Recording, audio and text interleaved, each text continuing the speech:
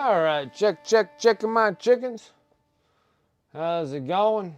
Dragoon coming in with that sub, 52 months, player. I appreciate that. Hope we had a good Christmas time. Stream, probably last stream of the year. I'm gonna start fresh and new next year. What's up, everyone? My name is Brent. Welcome to Wicked Minis. How's everyone doing on this Tuesday? Tuesday? It's a Tuesday. We're gonna be working on these Glaivewraith Stalkers.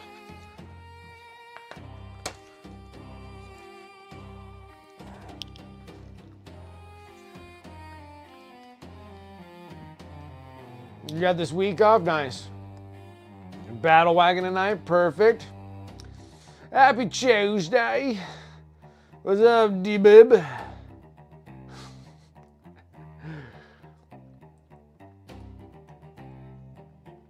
Giles Mary, what's up? We're gonna work on painting some minis tonight.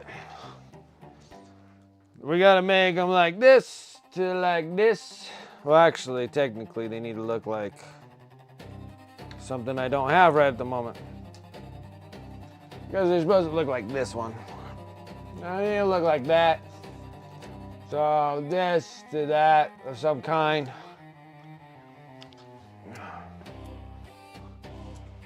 K Perkins, what's up?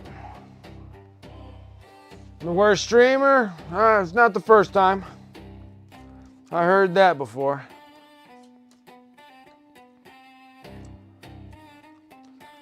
Ain't the first.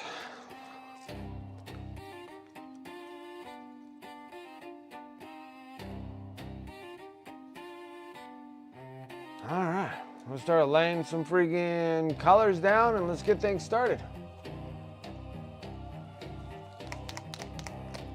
Oh, actually, we're not gonna use this one.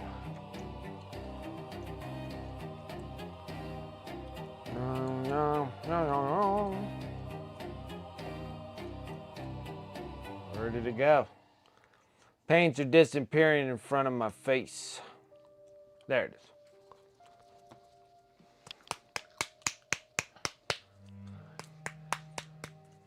Norwegian, what's up, dude? How you doing? Paints, how's it going? We'll use a little bit of dark stone here. Trying to finish up all my Nighthaunts for Age of Sigmar. It's kind of nice, actually, get something done. I just finished up my 40,000 army and got all the Imperial Knights all done. So that's nice, you know, getting some things done.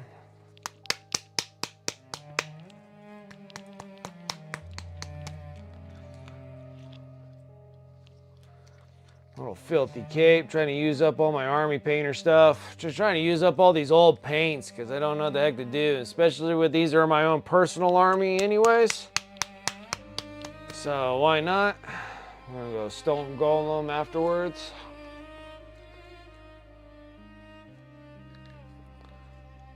Perfect. Sure.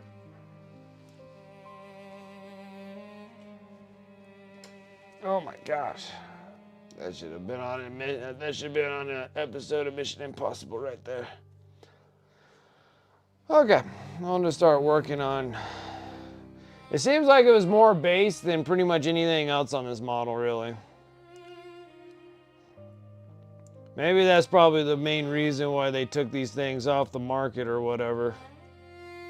You can't use these dudes. Well, you can use these dudes, supposedly what I've heard, you can use these dudes all the way up until June of 2026, and then after that, they're just gonna legend these dudes out.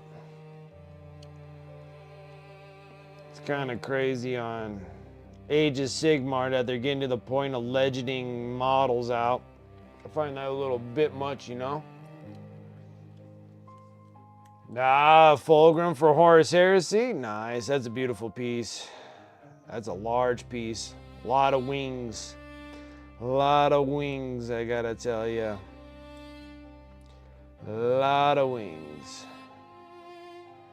It's a beautiful model though. Fulgrim's awesome looking.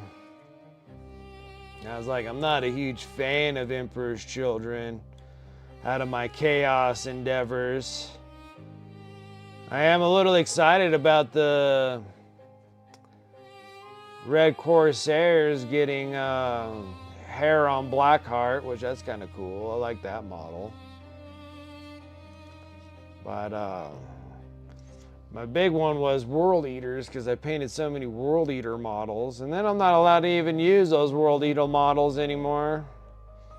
Yeah, you spend all that time. I spent like forever painting World Eaters from like forever ago. And then I get them all done, and then I was playing some games from like 8th and 9th edition. And then at the end of 9th edition, World Eaters get a codex, and it's like, all the models I painted for World Eaters are no longer like valid. Like the Obliterators, regular just Chaos Space Marines, Mutilators. What other stuff do I have? Like, I think I have some, not Legionnaires, because those are the regular Chaos Space Bros. But like Havocs and stuff like that, like, and they're all painted all in the red scheme for like World Eaters.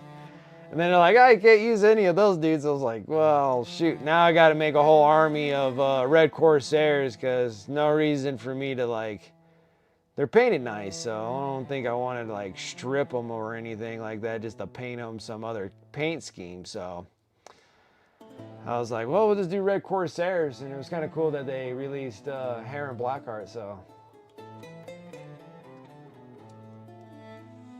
The Demon Fulgrim, yeah, like the big one with the wings and stuff on them. I have 3 armies at 40k. I got, yeah, that's a good amount. That's a good amount. It's a good amount. I got too many. I've been painting stuff and selling them off because I got too carried away. I was too carried away. It was I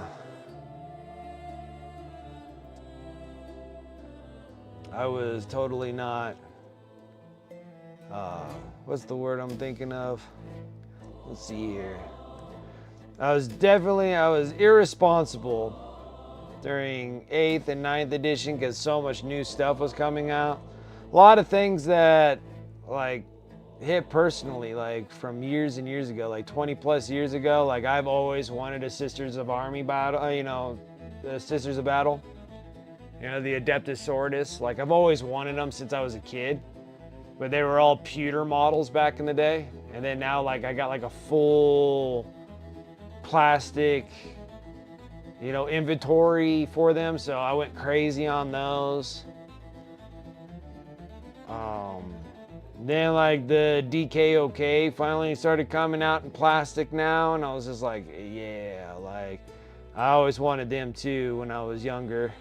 And those were another one that was like Forge World. Like you had to have like some serious coin to be buying freaking DKOK stuff. So the Deathcore or Krieg. And I was like, dude, I wanted those so bad. So when they came out in plastic, I was so excited. I was like, oh, finally. I'm like, this is fantastic. Made them actually like,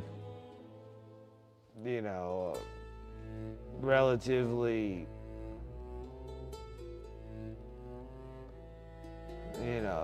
they're within the means of purchasing. Like 10,000 points of orcs. Ugh, I painted so many, I'm over it. That's awesome though. Orcs are cool. Like they're super cool. I love orcs. I love when they're all done, more so than actually like painting them. I wasn't a big fan of painting orcs, but I was a pretty decent fan of when they were done, because you have to paint so many of those bad boys. They're great though. They're great. Like I love them. See, you got Emperor's Children, White Scars. White Scars are cool too. That's a little bit of a challenging deal there. Antifreeze coming in with that sub. 61 months. Boy, that's a long time. That's a long time. You completed the 5-year mark. Can't believe I've been doing this for over 5 years. Someone just responded that they're like, you're the worst streamer. I'm like, yep, 5 years of this. 5 years of this. I just shipped out your model today, actually.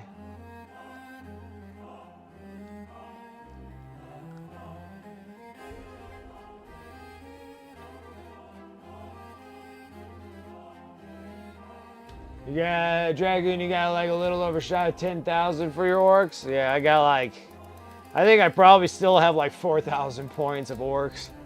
All right, and I just sold like a ton of them, dude. I sold like 60 old school boys, 30 new school boys, sold like 4 trucks, death copters,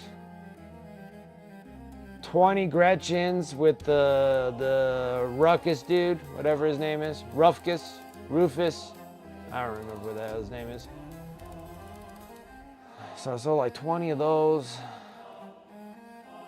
Yeah, 4 trucks. What was it? 6 Killicans. A Death Dread.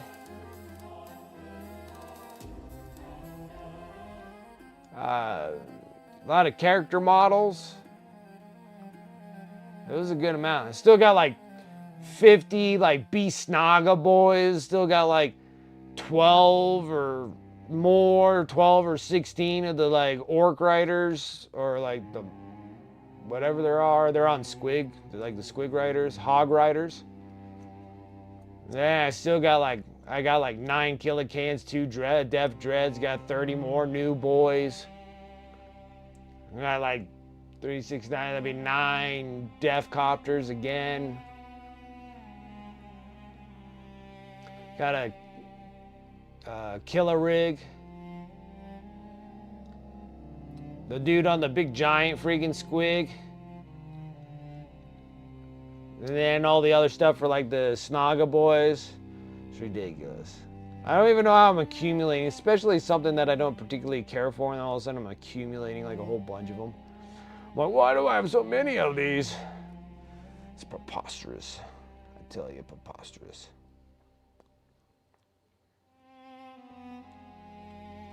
Well, yeah.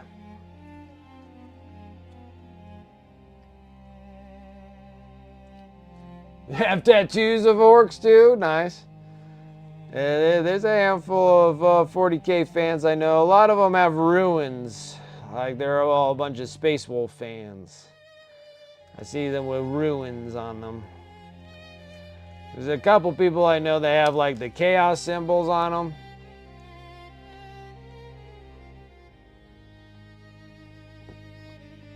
But a lot of people have like a lot of that, the ruins.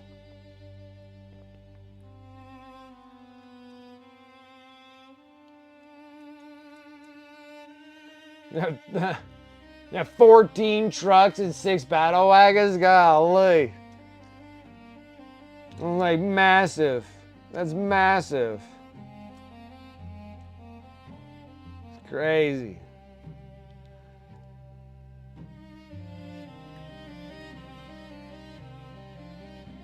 That is crazy.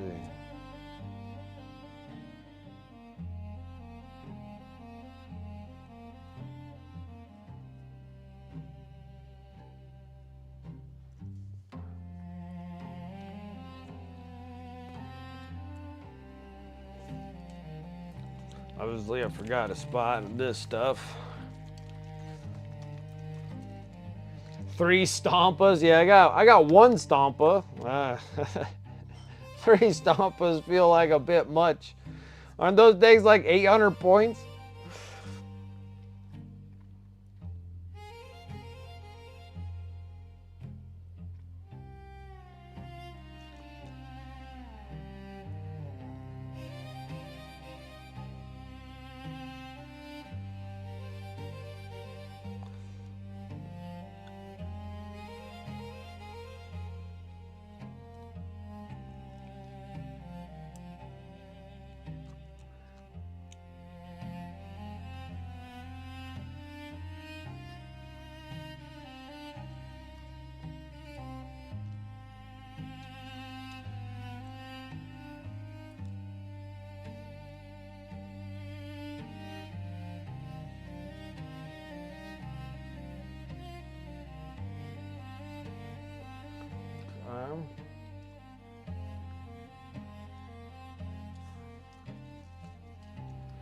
You want to see the Godbuster?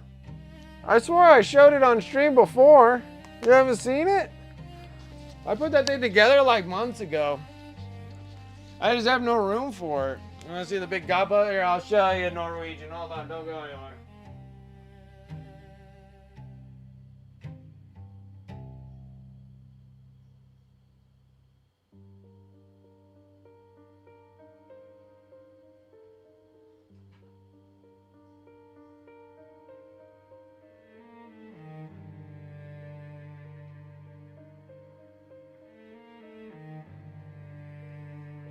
I'm like, alright, you want to see it?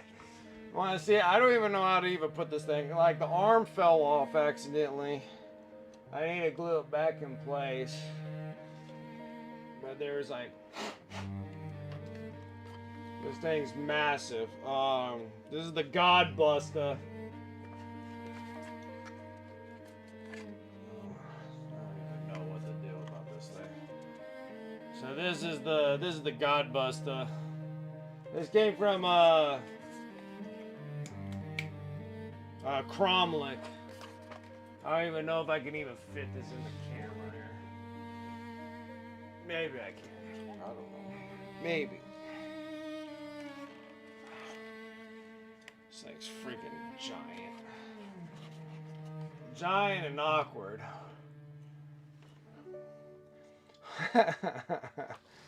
Yeah, this is the Cromlech one. It's freaking huge. It's massive.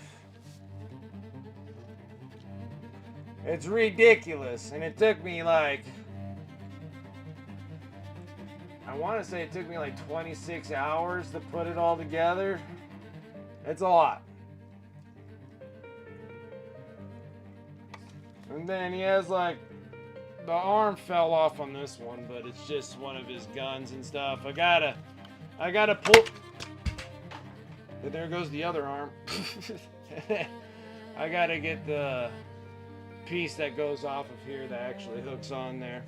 Their connection pieces are a little... It didn't break, it just slipped off.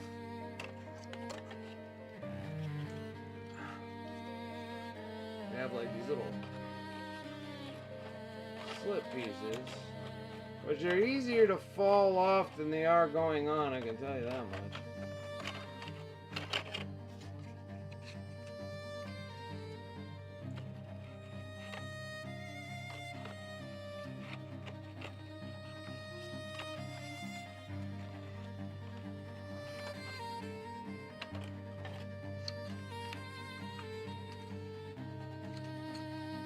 Now I gotta mess around with it.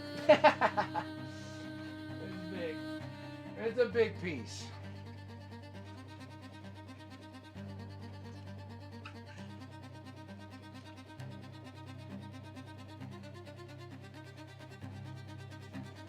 And I gotta take the other piece off of it anyway, so I still need to work on it. I still need to get it primed and stuff.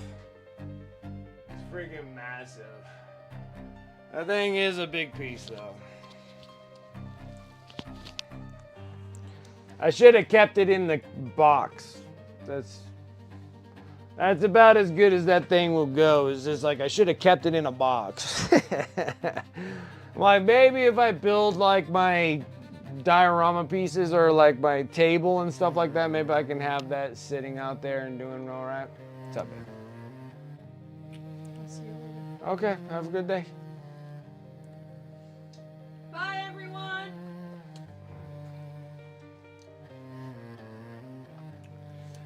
Yeah, it was funny because it was a limited release, and then they sold out of them, and then I saw that they were reselling them again. So it's an opportunity to go get one.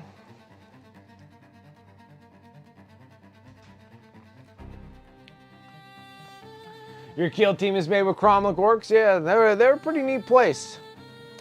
There's a handful of things that I want. Like the next thing I want to get from Cromlech is the football stadium for Blood Bowl. I think that stadium looks so cool.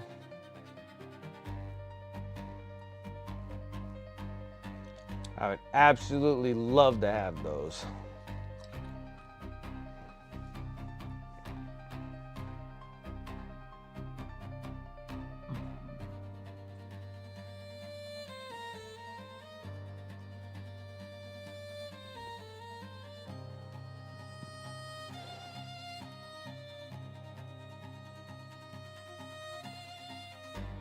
Yeah, Cromlech stuff is pretty neat. I don't know. Here's the other thing that I got from Cromlech too, and I like it a lot better. But it is a lot smaller though. You could probably utilize it as like a Gorkanaut. I think it would be like a Gorkanaut. That would probably be the best one.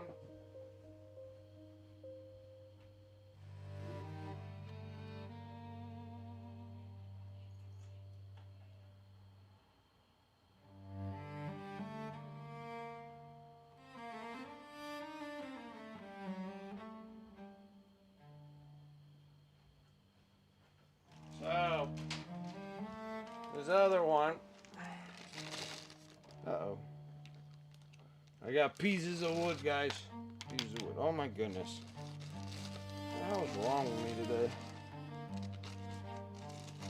But you could probably utilize this thing as like a Gorkanaut. I forgot what this thing was called, but this is another one that came from Cromlech too. Since I was doing some things with Cromlech, it was kind of need to do some things. This piece comes off. And then this thing's actually magnetized.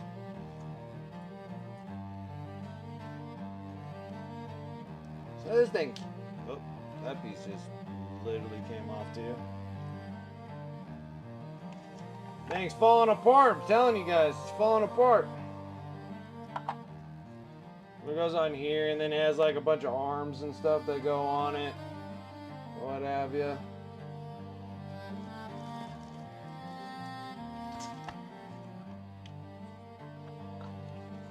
Put the pieces in there so I don't lose them. I can't hold on to a single thing without like breaking things, so maybe not grab any more stuff, I can tell you that much. It's making me have to do a bunch of fixing stuff. That thing's pretty neat too, I like it. Yeah, so it kind of works as like a Gorkanaut if you want to use it as a Gorkanaut. So, obviously you gotta paint it all Bad Moon's color, because it's a big giant moon to begin with.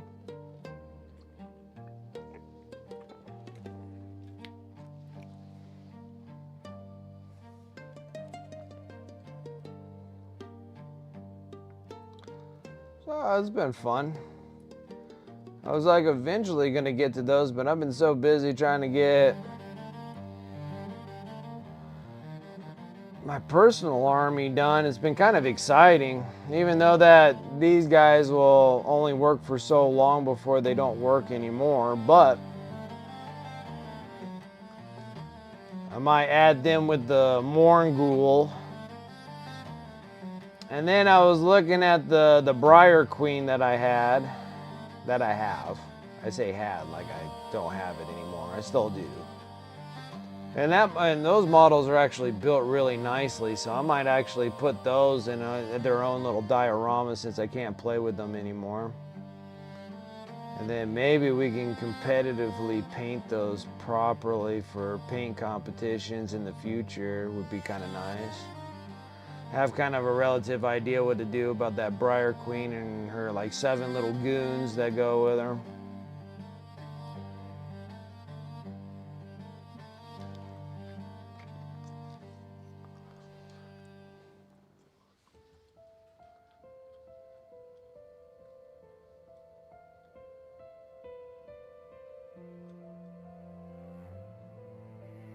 Oh, oil and enamel wash, how long do you let it sit before wiping? Depends on how dark you want it. The darker you want it, the longer you want it to sit. No longer than 20 minutes. If you want stuff to be brighter than usual, I normally wipe that off right away after I put the wash on. Yeah, but within 20 minutes. It seems like every 10 minutes it kind of, after 20 minutes it starts drying on you. So you want to do it within 20 minutes. 5-10 minutes if you want like a mediocre grime streak on there. And then like 15-20 minutes if you want a darker grime streak on it. You start wiping.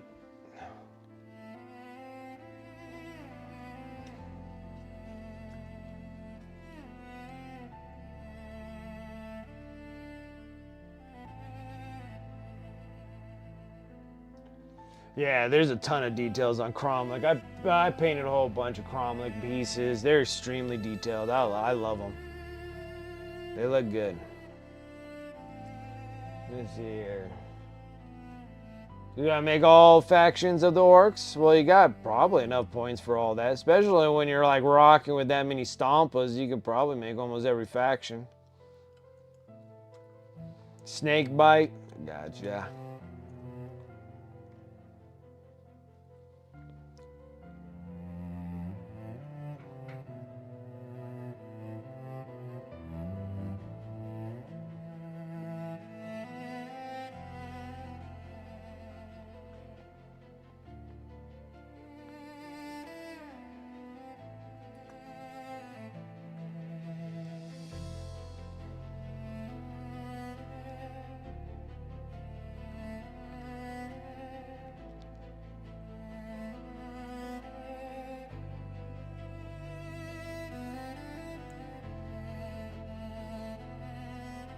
Seven planes, yeah, I painted one. That was a lot of fun too.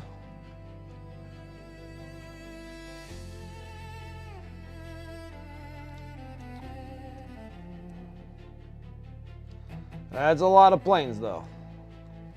There's a lot of planes. What's up, Nemo? How's it going? That is for sure. Had enough after 8 years working in worldwide miniature painting studio. I've done pretty much crazy stuff for people around Terra. Gotcha. I can see that. Like I did one and I went to the Golden Demon here in 2023. And then after getting like total stomped down, I was sitting there, I was like, all right, I gotta rethink how I approach those models again. And how I wanna go about it. It's different than how I'm painting right now. Like this is completely different. These ones here, I'm trying to field miniatures and give them really nice paint jobs, but not to the extent of competition pieces. So I'm trying. I need to get like I need to get my finances a little bit more under wraps. So I was gonna give it all 2026 and then maybe start visiting conventions and be around again in 2027 and start traveling again. It's one of my weaker things to do for myself. I'm not a big traveling person, so but yeah, I'll start doing it again. Well, since I did like that Kickstarter for Mindworks Studios, I'm gonna have like just a bunch of miscellaneous pieces. They're beautiful pieces and stuff, and I'll start painting those for like the smaller ones. Nova, Las Vegas Open, maybe Gen Con if they have one,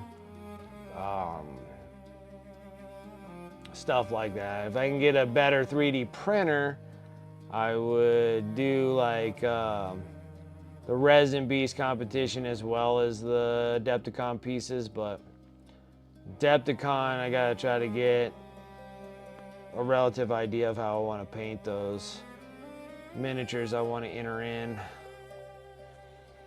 because 2023 was like an eye-opener. I was sitting there, I was like, okay, I gotta really think outside the box here if I want to compete with these guys, because a lot of them are just absolutely phenomenal paint jobs. So I was like, I gotta come up with some new ideas here.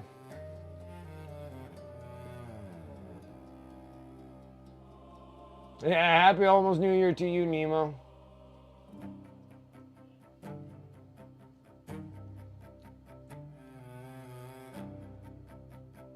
Eldark, over 500 pieces of World War II bolt action for Germany. Oh boy. Desert Fox, another special museum quality level at hero scale. That's nice. I never got into bolt action.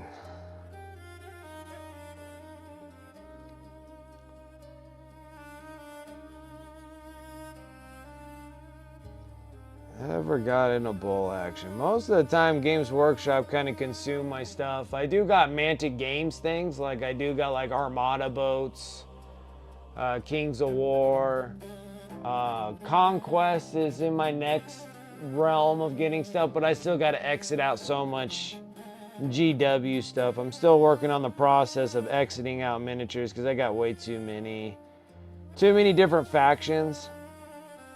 And then I decided that I'm like, okay, I'm just gonna keep like the ones that I like the most, and then I'll just start painting the other ones and start selling them off, and that's what I've been doing.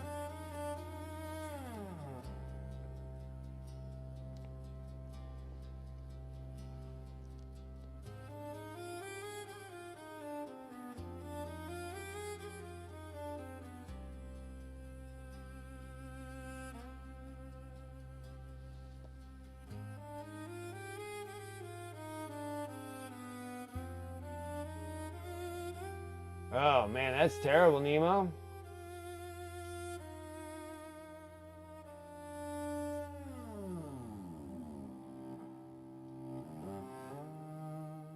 Oh my goodness, that's terrible. I'm glad that you're feeling better.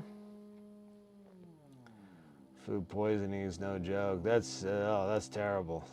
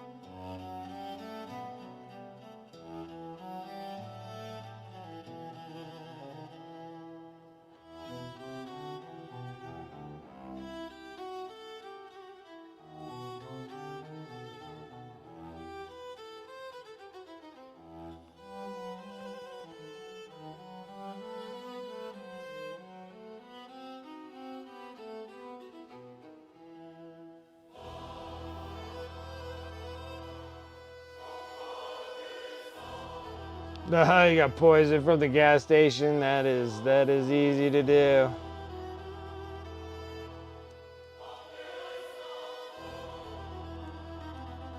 I don't know how long that stuff's been sitting in those cabinets for days. Just on a heat warmer. Just, whoa.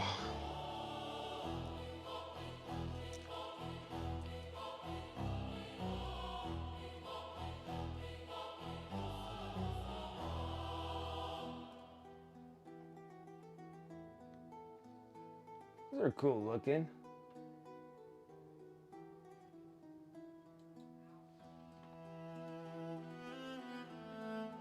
Oh, yeah, that's a big old army of them.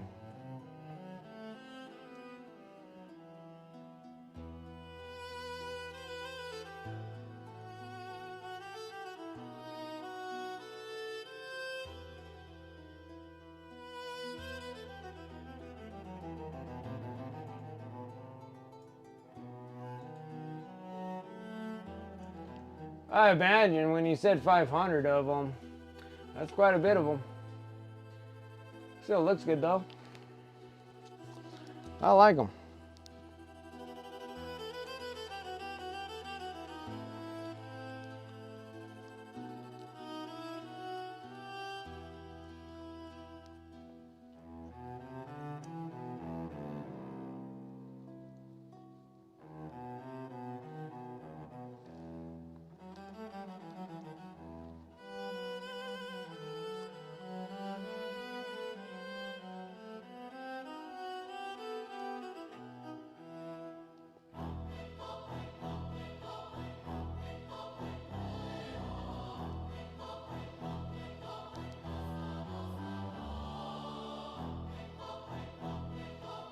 Oh yeah, and then you're paid to do them too?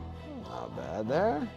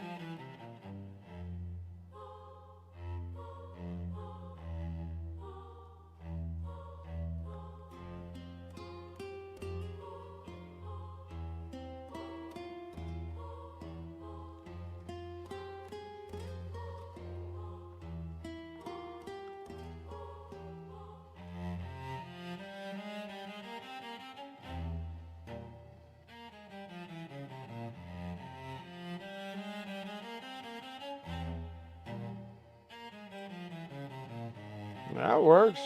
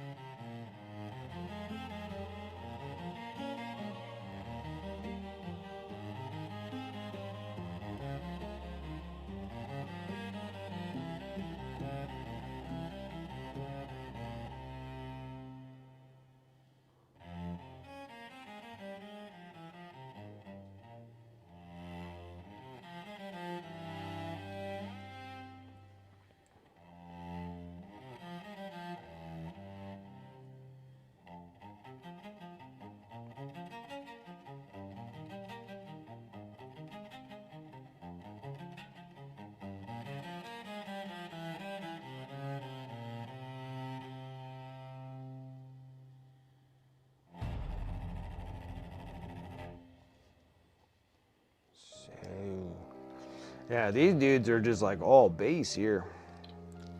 It's not that bad.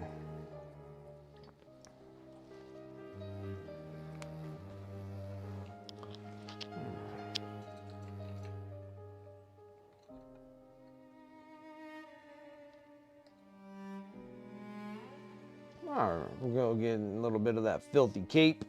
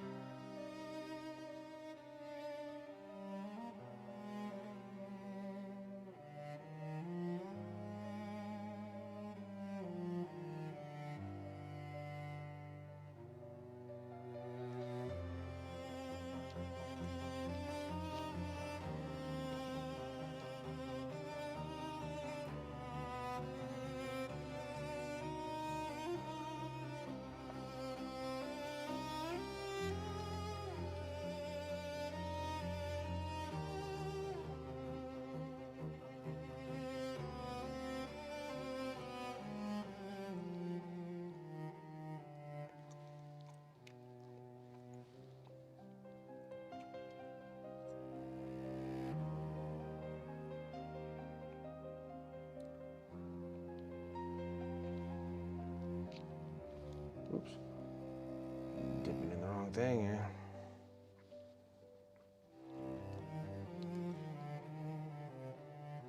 Every sad thing that happened in Game of Thrones. Yeah, one of my mods ever gets sends me stuff, so he's just like, yeah, this thing's like some kind of dark freaking dark fake music here.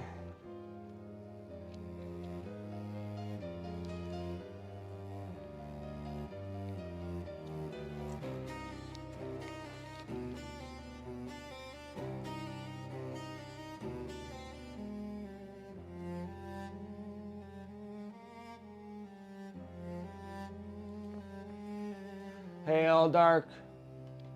Don't solicit on my stream.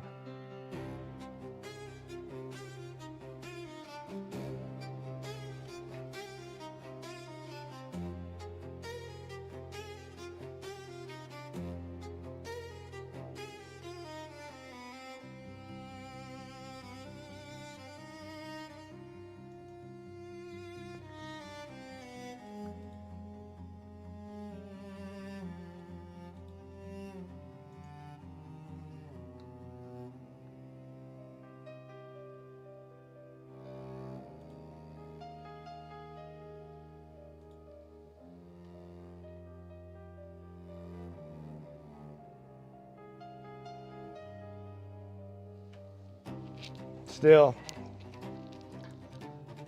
I'll tell you once.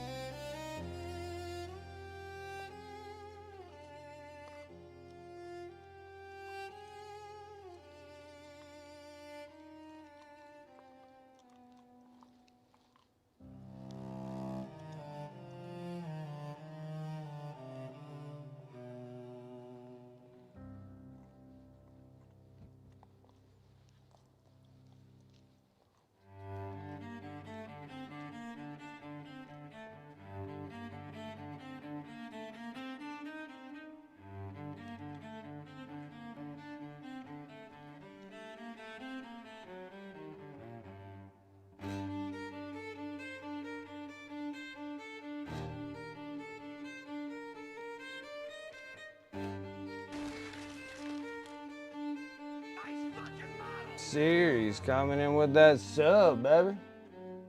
36 months play. I appreciate that. How's it going, man?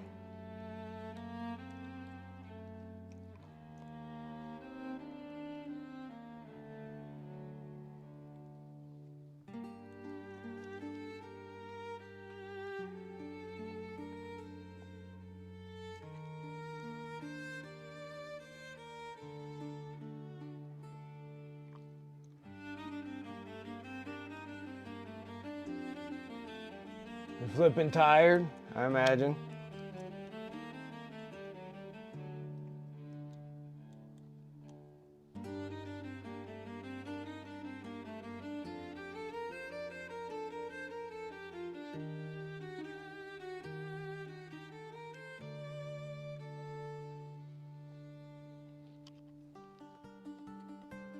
I can imagine, especially when you're getting in that Christmas time.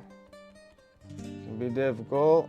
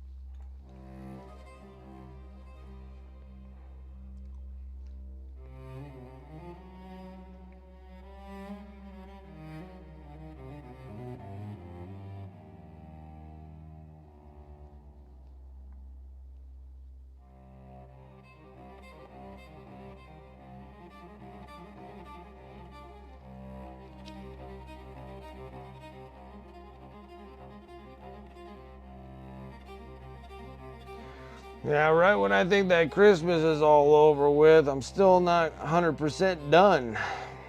Because then my boy's birthday is literally next week. So let alone after I'm done with like Christmas, then it's just like switch gears and go into my son's birthday. And that thing is just like, and then after I'm done with his birthday, I'm just like, all right, now I'm like, I'm completed for a whole year. Like everything happens like all at once.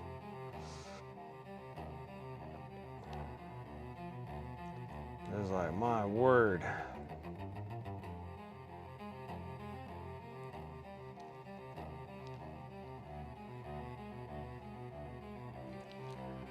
Valentine's, well, that depends. Valentine's depends.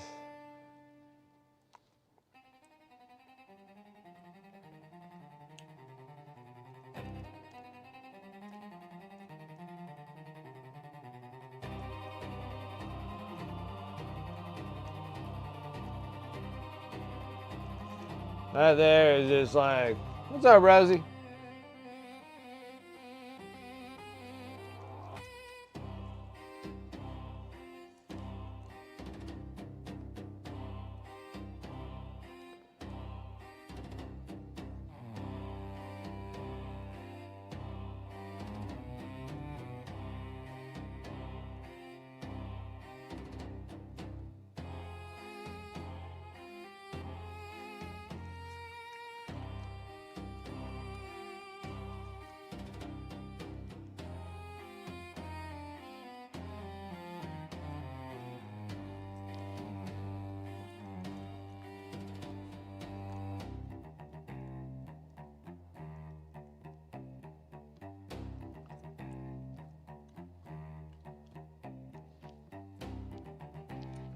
It's getting better. It's getting better. Like every week is getting better. Still got the freaking stupid incisions, like they ain't going away anytime soon.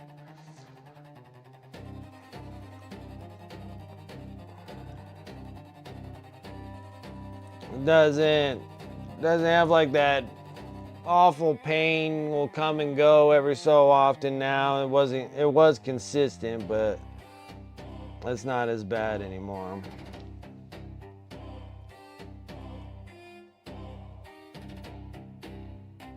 No, I normally do it dry unless the oil wash on there is like dry, like it's drying and you're not getting it off right, then I put some on there. But most of the time I do it, I wipe with the sponge with nothing on it.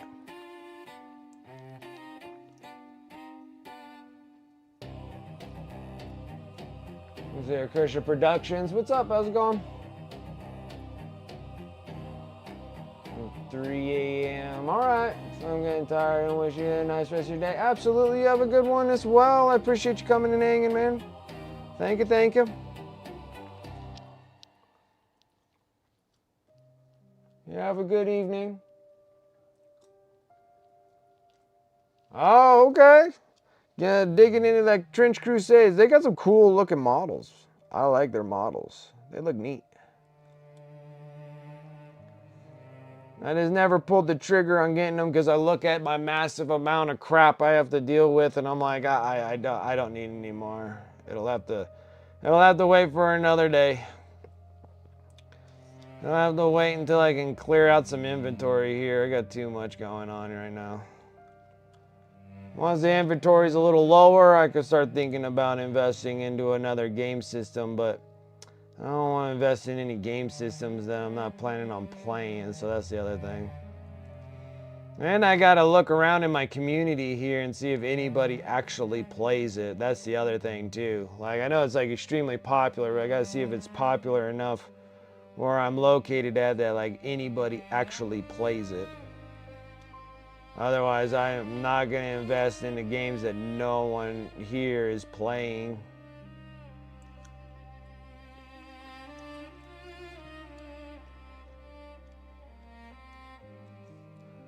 Like, I know that people play Age of Sigmar. I know people play 40K here. I even know people that play like Legion Imperialis, like the little tiny dudes, like the little tiny, like the tiny things.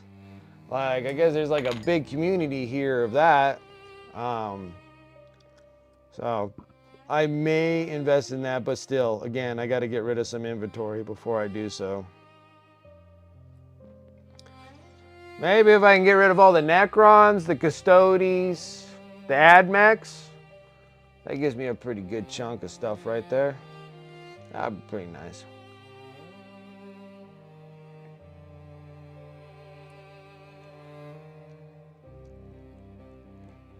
Maybe all the rest of the orcs? Oh my gosh. They're starting to come in on the Combat Patrol magazines, and I'm like, oh boy, here we go. I got some more orcs. Unwanting orcs in the Combat Patrol magazine. I don't mind all the other stuff coming in the Combat Patrol magazine, but the orcs are coming. I was like, oh boy, look at all these orcs. Massive amount of orcs.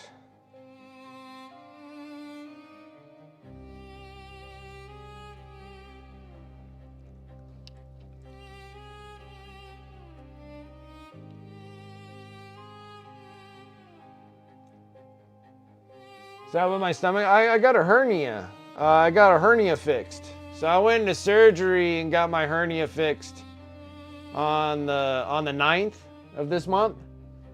And so they say like 6 months of not doing, or 6 weeks of not doing anything. So I got the belly button. I got my surgery done on the 9th. Then I had like a whole week off just to recover. And then the second week was, like every week is getting better. So now this is Tuesday, so this is my 3rd week. And it's better, but I have like these weird, strange like incision pains that go all the way up. And then they put an incision like right where I sit. Like right on your stomach, but right when you sit upright, if you feel right under where like your stomach folds into your hip. they put an incision right there, and that thing has been just driving me nuts. Like, it's been driving me insane getting this one. Like, this one here, that's why you always see me, like, off to the side, like, stretching this out, because if I sit upright, it folds right on top of that. Well, it folds right where the incision is. So I'm like, if they made that incision like a half an inch higher, I wouldn't have such a huge problem. It's just like right on that son of a gun. So I got like 4 holes on the side here just to fix my belly button. They had to put 4 holes in it. But the 3 holes are not that bad. It's that 4th hole that kind of bugs me a little bit. And it's just a lot of like pressure on it. And then sometimes if I sit for like too long of a period of time and then stand up, it just feels like everything's just like cramping in that area. Like it's just like, it's kind of rough in that spot. So, but it's getting better like every week. Like the first 4 days were like the worst. And then I was getting better and I was doing some streams like a couple hours here and there. And then now I can do a full set of stream, but it's just, it is a little bit, it's just kind of strange that these like incisions haven't completely healed yet, and it's like 3 weeks yet, and I'm just like, what the hell is going on?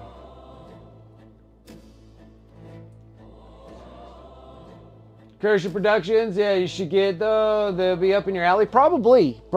Like I just gotta look first, because I made the mistake, like I did like the Mantic games, like the Armada. Like there was some Armada players in my community, and then it like got real big, and then it just disappeared, and then I have like all these Armada boats, and I'm like, well, I guess I could play with like the family and stuff. I guess that'll be fine. And then there's like this, but they stopped playing the Armada, and then like Kings of War is still like really big here. They're just not really big on the whole boats, like doing the boat thing. So that thing died off. So I gotta really keep an eye on it. Hopefully that Trench Crusades picks up a bit, so I can like be like, there's like a group community, because like Kings of War is like huge here. Like, you know, I got like Age of Sigmar, Warhammer, like 40k, Age of Sigmar, and then Horus Heresy's like real big, all the way down to Legion Imperialis with the small dudes. They're really big here as well. And then like Mantic games with the Armada set was like real big, and then it just completely died. And now like Kings of War is still big, like it was when Kings of War has been out for like years. And it's still like a big community of Kings of War people, but not as much with the Armada. And then I have a really big Conquest community here. I play Conquest real consistently here too, so I might do a Conquest, because I like to get the Nords. Nords are the 100 Kingdoms. Like I like those too. Those are like my favorites out of the bunch. Even the new one that they got looks pretty cool too, with all the bugs and stuff. But Trench Crusade, I haven't seen anybody play Trench Crusades yet here. So I have to go and do a little fishing around, see if there's a community around here that's doing Trench Crusades. If there is a good community here and stuff, and they're like really into Trench Crusades, I'll get a Trench Crusade, because the miniatures are awesome looking. Like I really like the miniatures, they're really cool.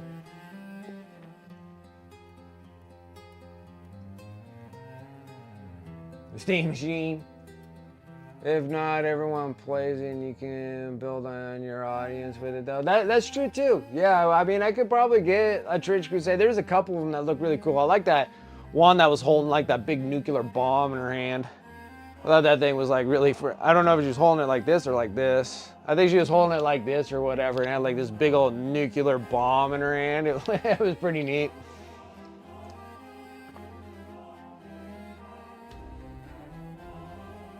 Yeah, and then there's a small batch of Marvel Crisis that go around. My thing is that I don't know. It feels like I missed the window for Marvel Crisis Protocol.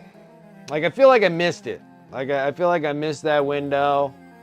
I have like a Hydra. I have a Hydra tank, Hydra vehicle.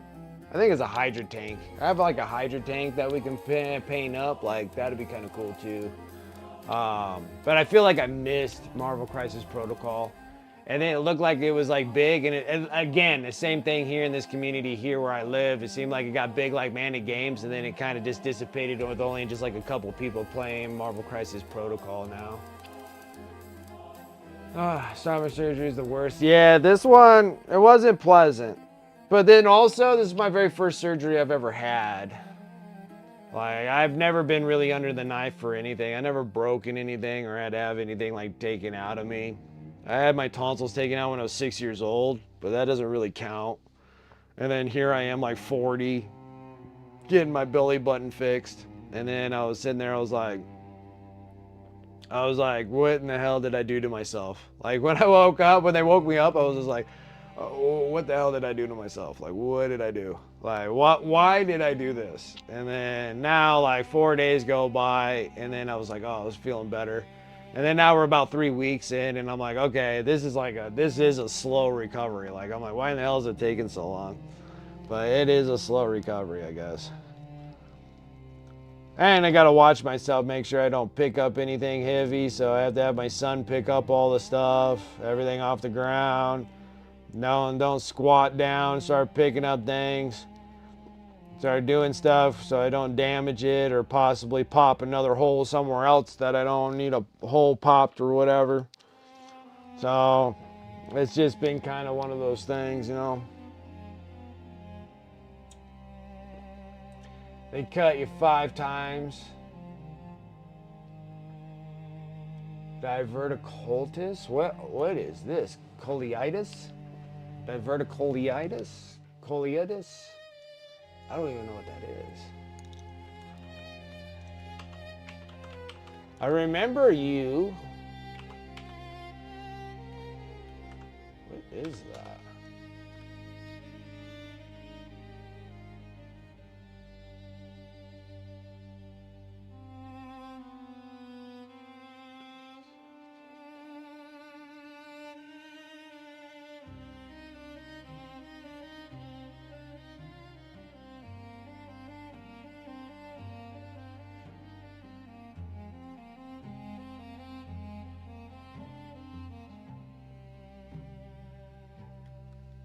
Huh, this is interesting.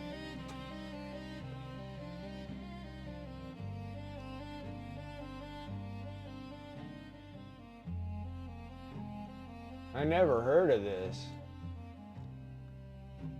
Interesting, okay.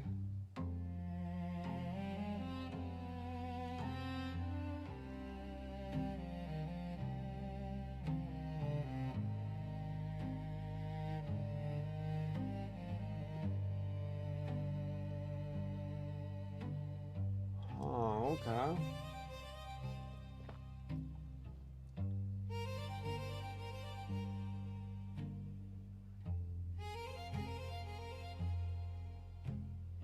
All right, okay. Okay, I see.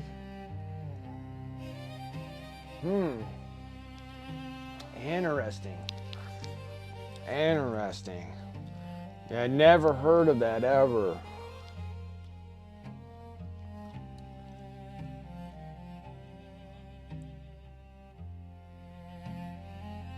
It's like my son when he was born. When he was born, he had something that they called, it was a mutation, because normally it would be a genetic thing if it actually ran in the family, but they said it was like a mutation of Hirschsprung's. They call it a disease, but I guess on the bottom end of his, the ending part of his colon when he was a baby, the gangling nerves there just wasn't complete on the end there. So my son, when he was first born, he had to go right into surgery, and they had to take like 8 inches of his colon and then reattach them all up and stuff. It was a rough, and that's like months of like recovery. That was a very dark time in me and the wife's little history there having Armand. But yeah, it was kind of a rough like 3 months, 6 months. I would say 6 months, because he had to go like two months. think he had to go like 2. Well, I think he went with a month. Yeah, so I want to say it's probably about 4 months in total, 4 or 5 months. Because he had to go like a month to 2 months on a stoma bag. Yeah, so I'm like, and that thing was unreal. I think it was 3 months, I want to say. No, it was 2 months of him being like on a stoma bag. So he had a stoma bag, so they had to cut and then cut the section and get rid of the bad. And then they had to make sure that the part of the colon worked. And so he was hooked up to a stoma bag. And then afterwards they reattached him. And then so now that's like brand new to him, is utilizing how we naturally go to the bathroom. And then that was rough for like months. And then we dealt with the aftermath of it for years, because that just gives you like chronic constipation. So then it was diet and all these things we have to do for Armand, even up to now. I mean, he's 14 years old. Next week he'll be 14 years old. Most of the time he can do everything just normal, like everything's normal, but sometimes you have to do like these real high doses of fiber or stool softeners. Sorry guys, it's a little emotional. It was a tough time. It was. Now granted, mine's probably not as severe as some people that had newborns and surgeries and stuff like that, but I can tell you it was rough, especially being relatively newlyweds 14 years ago, and then having our son, and then that happening, and then also following with, you know, the wife and her mental breakdown, because after having our son, and then she collapsed. She had it rough. She had it really rough. And then that was years of recovery from her end. So yeah, I'm sorry guys. Try to find something a little bit more uptake here. But yeah, it was pretty dark time there. And then on top of it, I had a job where I was working 12 to 14 hours a day. I wasn't home, and Sarah wasn't well. So Mrs. Wicked wasn't well, and the baby was just recovering, and I'm out and about for 14 hours a day, constantly working. It seemed like they were just like, it seemed like the company itself was like purposely doing this, and I was just having like long days. It was terrible. If I could redo that, I would redo that all over again. Like, first thing I would do would have told that company to freaking shove it and literally just walk away from it. That's what I should have done. And just picked up a job anywhere else. But 14 hours a day was absolutely ridiculous. And then,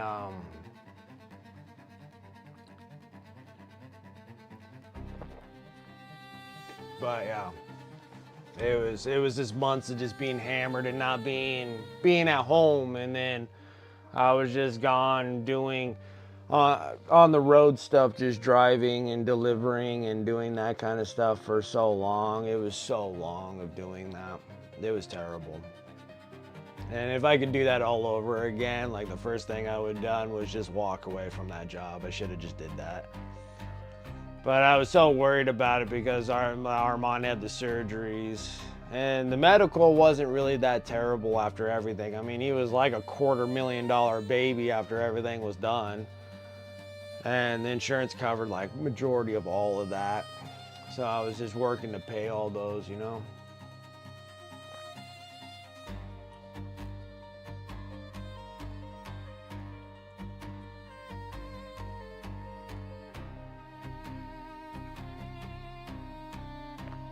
Oh, okay, so Dragoon, you got a son that has some things that restart his guts. School is one of these ones with no boys girl washrooms. Oh, Jesus. Stalls for urinals and toilets, but all their goals made the rule toilets. Only and if a boy uses a toilet and their teeth acted pals from not being able to yep. My son's like that too. My son just refuses to use restrooms, like public restrooms and stuff. Like he'll hold it all the way until he gets home, and then sometimes that causes issues and blockage. Yeah. I feel you there. Yeah. It was years of that shit. Like years of it.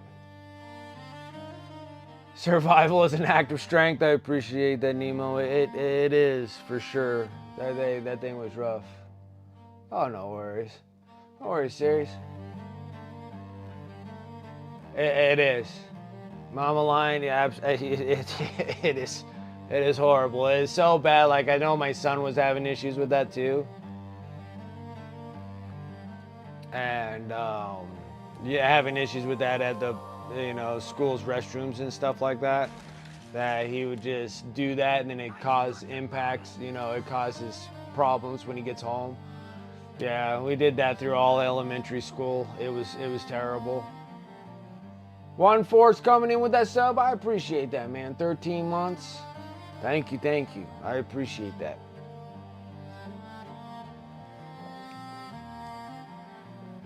Yep. Yeah, my son did that for years at the schools.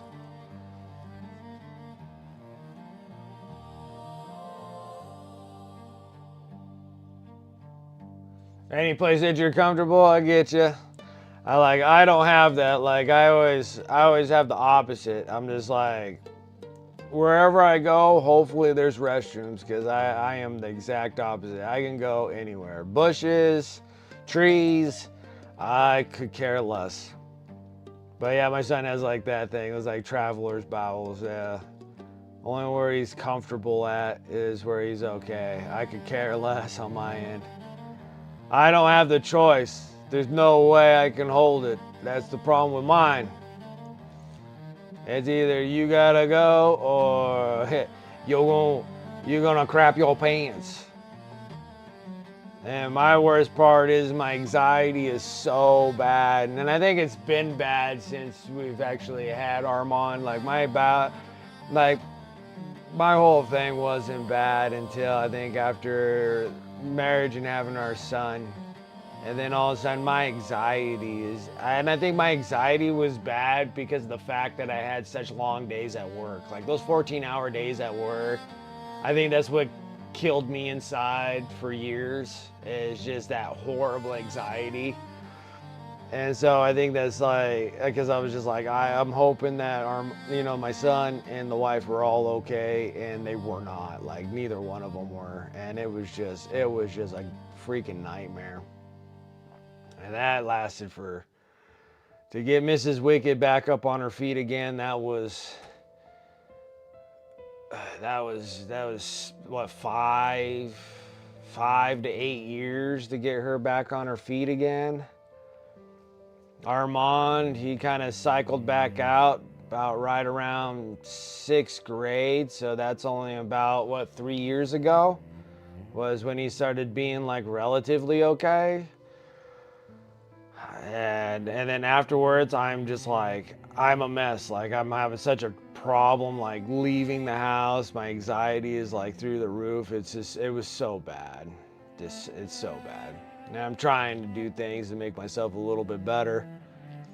But those are a different story, and we'll see how that goes as the years go on. It's bad.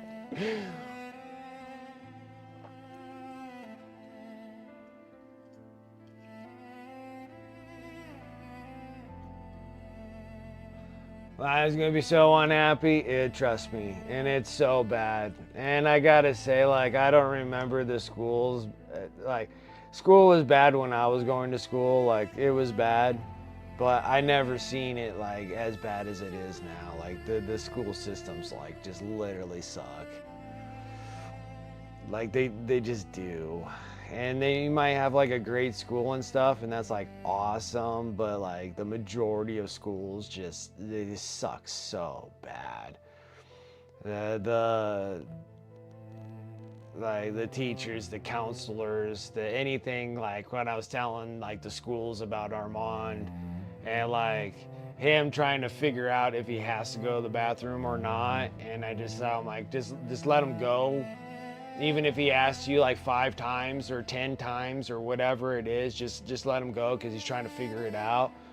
And I can't tell you like the embarrassment at the schools of him like accidentally messing himself because the teacher thinks that he was just skipping out, even though that I specifically spoke to every one of the teachers saying that, you know, he needs, you know, time to, you know, figure this out because we don't really know exactly how the long-term effect is of this.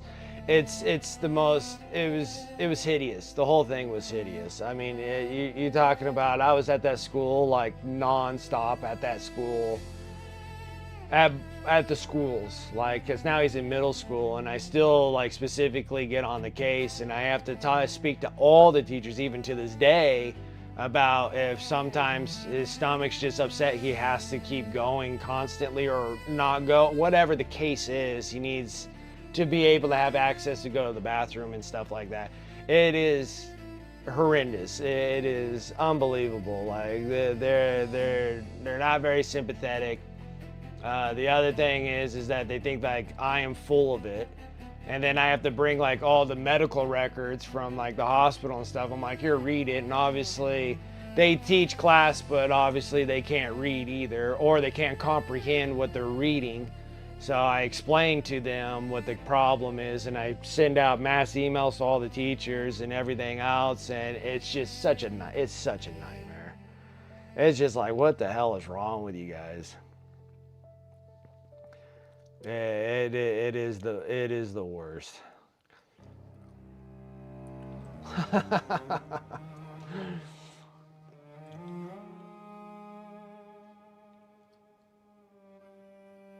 Yeah, you just never know, and you just don't want to go with that accident. And then, but the worst part is when the accident does happen, and then they tell me, and then there's a lot of backpedaling and everything else, and I'm just like, well, what's wrong with you guys? Like, would you please stop this? It's so bad.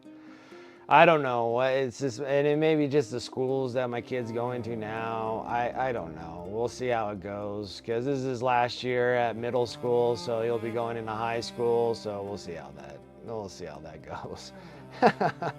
I can tell you, the elementary school one, it was horrendous. I was in there all the time. It was so bad. It was so embarrassing for him, and I get it, and I understand. And so then that's when he had this deal of just like, I'm just not going to use the public restrooms. And then that caused a whole bunch of internal problems for him.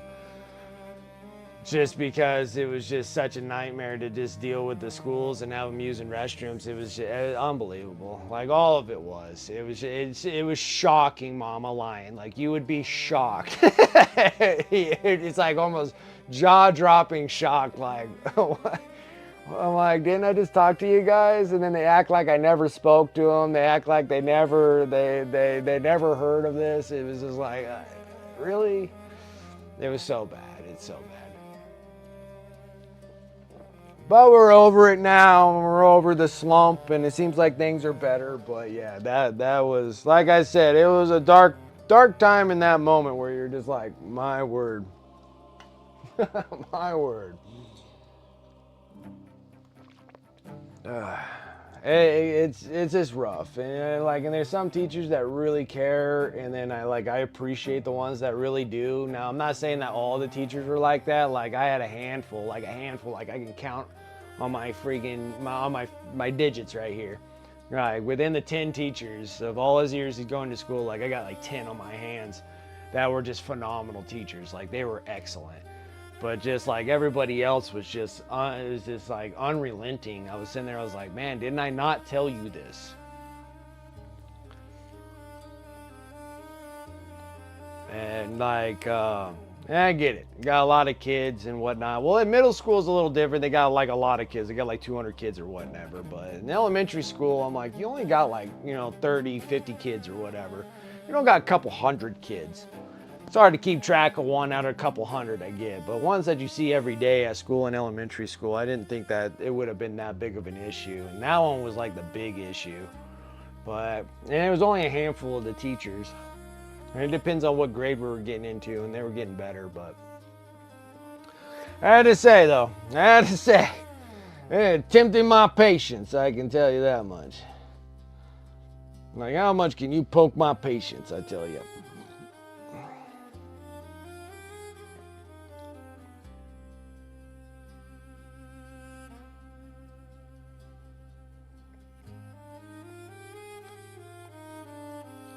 But those times are behind us now. He's doing a lot better than he was.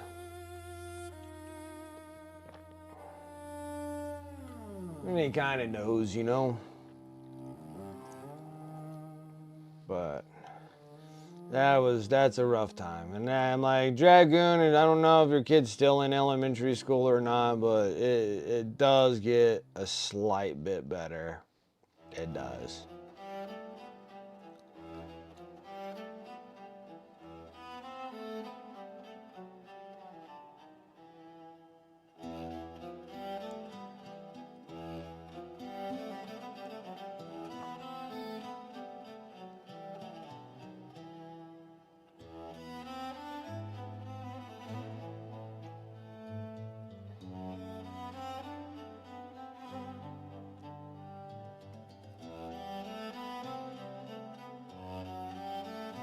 Baby bedtime, absolutely.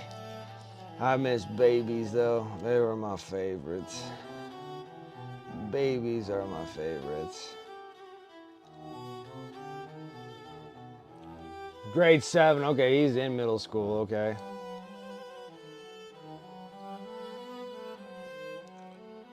Yeah, he's a couple years younger than my son.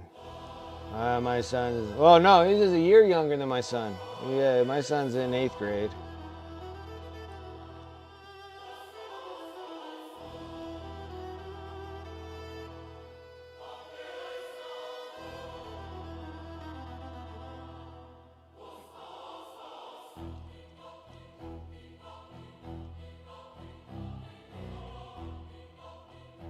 Oh, of course. 3 is still a baby. Actually, don't matter. A girl gonna be like 18, still a baby. My son still, I still call him little man, even though he's turning into, he's turning into a man, He's still my little man. Boy, I was even talking to the wife too, because now everything's kind of settling. I'm like, hey, you want to throw a wrench in things and try to have another kid?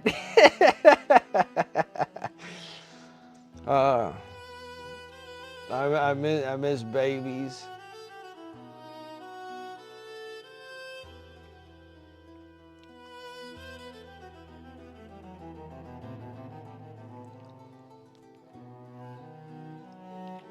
But gotta make sure that little 3-year-old gets a little nap. It's nap time, bedtime. Yeah, it should be bedtime now, but.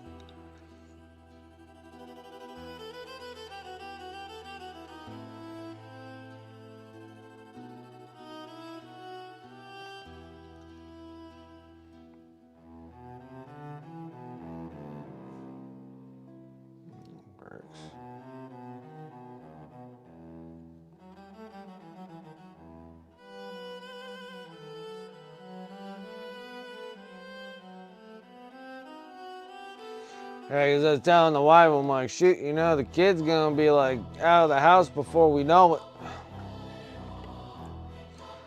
I'm like, Granny might stick around for a bit, but I'm like, the babies, they eventually fly the nest.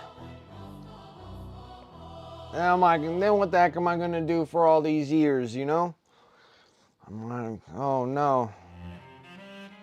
Like, it's weird when you're not gonna have anybody to take care of anymore. And I'm like, well,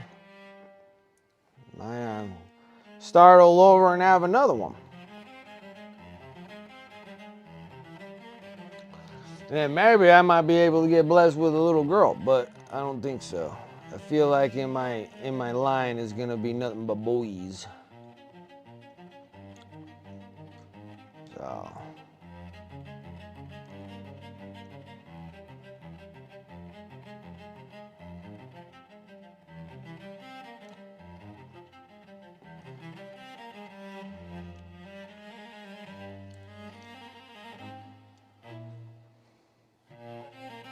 what's up, Ghost Ox? How you doing?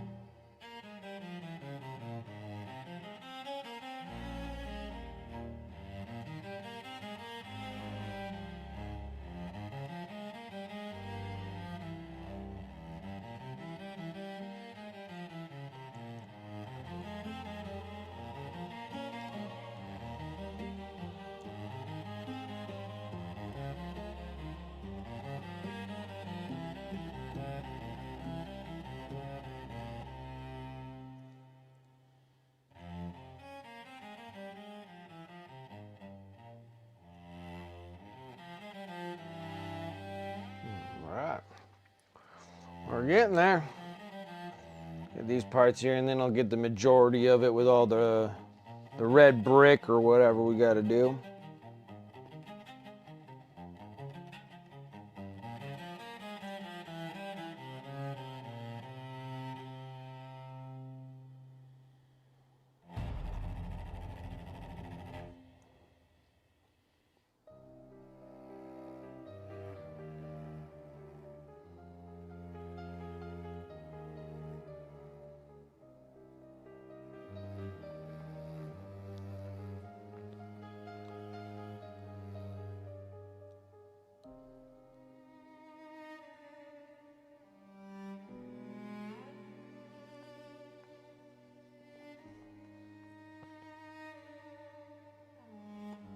Yeah, it's gonna be nice. I'm hoping that we can finish up these dudes, which is mostly just base work. Like, I don't really got like a whole lot going on here. I'm still trying to figure out like the color of these for the hands and the face. So I've been kind of like thinking about that, but I'm like, the majority of the stuff is technically all base and not really a whole lot going on with the actual miniature itself. Like, these are like super decorated bases, which is cool. It just takes a little bit more extra effort because you're trying to get these miniatures done, especially these ones, which unfortunately won't be playable here soon. But it's okay. I'm gonna just like add them to the Morngul.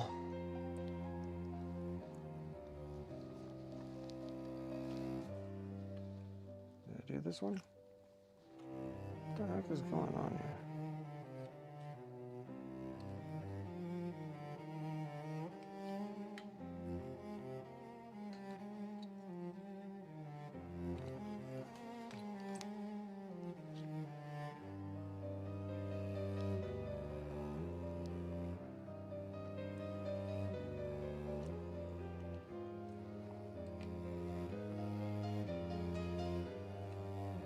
I did do that one. So this is the last one. Okay.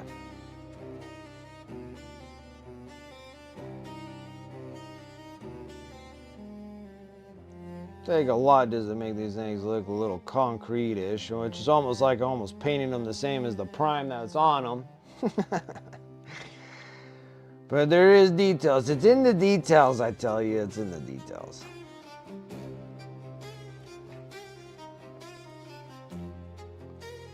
And then, it's Still got a little bit of Nighthaunts, but I think this is well, I can't say this is it for Nighthaunts, but we're going to be taking a break from these because we'll have to be working on the January model, which I got the model all built. So the January model is going to be a Stormcast Eternal. So this is what she looks like. And I don't have her on her base because we're probably going to have to clip this off or whatever we're going to do. And then I got another backdrop, so we're gonna do another backdrop with her. I have a vague idea about what I want to do because we're gonna be sitting here attaching a bunch of like lightning and stuff to her. I just recently bought them because I was figuring, I'm like, okay, how am I gonna make like sturdy enough wires without being too stiff or not stiff enough? So we're actually going to be using copper wires, and we're going to be painting over the copper wire, but this should work pretty good. I think I got it as a 20 gauge because I felt like if I went any smaller than that, I feel like it wouldn't have the sturdiness to it. Okay, so we have this, and then the copper wire should be, see the copper wire right here?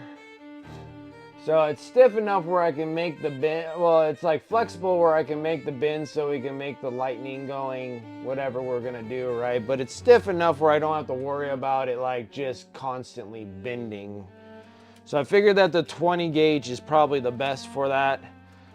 I didn't want to go like 22 or 24. I felt like that was just a little too thin. So we'll actually be like shooting like a bunch of lightning. We'll have another backdrop. I'm thinking about actually doing some like wooden pegs on the top of the backdrop. So here's a backdrop, but it's not the proper size. This is way smaller of a size. I was testing out sizes when I was printing them out when we were doing the red gobo. But technically I want her to actually come off the back here instead of being on the base. She'll be coming off the back. So I'm thinking about like making it like cliffage, like actually like molding like a cliff or whatever coming off of here on the bottom. And then we'll put 2 pegs here on the top coming out, and then we'll use my my wool stuff to make it look like clouds. And then we'll have the cliff over here, and then we can have a little bit of a backdrop scenario in the back here, and then the cliff actually sticking out of the backdrop, and then her being attached to the backdrop like this, and then having like the lightning and stuff coming from the clouds kind of like attaching to her, and then that to the ground, you know what I'm saying, like lightning strikes, and then like lightning coming from her as well. I think that'd be kind of cool. So something of like that relative sorts. We'll work on that when we get there, and then we're gonna get into, you know, more technical paint jobs of doing all the non-metallic metal golds and stuff like that, so I can kind of work myself up a little bit for competition pieces to see how that I see it in my mind, and I was kind of sketching some things up. So I'm like I said, I'm like, before we were just kind of like coming up with the idea like on the fly, and I'm trying to make things work like we did with the assassin, and I need to spend a little bit more time like sketching out like how I want to plan them a little bit better. So that one there, I actually did a little bit more sketch plans on how that's gonna kind of work on her, and then we'll see how it comes out in the long run and seeing if that's the continuing plan to do that, if that makes sense. So that was the thing that I was kind of hoping for. So I think that would be kind of cool with just a bunch of lightning, and she's coming out with the big spear, and the spear's really glowy with like lightning coming off of it, but like small spurts of lightning coming off of there. And then the clouds above, I really don't want the clouds above to actually like hit lightning from her. I just want to see like lightning strikes coming from the clouds. And then like her having the electricity like build up into her spear or whatever. And then her coming down with it. Like, I think that'd be kind of cool. And we'll see how that executes down the road here. Alright guys, so reds. We want to do a relatively dark red, and then we're going to go into these Alderan red. We're using some scale 75 stuff so I can kind of use this. Bahirit red. And that'll make somewhat of our... Do I have any other scale 75? I know I got some more reds here.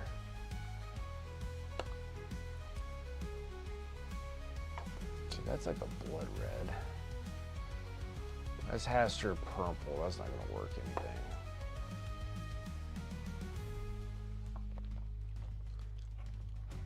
I still relatively need these colors to make whatever the heck I was doing.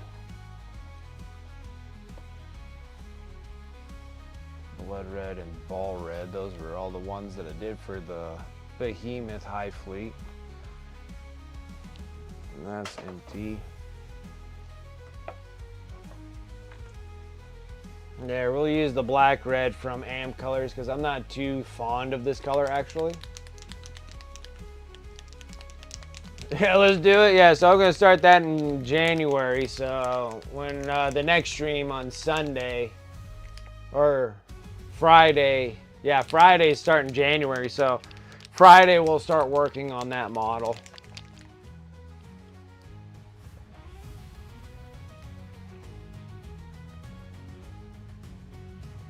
I'm like, we may start actually working on the base first. It's in the whatever I'm thinking of. It's under the UV lights curing right at the moment.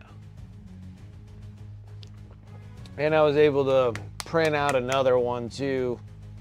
Which that one's soaking to oh, that's no good. That's no good. What the heck am I gonna do now? That was all medium and nothing else. No agitators in these scale 75 bottles, and I don't use them very often.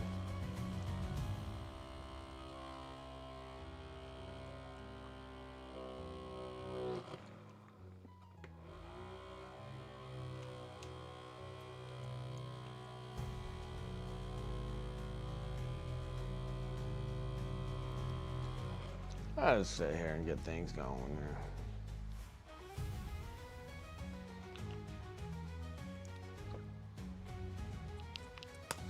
there. And hopefully by like 2027, when I'm about ready to go to conventions again, I'm hoping that maybe my son will eventually sit down with me and enjoy me when we go to Adepticon. Then maybe I can get a model placed in there and the Golden Demon with him. That'd be freaking awesome.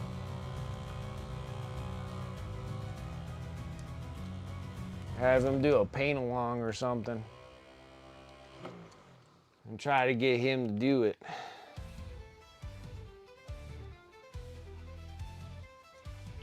Would be freaking, it would be pretty cool. Now if I can get him to do it, that's a whole nother thing. Oh, of course I stick my freaking arm right in it. Gave my elbow a little bit of blush. All right.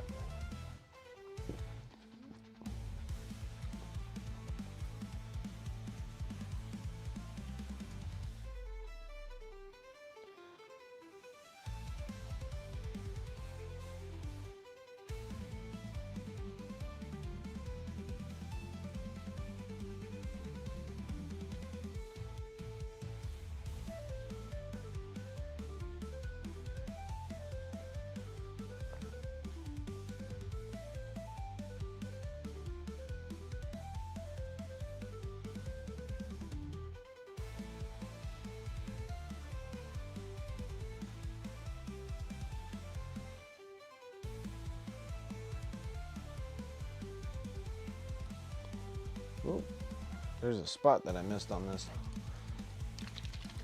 Some of the night gloom, night haunt gloom or whatever. It's actually been not bad stuff from a technical.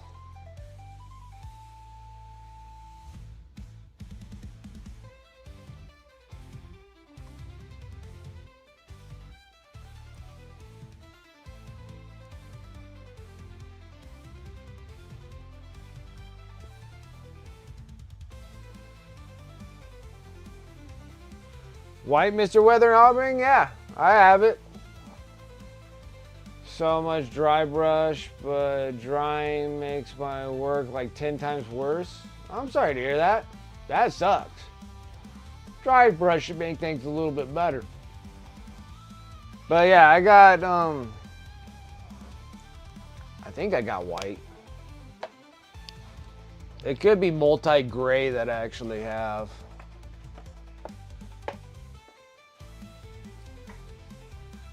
I got grayish brown, brown. What color is that? That's stained brown. Where are they? They're somewhere here.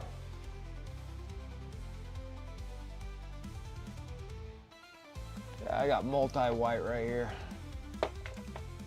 I think I've only used it once.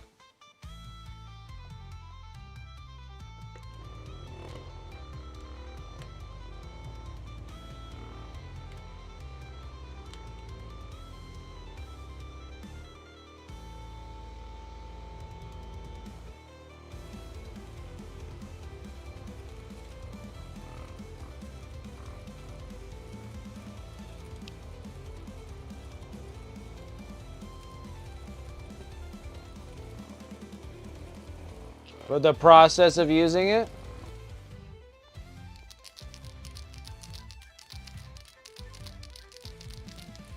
Dude, anything that I can use this on?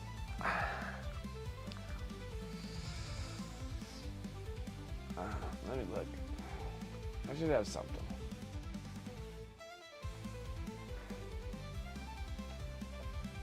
I know I have something. You know what I'm saying? You stinking thing.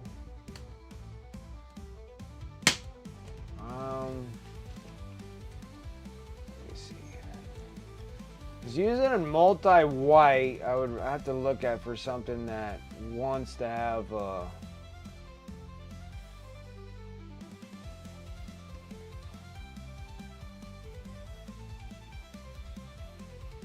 looking for something here.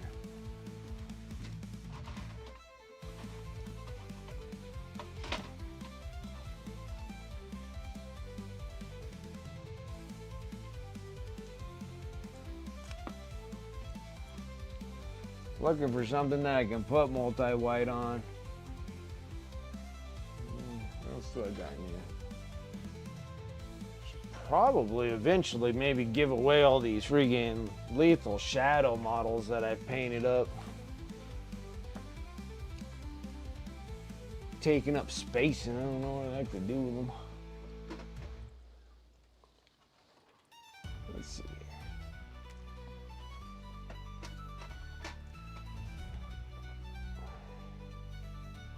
I don't know. We're gonna find out right now. Yeah. I'm gonna take the old Kane model that I freaking painted years ago, but I feel like this can have a multi-white and that'll look pretty good. I need to make sure I put it on something that's like relatively decent.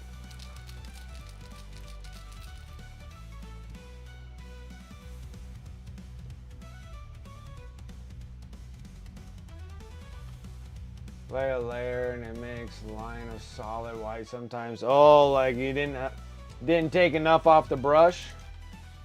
Then it's making a little too heavy on the lines. What am I gonna use? I'll try to use this for a solvent. Oh, that's kind of dark. Ooh, what am I gonna do? What am I gonna do? I guess I'll try to dip it straight into the solvent bottle here.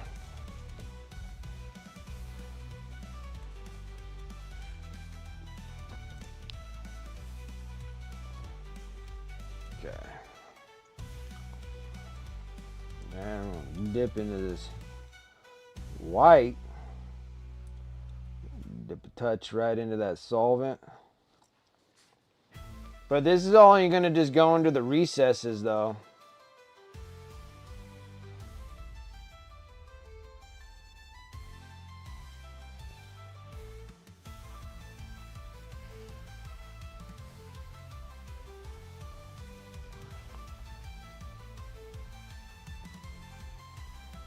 Okay.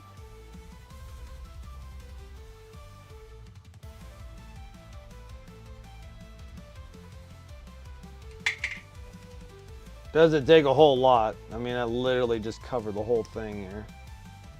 Okay. It even hit all the way in the underneath parts here.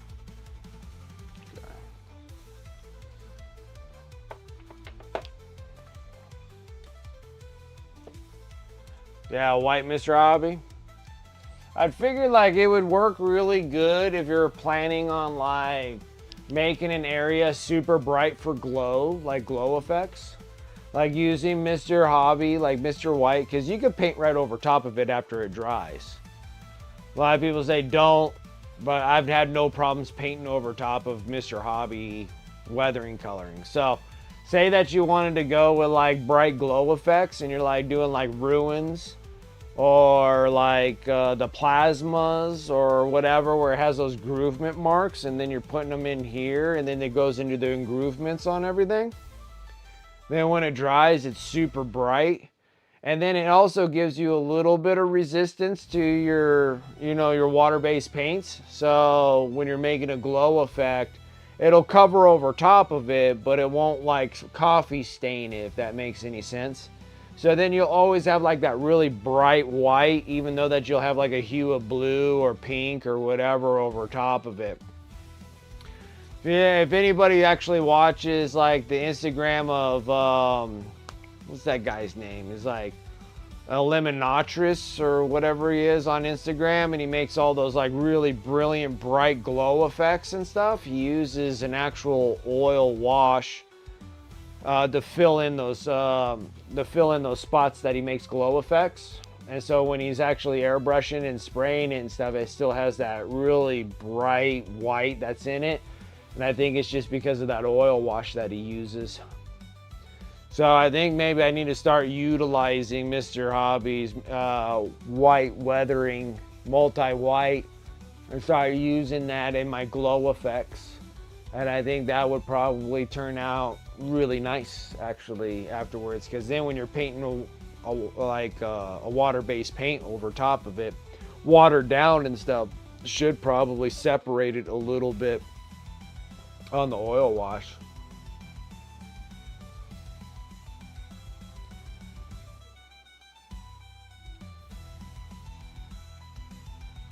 Coffee stains was my problem. I had to redo. Yeah, I'm not a big fan of coffee stains. That's why I laid off a lot of the Army Painter wash, because like this is like on top of this thing, this is an Army Painter wash. Like that's a wash. So I did that for a reason, because I'm trying to stain it up like it's dirty, like a dirty cloth. Then it'll eventually turn into something like that, because we're gonna go back over top of it and like dry brush over top. But that is an actual like Army Painter acrylic wash over top of that. It's really shiny, has like a gloss to it, like a semi-gloss, a satin, I guess maybe you would say, over top of those. And then we're going to do a little paint over top, and then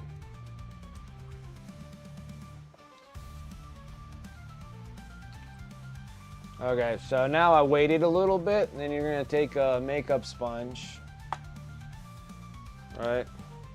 And then all I'm going to do is just kind of wipe over top of this and keep all the white in the engroovements. But that's all I do.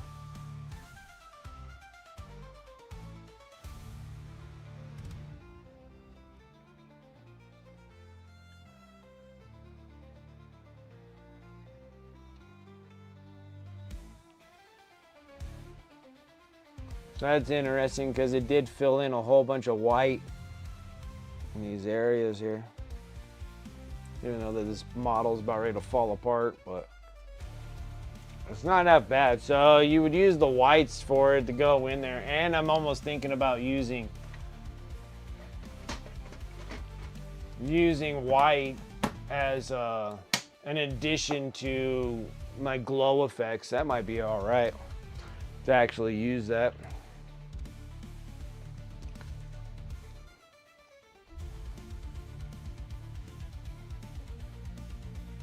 See, like to me, like this amp color, this black red is more like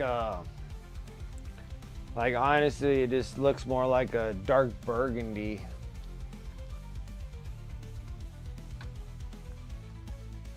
Where's my dark burgundy at? That's burgundy. Where's my dark burgundy? Like this is burgundy, but there's like a dark burgundy somewhere. I don't know where the heck I did with it. Is that it? It's mahogany. I swore I had a dark burgundy somewhere. I know I had like a regular burgundy and I had a dark burgundy I wanted to say. That's dark burgundy. Okay, maybe not. Maybe look, actually dark burgundy is even darker than the, but this thing almost has relatively close color to this burgundy color. And the burgundy colors have a little bit too much like a pink, magenta based. I was hoping it for being like a real black and a real red, like mixed together, giving you like a real dark, you know, red black like I was looking for. But it gives you like a lot more of a, more on the pink side than on the red side. About the one thing about the Pro Acryls, like they do got a great bold pyro red, and the burnt red's excellent, and even the red oxide is a great color too. And then if this was a matte color, the dark crimson, if this was a matte color instead of a gloss, that would have been a fantastic color to have. But mostly all the other stuff that they have is very magenta based. Like it's super, it has a lot more pink than it does red.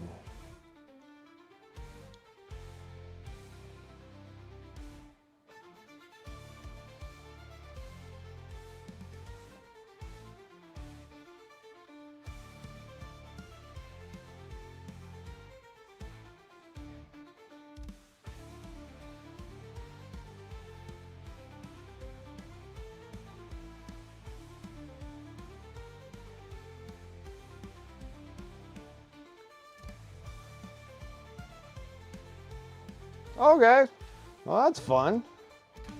I'm gonna play a little bit of Pokemon. I haven't played Pokemon in decades.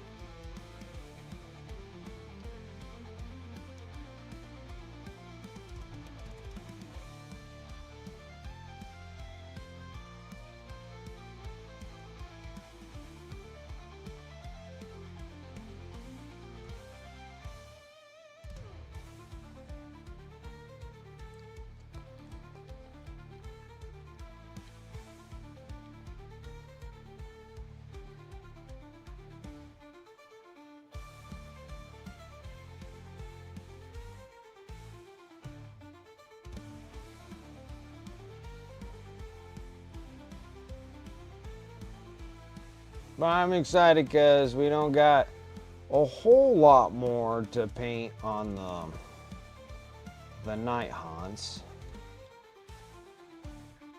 I'm thinking about maybe 20 miniatures left of Nighthaunts that we got to paint up.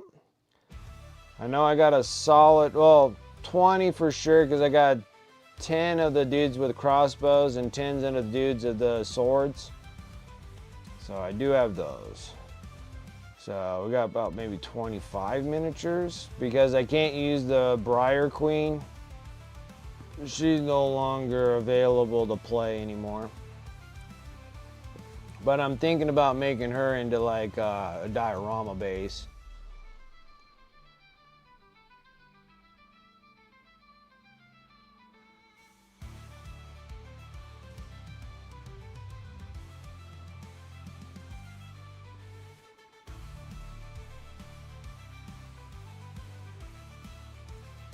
So I think that because they're built so nicely, I'm thinking that we might be able to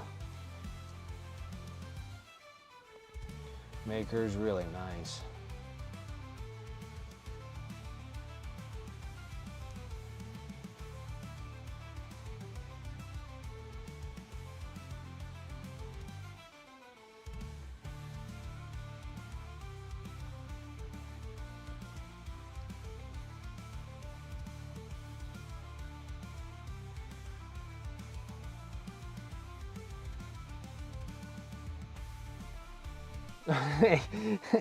The bolts on the back of the battle wagon destroyed your brush.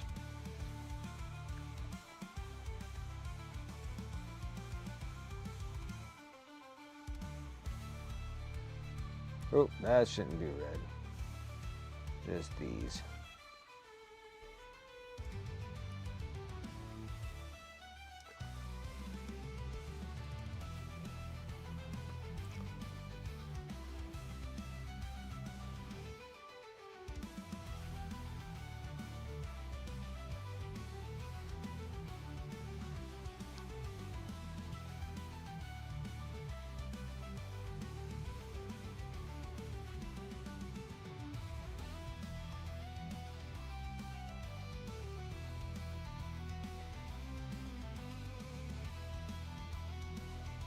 Stinking bases are so extensive.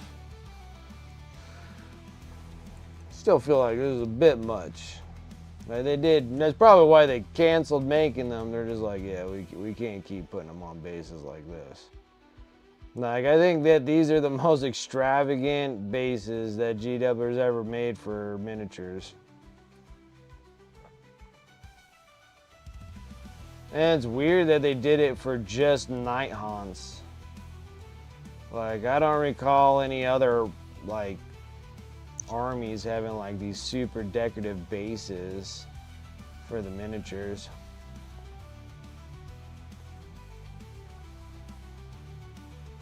And maybe they did it for the Nighthaunts because there's not much to the Nighthaunts, so they spent all the time making all these crazy looking bases.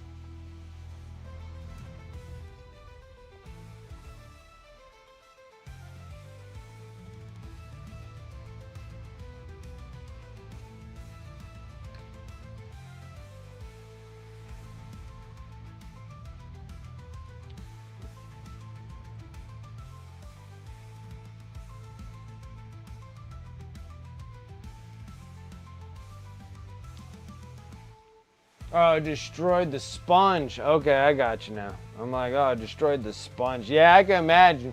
They got some big old freaking bolts on those things. Those bolt nuts on those orc pieces.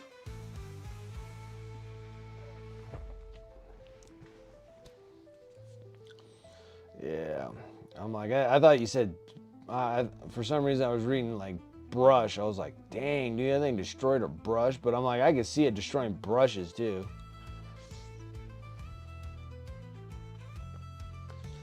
All right, now we're gonna start working on getting the brick red build up here.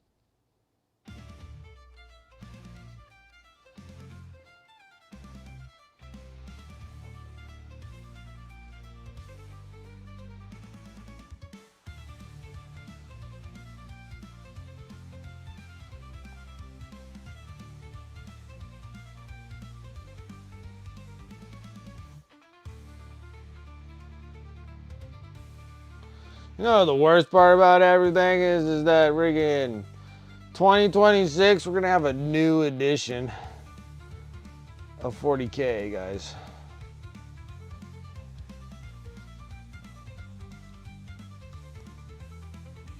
Oh, that's crazy. Like, time is flying by way too fast. Way too fast. I'm like, already 3 years have gone by already. Already dealing with a new edition.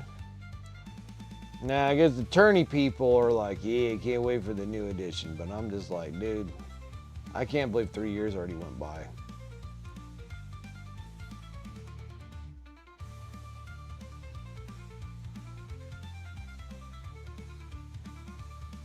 No, give me a link.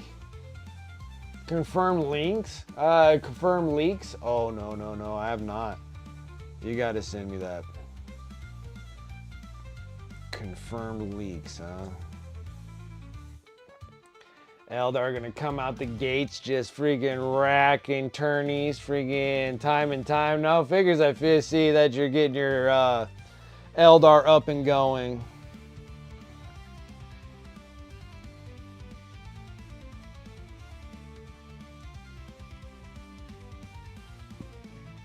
Because Eldar are going to be a boss and taking over all. There's going to be the overrun of freaking Xeno scum for months on end.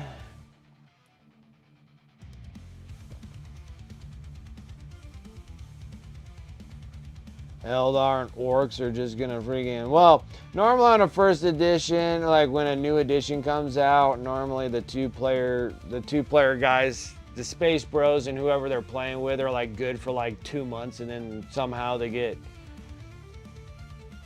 nerfed. They get nerfed the worst. Whoever starts the edition gets nerfed the worst, and then they don't seem like they recover very well after the nerf, because they come out like super strong, but then they nerf them back because of the previous edition makes them not as powerful.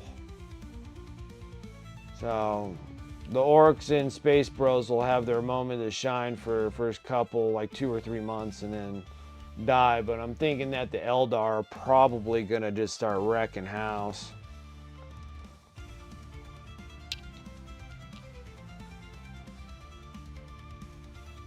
Red Corsairs. Red Corsairs wouldn't be that wouldn't be Eldar. That'll be Chaos Space Marines. Ah, they're gonna redo the Viper. I figured that they'll have to redo that Viper. That Viper's an old model. I have one Viper and it's ancient old, but it doesn't matter because the new ones are ancient old. Like, I figured that they would have to do something about these vehicles. They're getting old.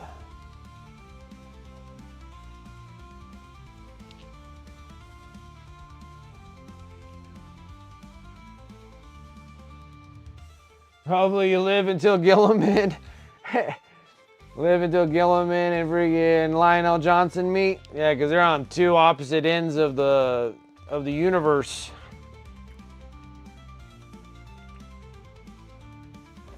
They're galaxies away.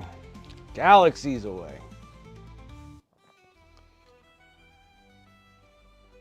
With that crazy drift in the split in the warp or whatever.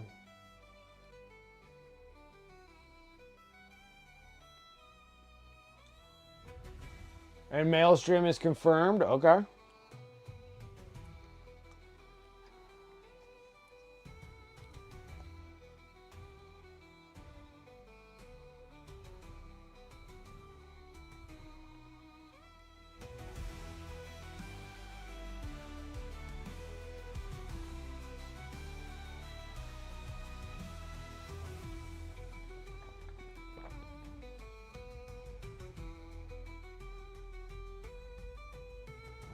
Ridiculous bases. So much stuff they put all over it.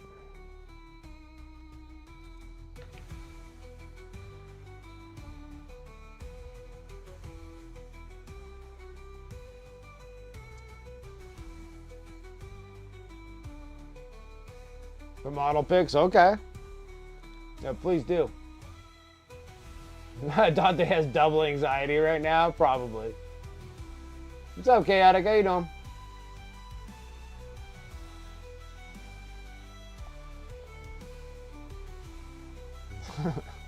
Dante has double anxiety. Like, oh my gosh.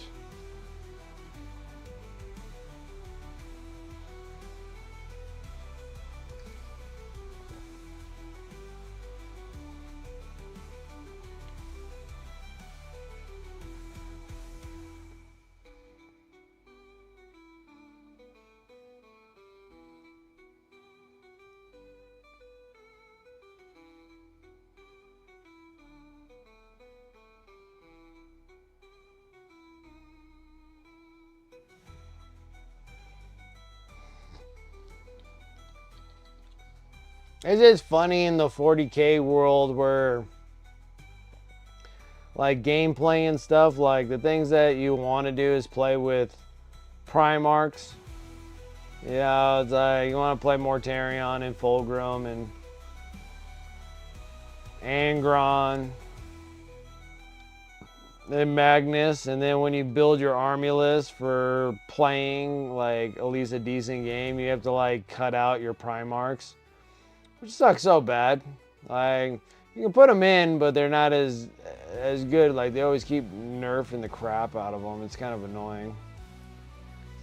And I'm like, we want to play with our Primarchs and stop freaking nerfing them so bad that we can't play with them. Yeah, I'm doing good. I'm doing all right. Things are good. Things are good.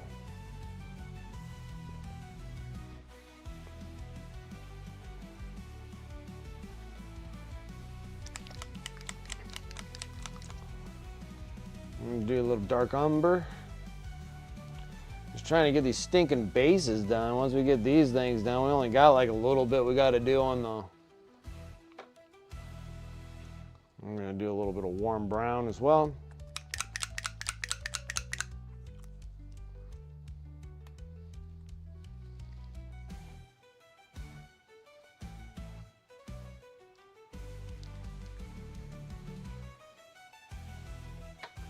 Then we might have to add a little bit of this color. So we're gonna do some light earth because I don't really have like a light brown color from Pro Krill.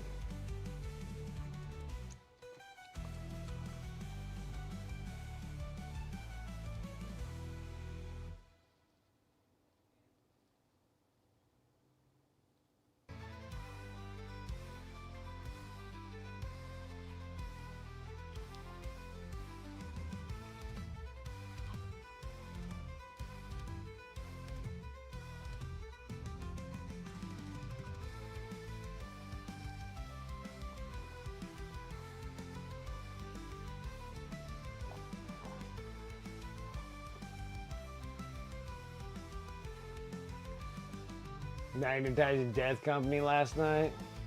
You're a Magnetizing Death Company? What are you doing with Death Company? I thought you were all working with freaking Eldar. And then almost $200 each at that. What the heck are you talking about, Anfreeze? Did I miss something that you posted before?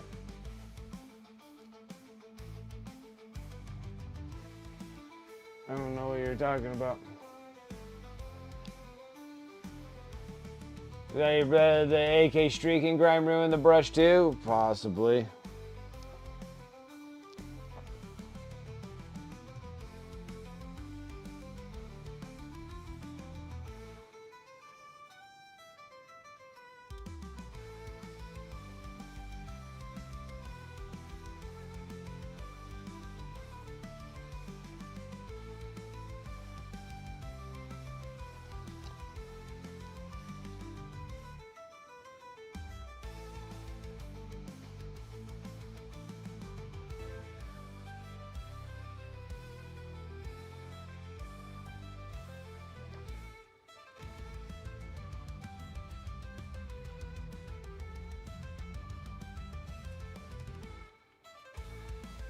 Ah, you're gonna be taking the Blood Angels to it?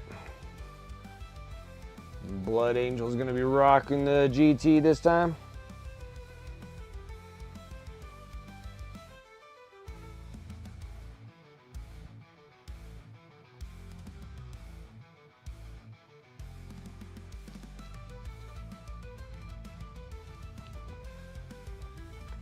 An antifreeze, what is $200 a piece? What's going on?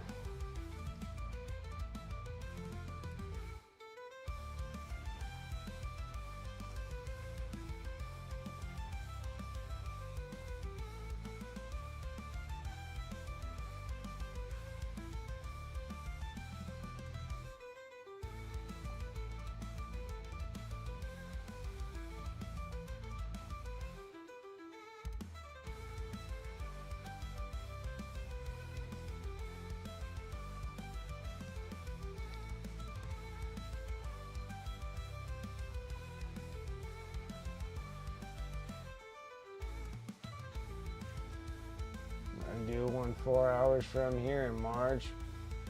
It's a 6-rounder and a 4-hour drive. After the 6th round on Sunday would suck, and that time of year, good chance of blizzards, yeah.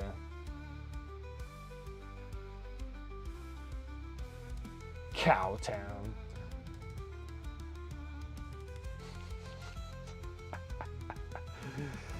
Oh my goodness.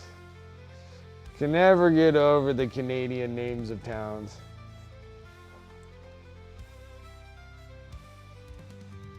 They're hilarious. Cracks me up.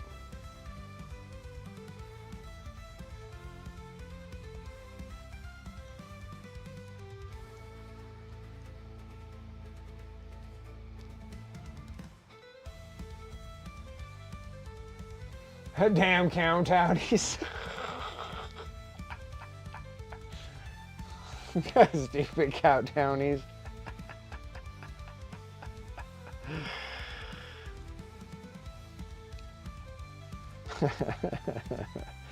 What do you guys do? You guys have a bunch of like weird friggin' town names. Like literally named after like animals. You're like, oh, we got Beaver Town, Cow Town. Like it doesn't surprise me. That's the thing. Like it's hilarious. It cracks me up. I'm like, it just cracks me up to have towns like that. Moose Jaw.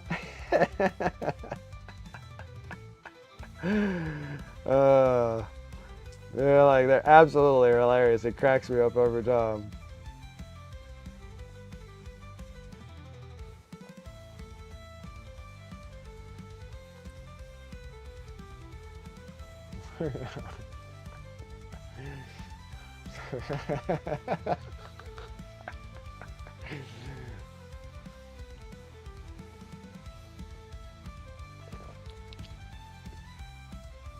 Yeah, like you were born in Moose Jaw? You were born in Moose Jaw? It's just hilarious that the names are hilarious. Like the names are just awesome. They're just like, I'm like, never thought like towns actually being named like that. What's this town called? Moose Jaw. Okay.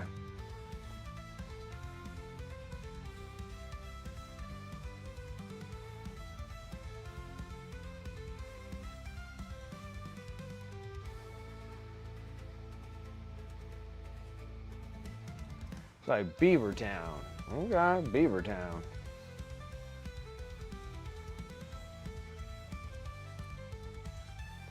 But I guess probably making them into those names, actually honestly thinking about it, like back in the day, you probably named the towns of the places where you would trade animal furs. So I wouldn't be surprised you actually have like an actual animal town for like all the animals, like deer, moose, like elk, you know, beaver. I don't know if a mink is a thing that you probably have a mink town or something like that, but it seemed like that would be like all trade towns of like trade for like, hey, I got a bunch of beavers, where do I take them? To Beaver Town, you know, like that would make sense, right? Or it's just a town that had just a ton of beavers everywhere, and they're like, well, there's beavers everywhere, we're just gonna call it Beaver Town. But I doubt it's something of that sort. Well, it could be that way, I don't know.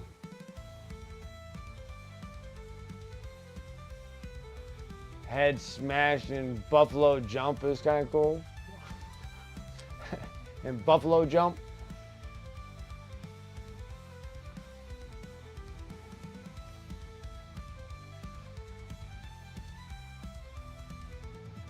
What do you say? You're in the Big Beaver climax area? That is pretty funny.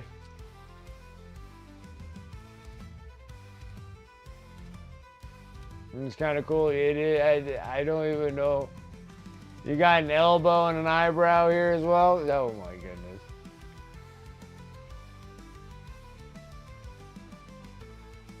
$10 folks ask you where you came from, fella. Moose jaw. No drink. Drink it, refuse, collaborate, leave.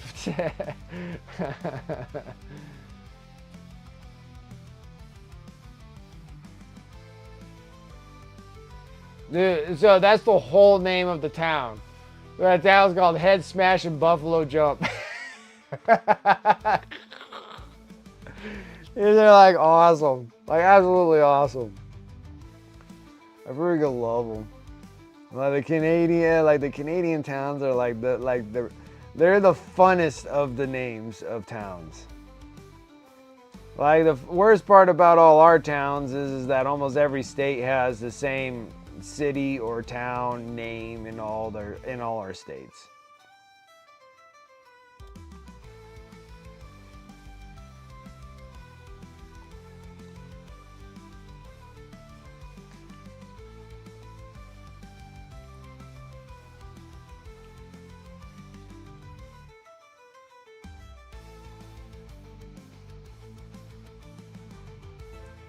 Like, I don't follow like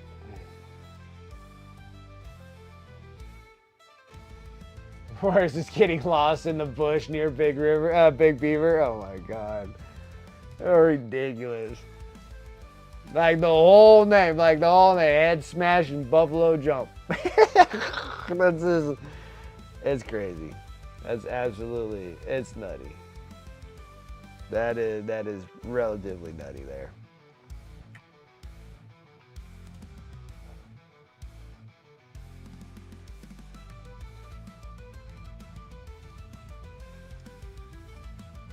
Anyways, I was reading an article, and I don't follow football that much. Like, I know enough about football and what's going on and how the season plays, but I don't pay attention to all the towns and cities that the football teams come from, like the states and the cities they come from. So I was reading this article, and it was talking about Kansas City Chiefs, and they're like, hey, they're going to be making a move from where they're at to the Kansas. And I sat there and I was thinking to myself, well, wasn't Kansas City Kansas City Chiefs in Kansas? And then I had to look up and I'm like, oh no, there's a Kansas City in Missouri, and they're moving from Missouri, Kansas City to Kansas City, Kansas. I was like, oh my god. I'm like, get out of here. That's the problem with our states and cities and towns, is that they all have the same freaking towns and cities. It's ridiculous.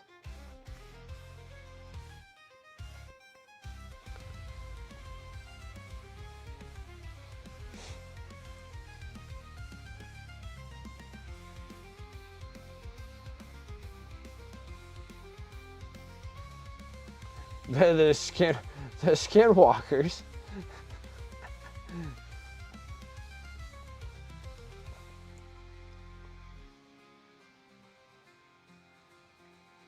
I don't know. One of these days, I'll have to just muster up to go to freaking Canada and visit some things.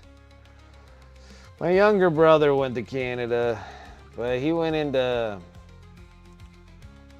British Columbia area.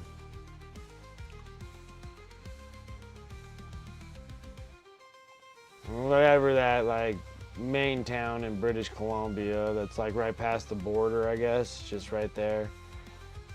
It's right on the tip of my tongue. I'm thinking of it and I can't think of the name. But he said that he said he liked it there. It was really fun hanging out. I'll try to muster up one. Muster up a go. Yeah, Springfield. Yeah, there's Springfield, Illinois, which is the main Springfield, I believe. But then all the states around have a Springfield also. Yeah, it'll throw you off so bad.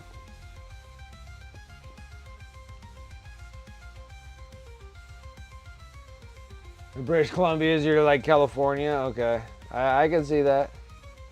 Is it Vancouver? I think that's what I'm thinking of. Is Vancouver? Isn't that Vancouver in British Columbia? That's where my younger brother went. He said it was pretty cool there. I think it's Vancouver.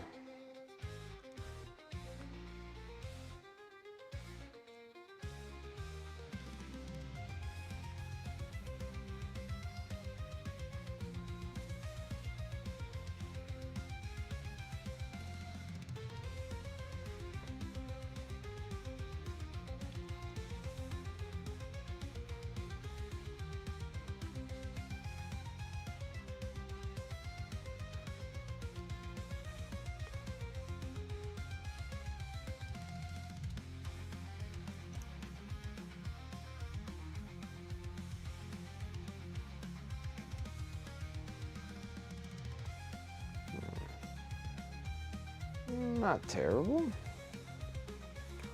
Not terrible.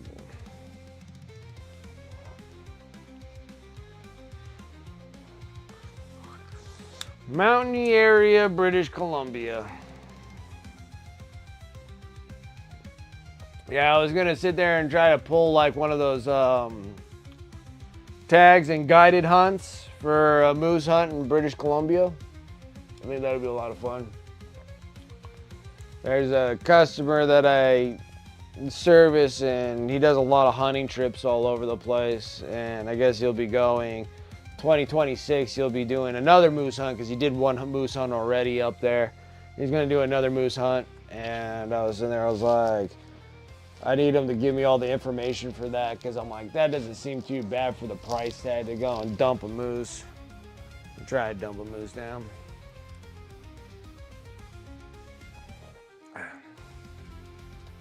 So, I'll be down with that. He says that he freaking, it's so funny because he's like, I just freaking load up everything and just drive right to it. I was like, okay.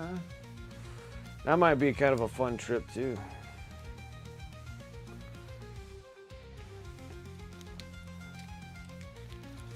We'll see here because I don't have any room, guys. Like, I have like zero room. Like, I'm trying to do like canvas painting, and I have like zero room to do any canvas painting.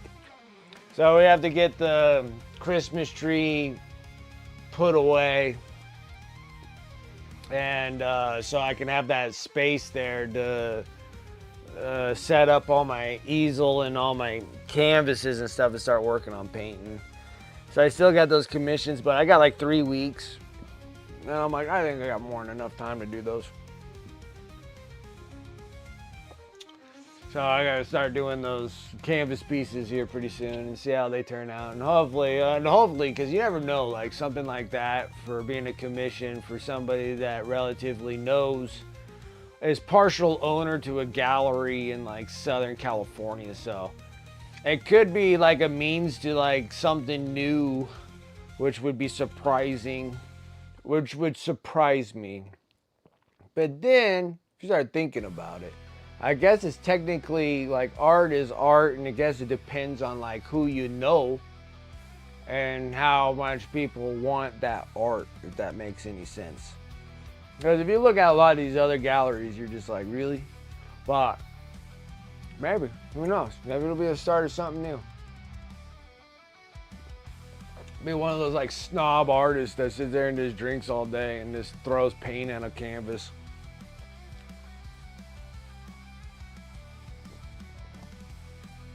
And it's technically not throwing paint at a canvas. I'm throwing my emotions on that canvas.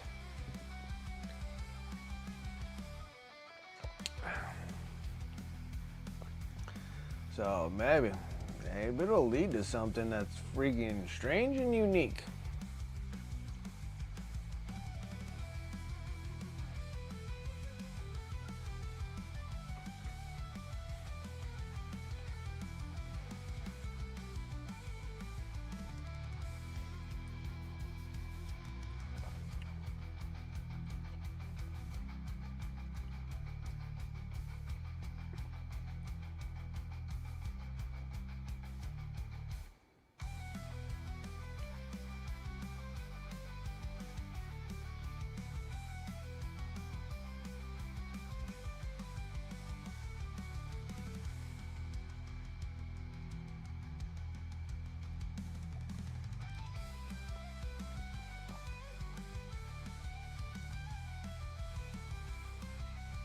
Also read like the article too about I guess one of those little fancy auction houses that like sell art and whatnot. And I guess that the original GW artwork from like the first edition books and stuff like that went into the auction house. And I guess I don't think I read far enough to see how much it actually sold for. I didn't know if it went into $1 million or it was just a $500,000 or whatever it was from the artist who painted it.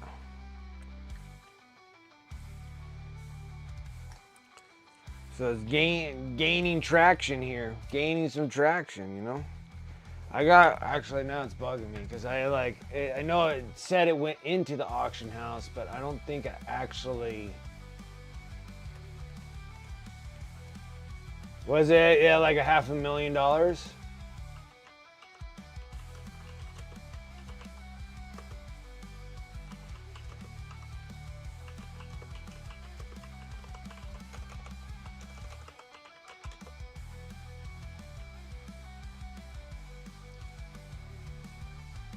Oh, it was John Blanche's. That's what was in there. Yeah, it was John Blanche's. Harry the Hammer. Yeah, sold over $300,000.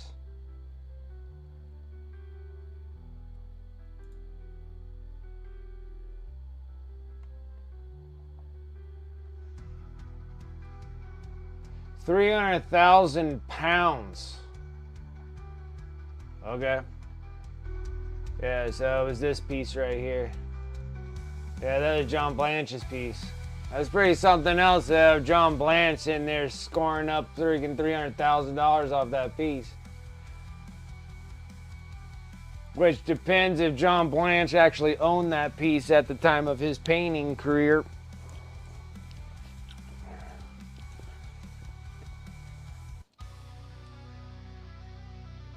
So that is sold for 300,000 pounds. That is British sterling pounds.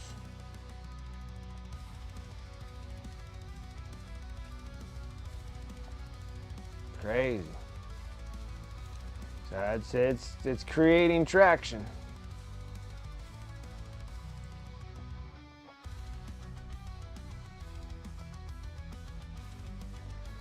But I do feel bad for those. Oh yeah, you got a screenshot for all the good stuff? All the good stuff.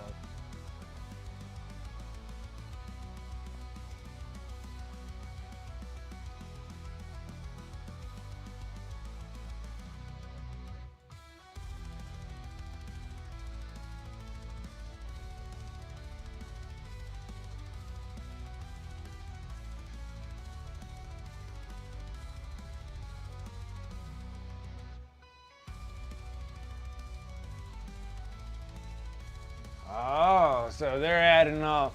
That's all Japan getting all this great stuff here.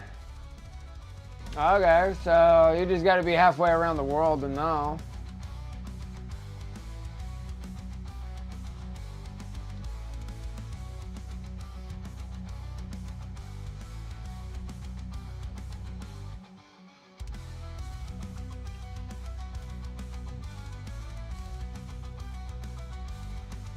That's a predator. Looks like some cool chaos stuff we're gonna be getting. It's hard to tell because it almost looks like that's Emperor's Children stuff.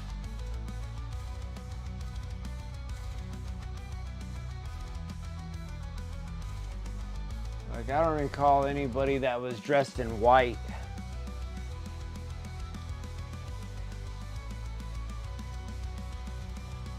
And then who they're fighting with. But maybe that's all stuff that goes from this dude from the Red Corsairs. And then these dudes here. Are you thinking those are all Eldars?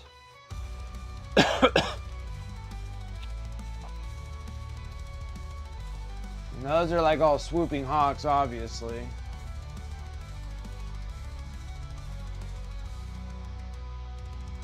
But it's interesting what that dude is. Big old club in his hand.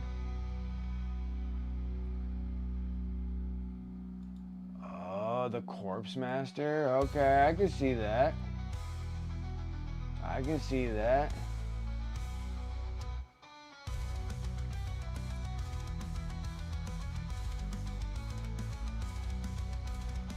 Jetpacks, not swooping hawks?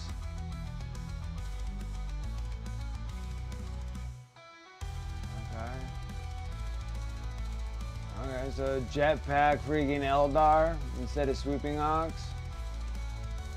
Maybe something new with the prism dude there. But those guys there. Interesting stuff. I like it.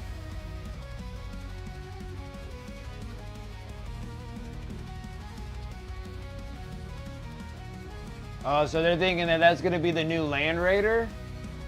I don't know. It looks exactly the same as the old Land Raider. And then that right in the back there looks like old Predator. But maybe they'll give you an old Predator and an old Land Raider, or a new Predator and a new Land Raider.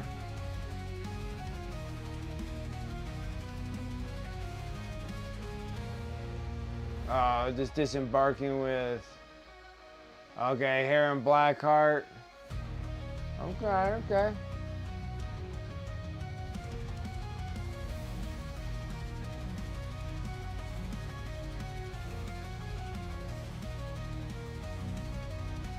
Yeah, because they look interesting, but it almost makes me feel like they're going to be like... But that's like clearly like an elitist with like a big old axe there.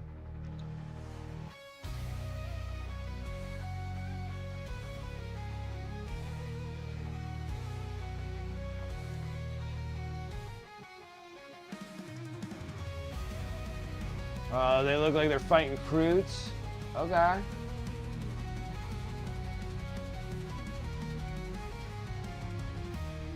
Like a Chaos Champion or a Champion. Seems like he makes a good Master of Executions. I don't know. I don't know why you would replace the Master of Executions. He was such a good looking model to begin with. Yeah, like I don't mind because I need to do Red Corsairs anyways.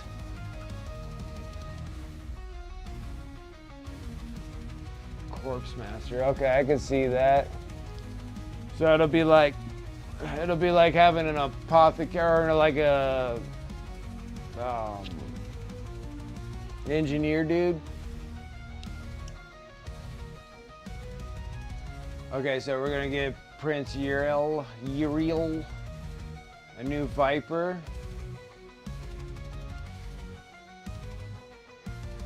Need a new Viper anyways. That thing's ancient old. Like I have a Viper, and even if I got a new Viper, it would look exactly like that, and that's like over 20 something years old.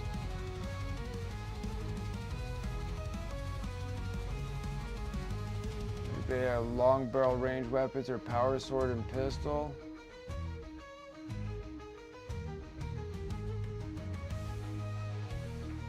Drakari Scourges. Oh, if they made new Drakari Scourges, I'd be down for that. If they made new Drakari Scourges, I'll be down for new Drakari Scourges. Because the old Drakari Scourges have like actual like flesh wings on them. So if they actually made them into like... Okay, I can see that. Psyker model, cool. A wave serpent or just existing ones as best I could tell. I saw some debate about the infantry, possibly. But it looks like a really cool big old release though. That'd be cool. And doing the Maelstrom, I'll be down for that. They need to do something when it gets so close to this time of the year because we're gonna get into a new edition. Like, to me, there's no point for me to get anything new unless I'm actually doing, like... Actually working back on 40K. See, like, I think I'll be working on these dudes. And then we'll probably be doing 30K dudes.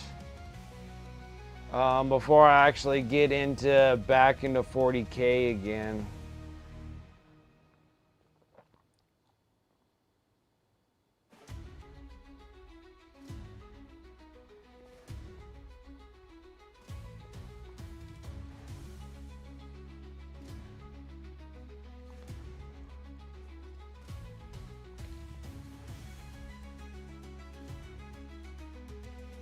There's still interesting stuff though. I like it.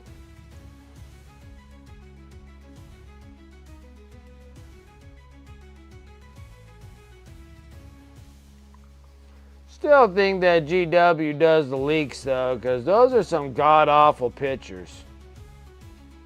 Like, why would you, like, if you're gonna, like, personally, like me, gonna be leaking something, like, why would I make it so crappy of a picture? It's like, literally, like, they were taking those pictures from, like, you know, one of those little wind-up little toy thing, you know, like the old school, like, wind-ups that we have, like, and like, and then like, and then, and then you don't even know what you're gonna get when you turn it into the freaking film place where they produce, like, they make your film, and they're like, okay, here you go, and you have like a whole bunch of them that are like just crap pictures. And they're like, oh, we're going to use these bad pictures. Like, it seems like a lot of time and effort if you're going to leak something, like, to actually have, like, a good picture of the leak, you know? Almost still makes me feel like GW does it. Maybe one of these days when GW becomes a public stock, they'll be like, yeah, it was us all from the very beginning of us leaking this crap. To get everybody hyped up about what's happening, because maybe they're seeing a little spill in the dip and stuff, and they're just like, oh, we gotta do something, because it just doesn't make any sense. Like,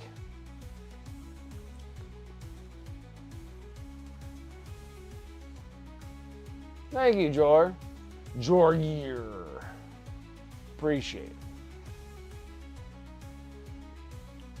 See, I'm almost thinking that it feels like those things would be small box sets that'll have like 2-player sets. Like, that'll be awesome. Yeah, but no one likes Eldar. I like them. I'm going to be doing a whole thing of Eldar, dude. It's going to be awesome. I'm just debating on how I want to paint them. I don't know if I want to paint them all Corsair colors, or I don't know if I want to do the yellow and blue. That'd be kind of cool. Because I don't know if I want to paint all my armies red now. I'm like, dude, that's, I mean, I do love red, like, more so than most. But, like, honestly, like, I do paint a lot of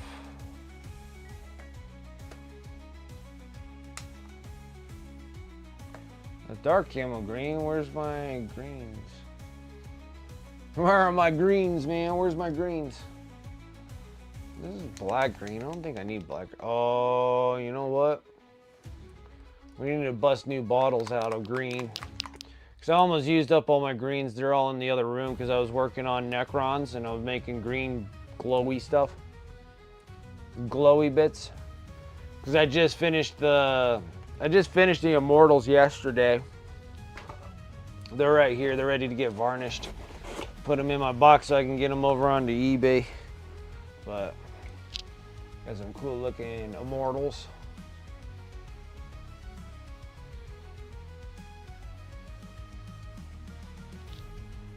With the big old double heavy gauss.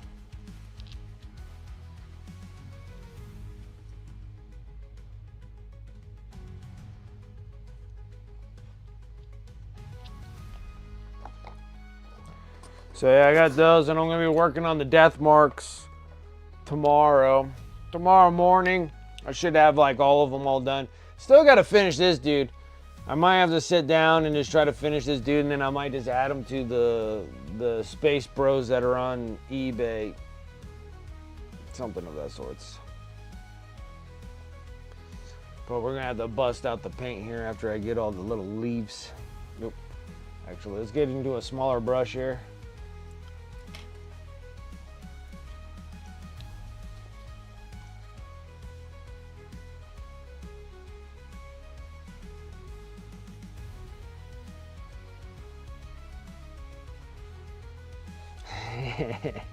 Yeah, we only have one Tau player. We only have one Tau player. And it ain't me. That torch goes to friggin' Space Nifty. Oh, and Dragoon, your son. So that works too.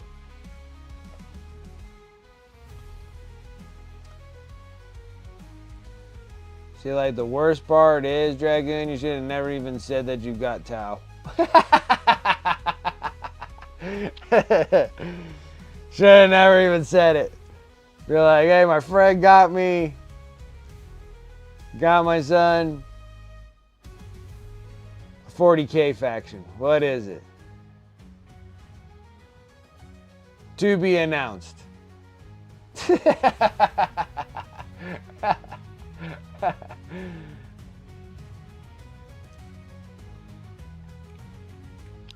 Yeah, you gotta start teaching the boy how to play Tau. Stay your distance, shoot him to the ground, all for the greater good. It's all for the greater good. It's not a bad army. Maybe we got it for them because they're easier to paint. It's not too discouraging. That's what I'm thinking in my mind.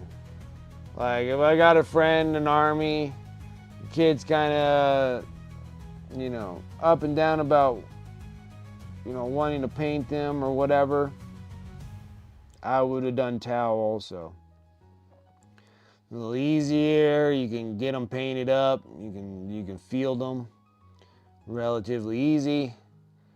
And who doesn't like robots? Like, that's another big thing too. Like, a lot of kids like the Gundam style robots. So, can't be too terribly bad.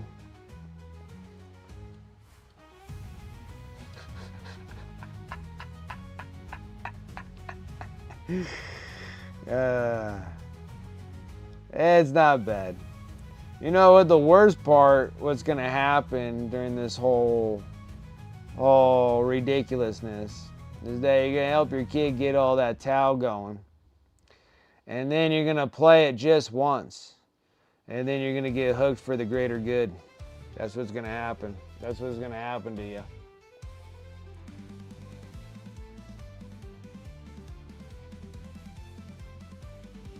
Yeah. Yeah, well, at least it's going to pique his interest and want to be in it, which that's great.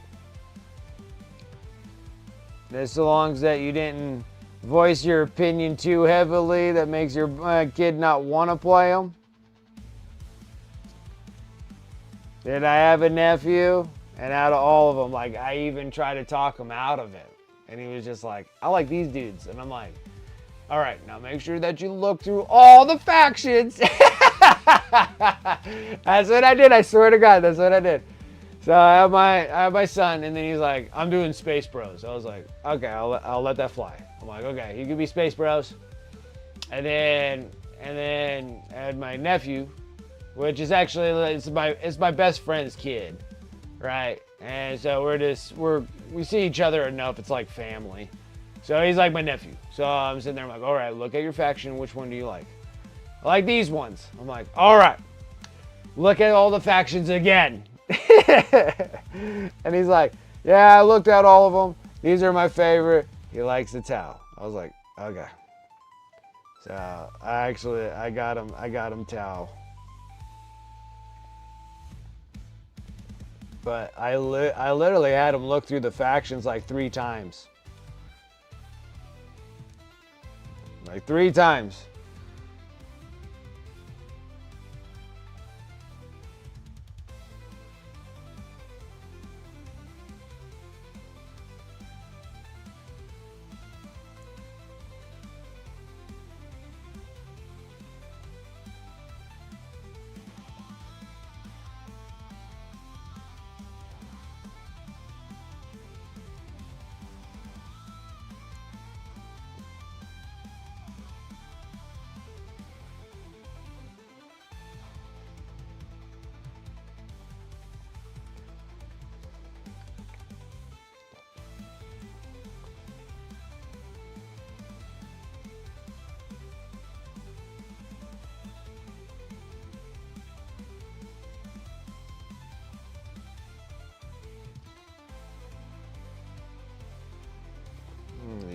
ridiculous leaves. What the heck, GW? Spend so much time on all these. Spend all these time on these bases, on these really, I mean, honestly, they're really nice bases. Like, these are like the best GW bases I've ever came across, are these ones.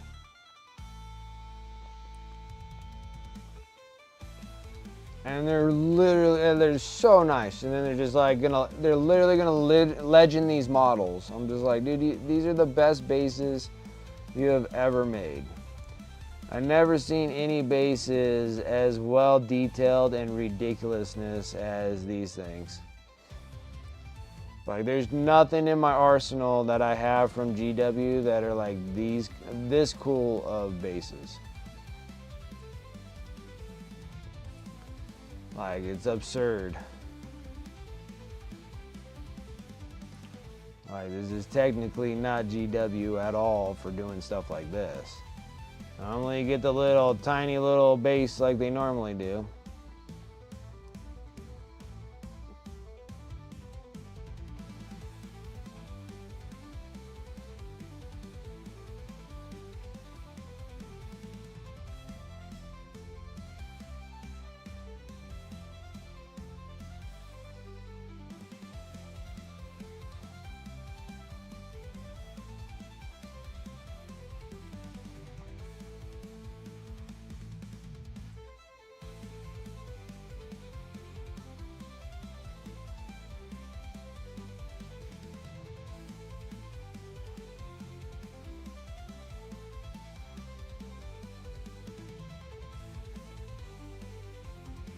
Sorry, are so non-creative as they think to feel excess from everywhere. Slop grammar, I got it.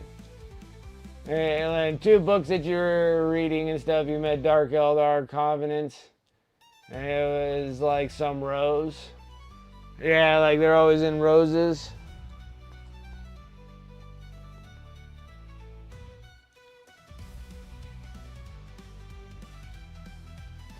That's the one thing that we know we're going to have in the 41st millennia. Cockroaches, super soldiers, some weird elvish aliens, and roses. We're just going to have like monster freaking cockroaches.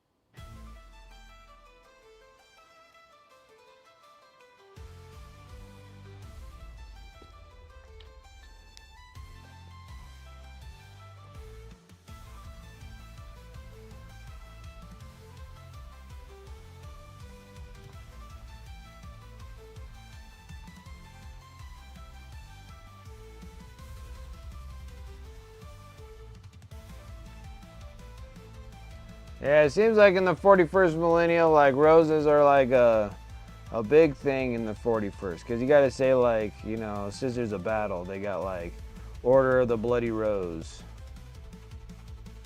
And I want to say they have a white rose. Or something of that sorts.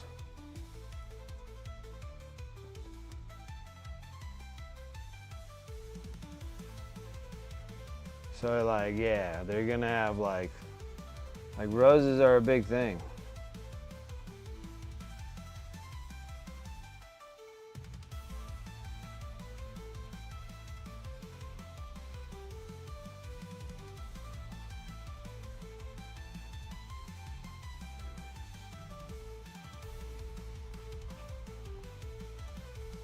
Maybe like roses are such a rarity that friggin' if you do see one, then it's like a blessing from the emperor himself or something.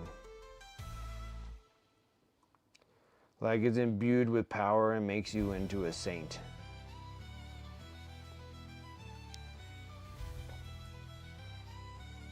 Like don't even start. Yeah, like the sword is, man, they're all about them roses.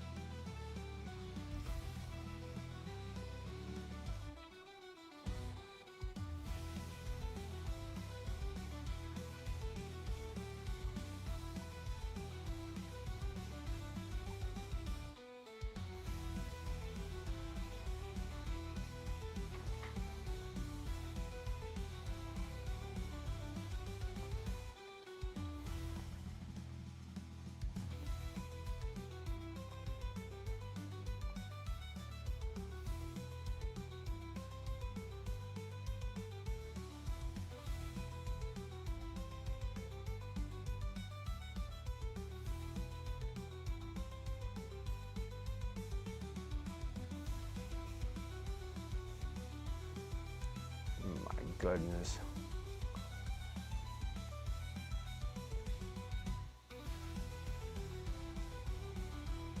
Maybe it's not supposed. Oh, maybe.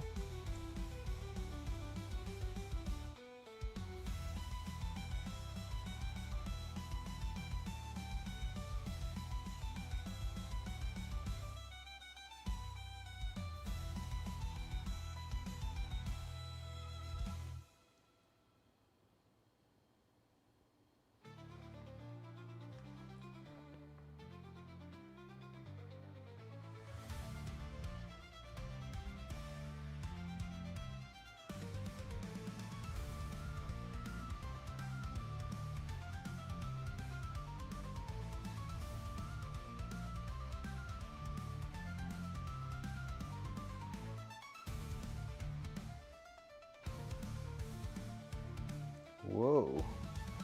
Something weird going on here.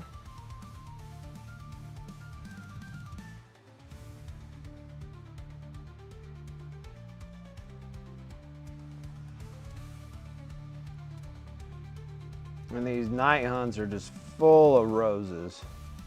Lady Orleander has a ton of roses. All these things have roses everywhere. Oop. Drop your miniatures.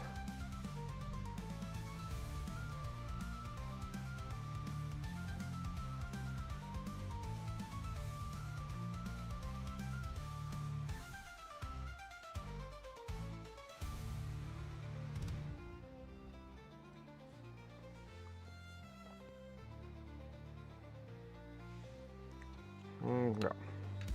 Now, there's only a couple of them that we need some dark silver on, so let's go and hammer that while we got it somewhere around here. Ah, black. Oh, I actually put them away. Smart me. Dark silver.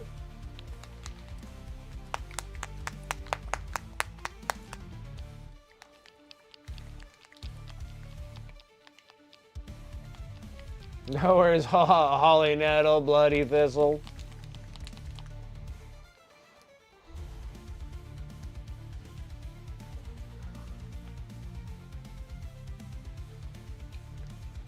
Don't need a whole lot, and then we're gonna drop the brighter of the silver. Got dark silver and silver. We don't have a bright silver. Just this is pretty bright itself, anyways. The difference here.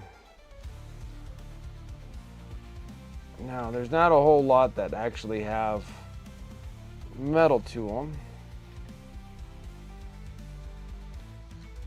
It's just some of these things have some grates and whatnot.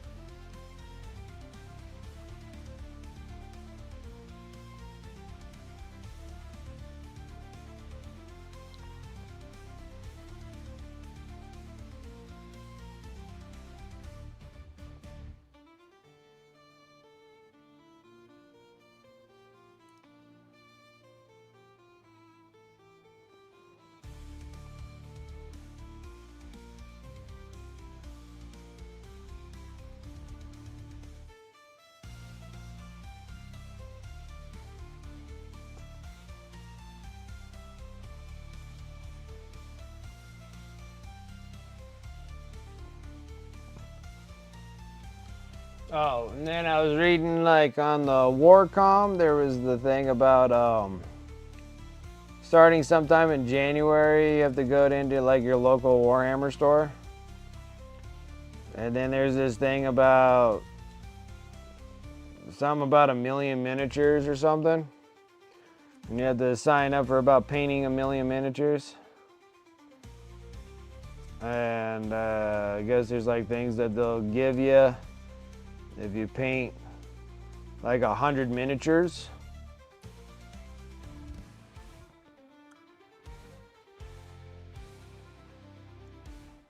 And I was like, oh, like I feel like I could probably do it. You got like, I think it's like February to March, I want to say, that you got to get like 100 miniatures painted.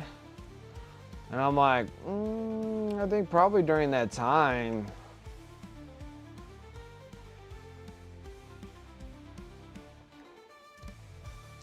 I think maybe I could probably hit 100 miniatures. Probably just show them like, hey, I'm gonna paint like all of these like, yeah, like paint 100 Gaunts, you know, like something like that. That's what I was thinking. Because I already did 100 Gaunts, so I'm gonna have to think of something else though, but be like Soul Blight Bleep Blops, and like I definitely have over 100 skeletons. Be like, I could paint like 100 skeletons in like 3 months.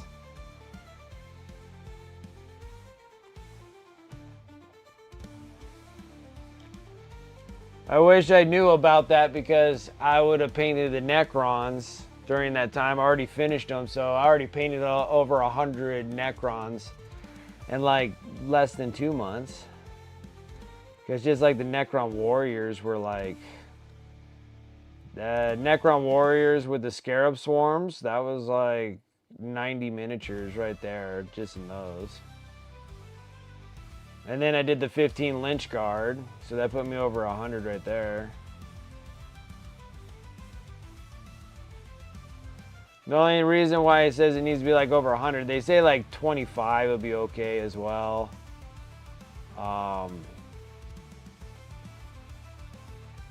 But I think like the only special thing that you get is like, you get like a brush case or something like that. There are a bunch of like silly little things that you get, but I'm like, well, if I'm already gonna be painting like a mass amount of miniatures, like why not get some free loot from GW?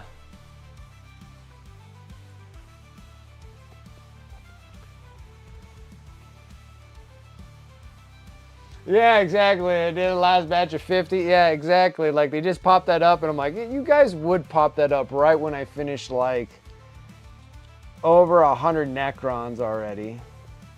I don't think I got 100 Necrons left. That's the thing. And then I got the Custodes, but they're not 100. But that's a little bit of an endeavor there to paint those, especially in the time slot they want. And then they talk about like adding like members to your cause. So if you get like 3 people, 3 new people, I don't know exactly how that's supposed to start, but I think they want you to buy like start collecting box. So you get like some friends or whatever, and they get a collecting box, and then and then that's how you get them like started into the deal. I felt like that was going to be a little difficult on my part because it's like I don't know anybody that I know offhand. Like all the friends I got are like, we're kind of rough truck driver peoples. No one that really wants to spend time painting miniatures, I can tell you that much.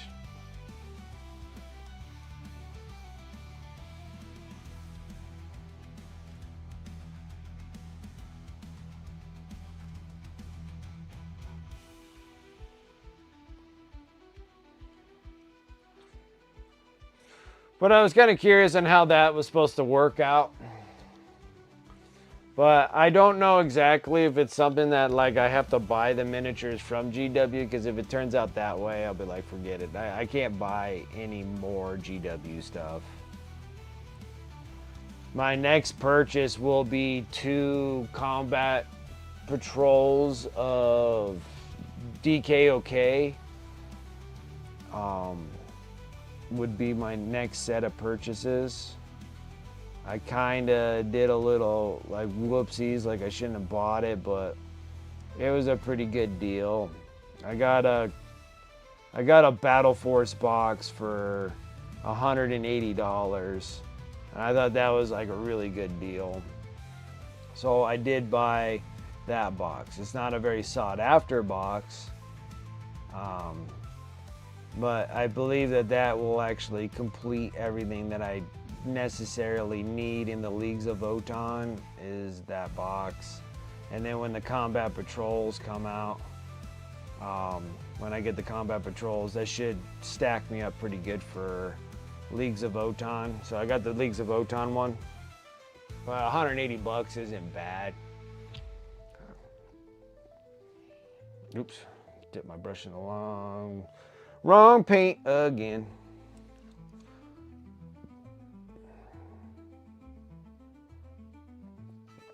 So,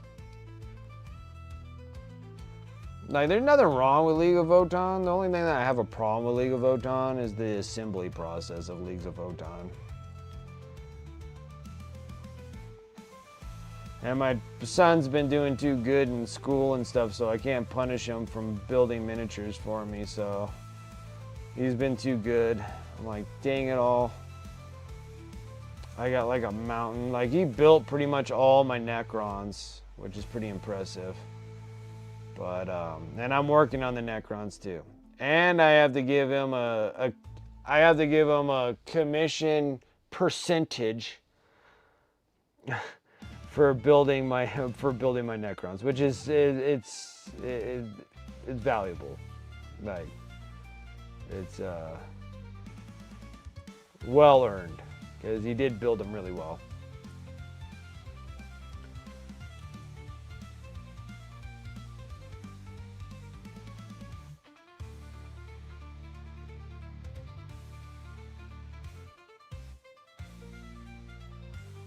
He's a relatively smart cookie, because he was sitting there and he goes, I would like to have a commission on those. I was like, really now? He goes, I keep hearing you talk about commissions, so I want commissions on the builds. And I was like, oh man, trust me, Rosie, it's it's not as great as you think it is. He is a wonderful builder. I'm not going to complain about his builds. His builds are awesome. He does great freaking builds. It's just getting him to do it. Money is still not really like a thing for him right yet. Like, he doesn't mind having money, but money's not like a thing. But he sat there and he goes, I'll build them, but I want a commission for the builds. And it's pretty high. I have to say, it's pretty high, but I am literally sick of building miniatures. Like, I am like over it. I got 100 boxes. I'm over building. Like, I built thousands of miniatures. Like, I'm like, you know what, whatever. I'm like, what is your commission price? Here you go. And he's like, I think I got him down to 10%, but I mean, he was pretty high. I think he wanted like 20% commissions for building those. And I was in there, I was like, 20% of the sale of commissions built. And I'm like, and he was like, okay, fine, you can give him 15. And I was like, I could probably work on 15. So I think I got him 15. It's either 10 or 15. So he wants 10, 15% commission off the sales of the miniatures that he builds for the ones that I sell. So then it gets even more specific.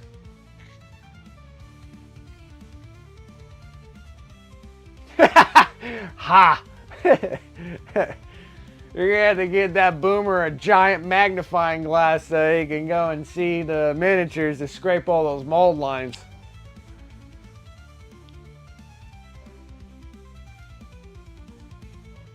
with the sausage fingers. Sit there and be like, I'm sorry, baby, but I broke your miniatures. You'd be like, what did you just do?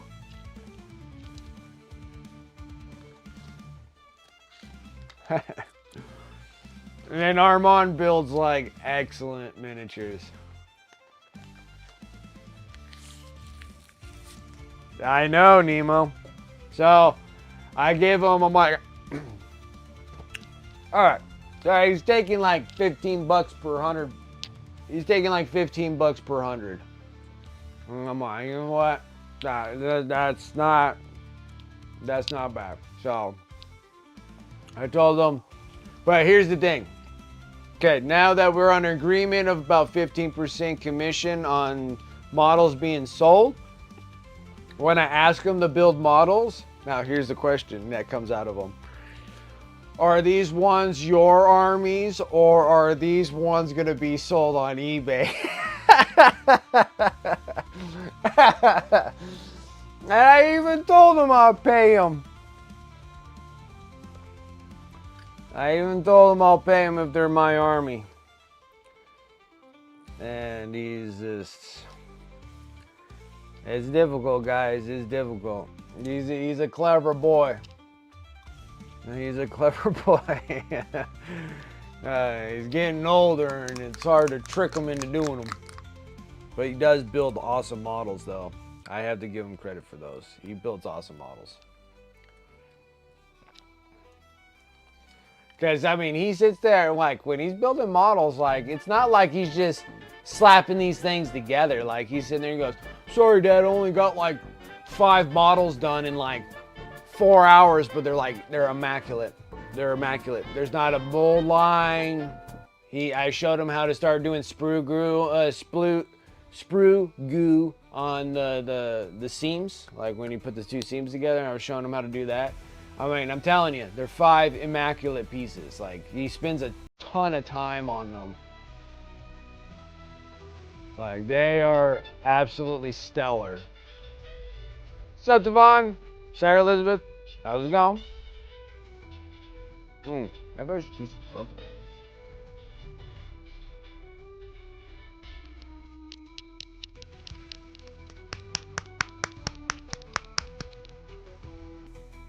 Sunset Purple. Yeah, Nemo, I was thinking about doing like an Etsy account, but the eBay one keeps me relatively busy, so. I mean, I was strongly thinking about opening up an Etsy store, but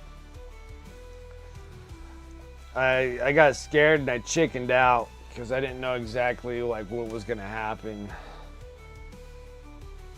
if I opened it up for...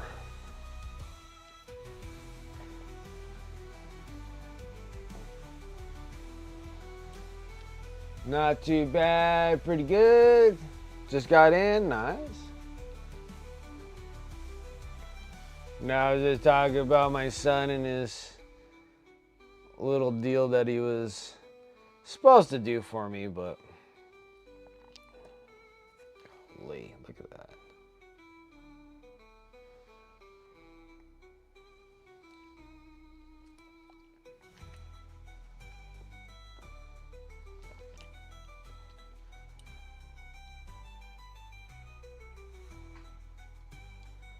Yeah, exactly. Nah, it was something else with Armand. He was funny. He cracked me up really good about those friggin' how he wanted to get paid.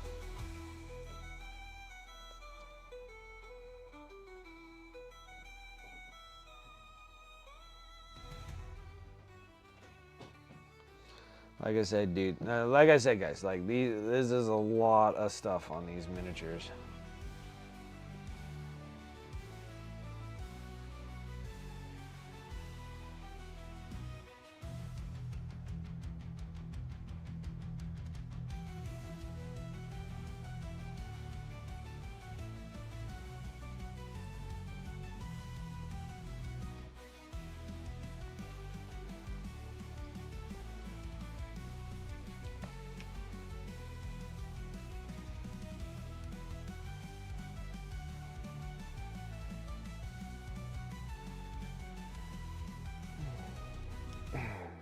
You played a BS list and still pulled out 63 points? And that was into a hard meta list? Wow.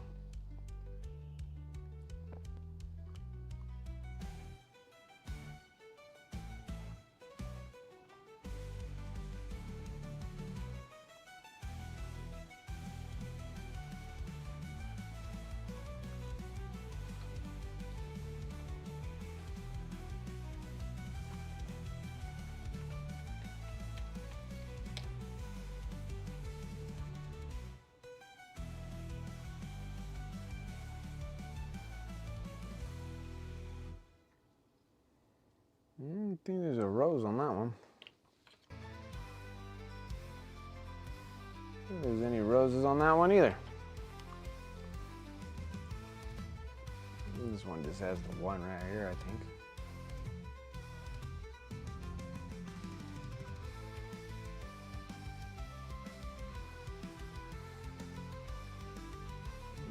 Yeah, I kind of took a little too much there.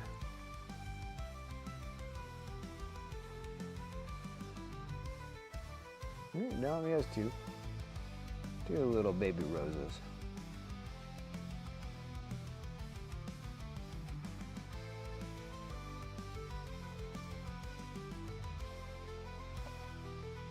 Perfect. So that's rose, rose, and rose. Okay. Got some roses.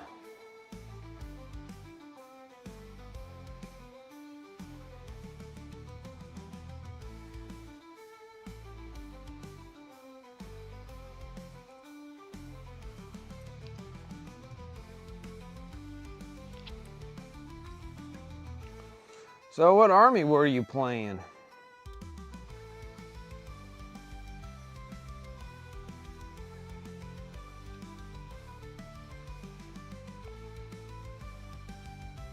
Nope, I missed another rose here.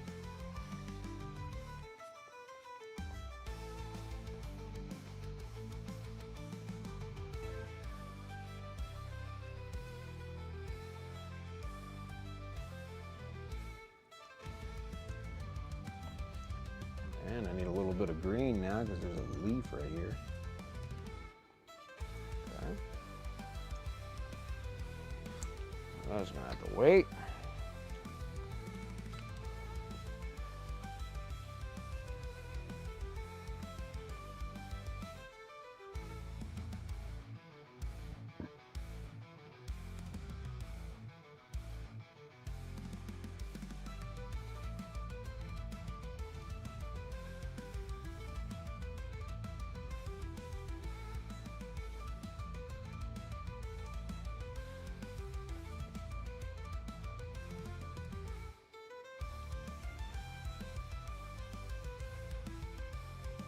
Terminator Grey Knights versus new Gramis Imperial Guard.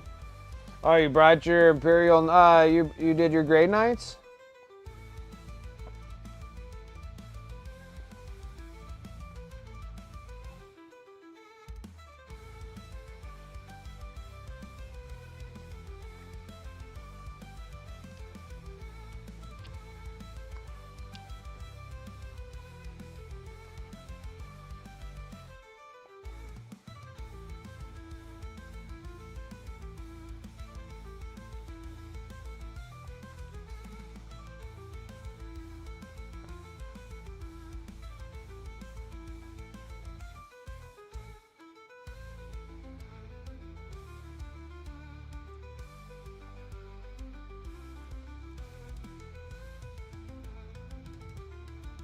Max on primaries, so that's nice.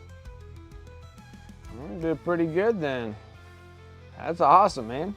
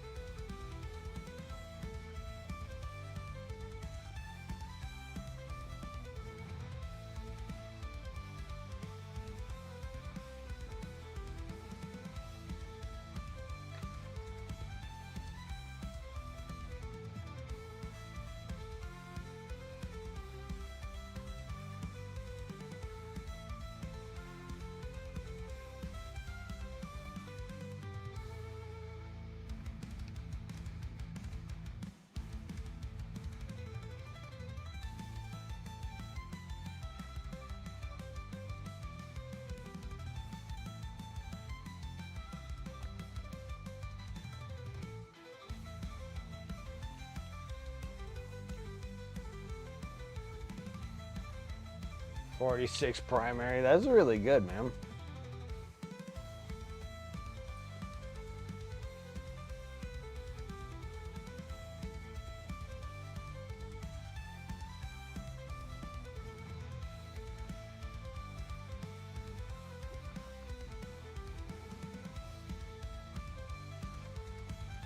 Okay.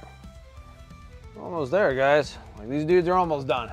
Like, might not think it, but it is. We're dang close.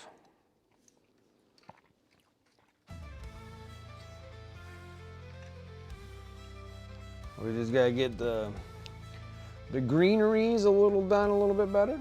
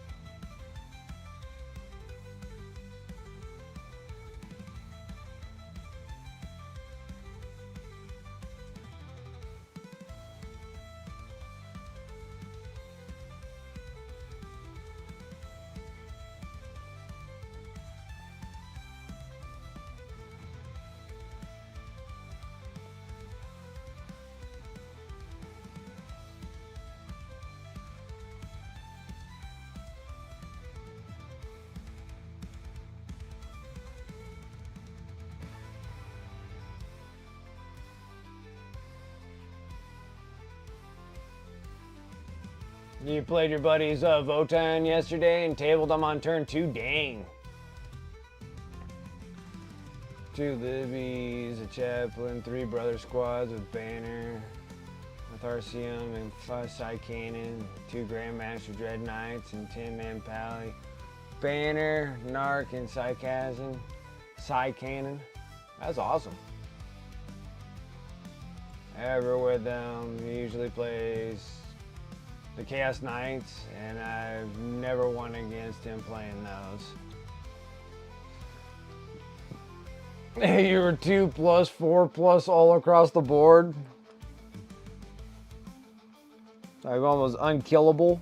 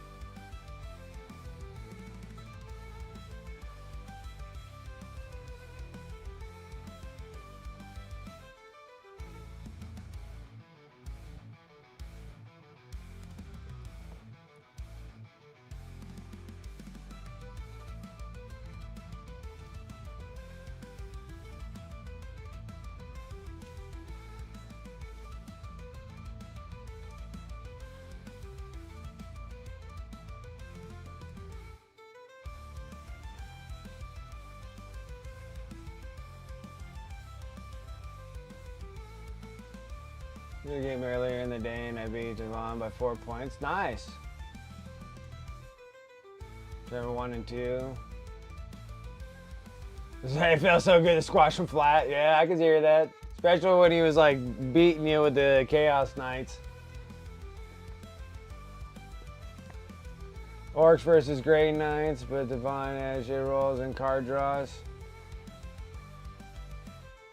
And with action, which is hard with so few units. I can see that.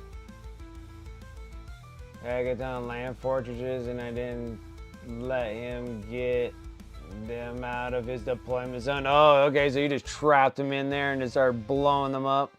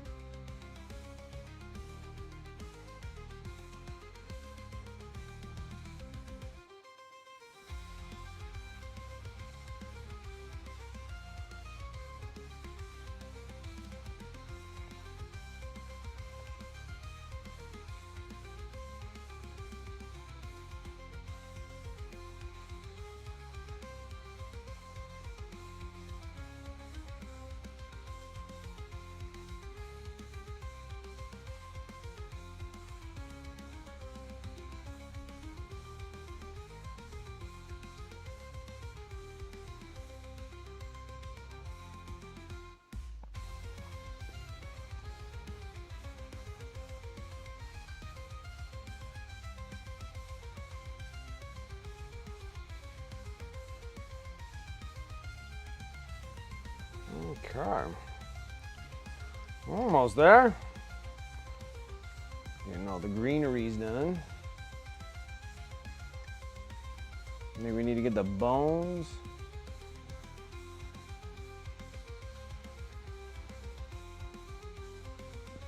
And then this crow.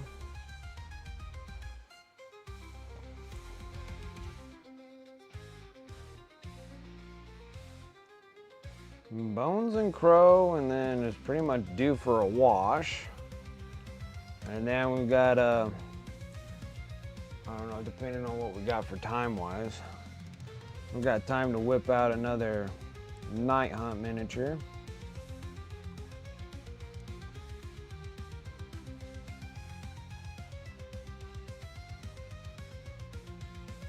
Maybe we'll do all the Mirrormorn Banshees. That would be kind of cool. We'll probably do those next. But that's just for today, because starting January we got to work on the new giveaway piece for the end of the month. It's been giving me like great practice for all my non-metallic metals and everything that I've been working on. So I can start working on actual pieces for competition pieces, which would be nice.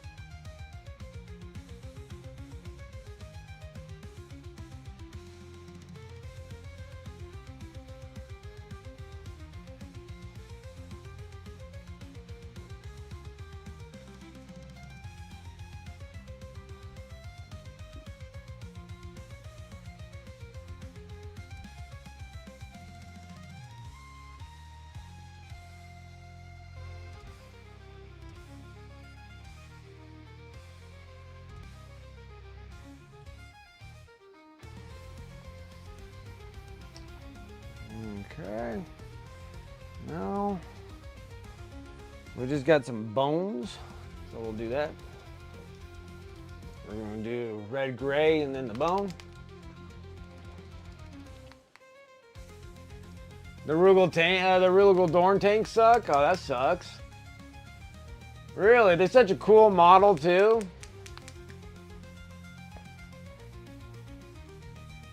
50 attacks with make minus 2 AP and flat 3. It went boom. Yeah, I bet.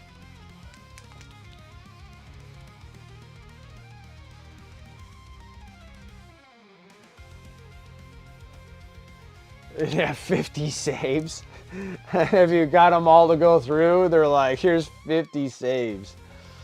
Oh, that's like brutal, dude.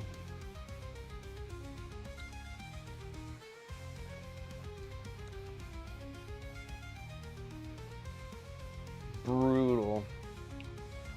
There's 50 saves.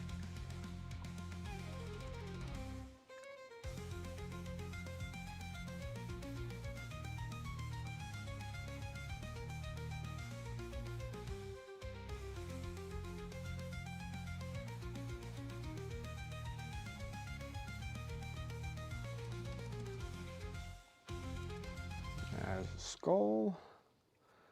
This one has a skull.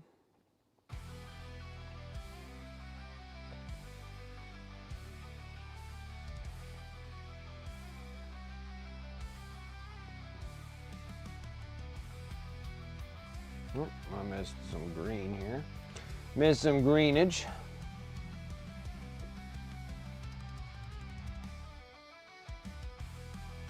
Okay. That has a skull. I felt like every one of them had a skull, but I could be wrong. This one does not.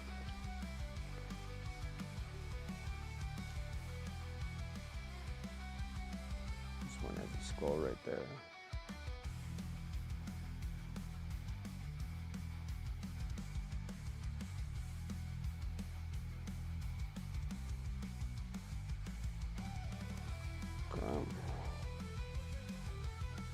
And this one has like some bone chunks here.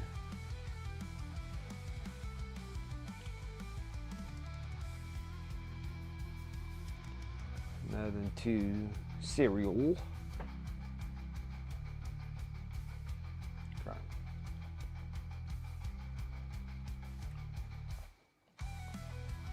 And this one has 0 bones. All right, next color, we're gonna just go with bone.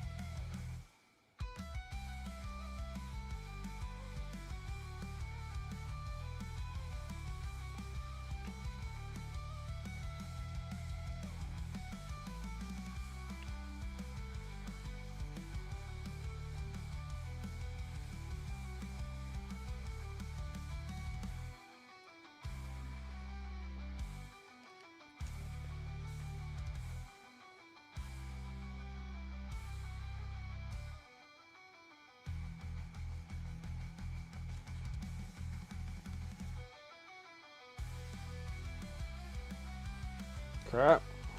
Bones are done. Now I just gotta get the crow, but I gotta take a leak now. I'll be right back.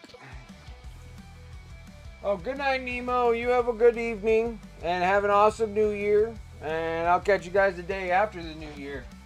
Catch you guys on the Friday of New Year. I'll be right back, guys. I'm gonna put a be right back. Be right back.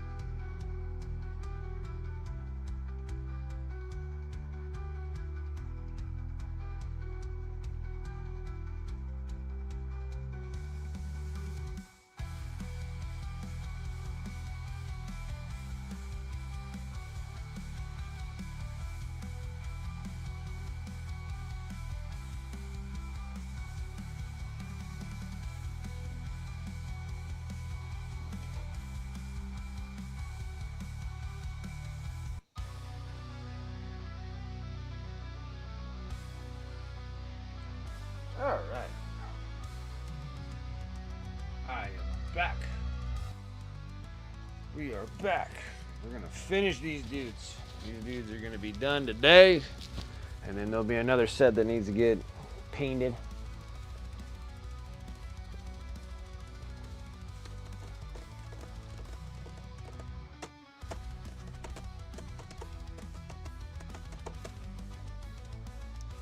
Okay, so we gotta do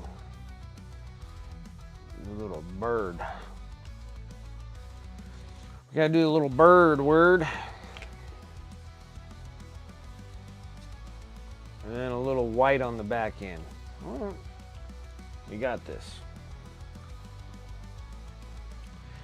And then we gotta do like their arms, but I did these things so different. I don't know exactly what I want to use.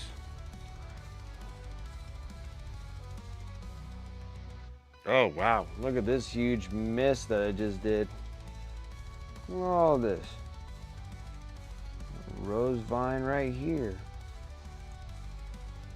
And roses. What was wrong with me? How did I miss that so badly? And there's a skull right there. Oh my goodness. That is pretty bad.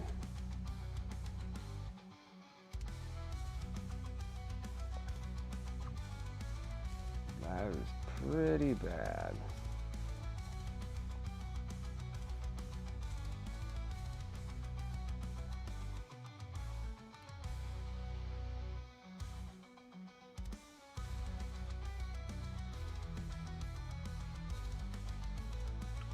Really bad. My goodness.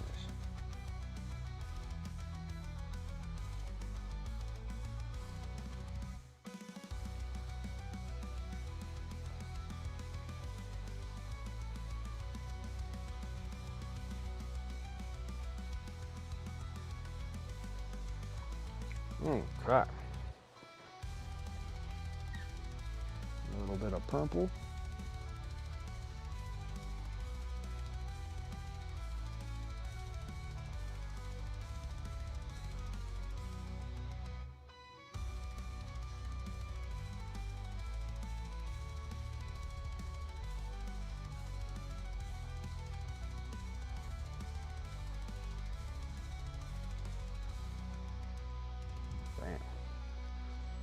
Alright. Then we gotta get to the skull. Because there's one right here.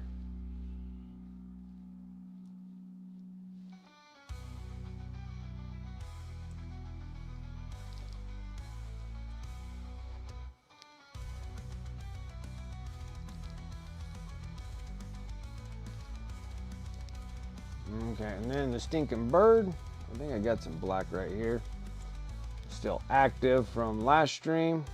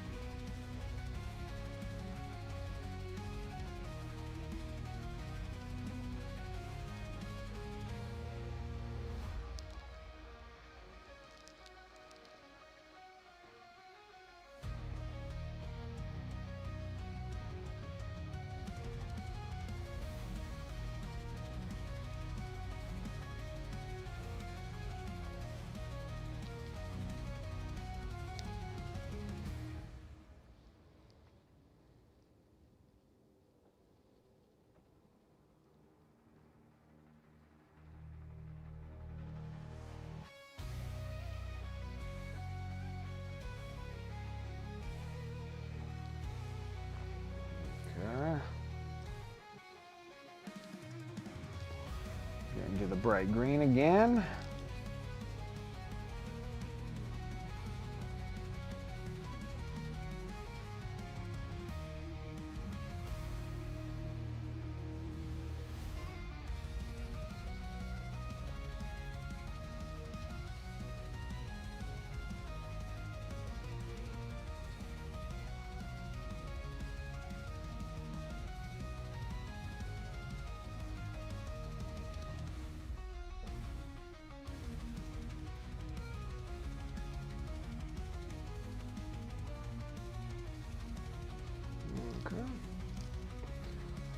brighter over those.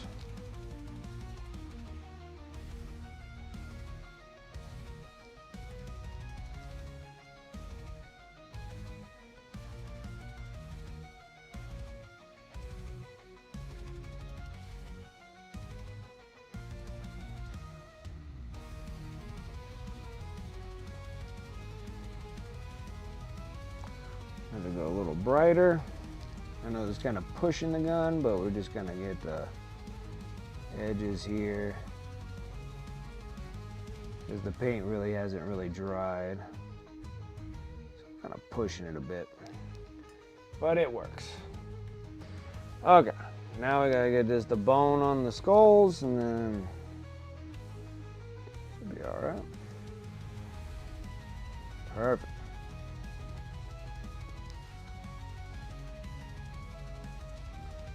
Okay. So we gotta finish up the rest of this bird. Do I have a small chiseler?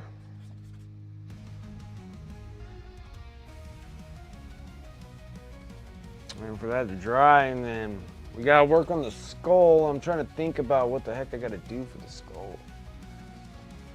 What color is this? I wonder.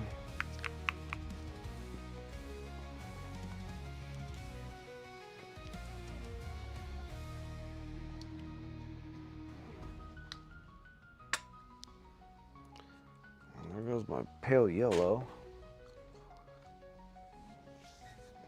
What color is this? Golden brown, maybe.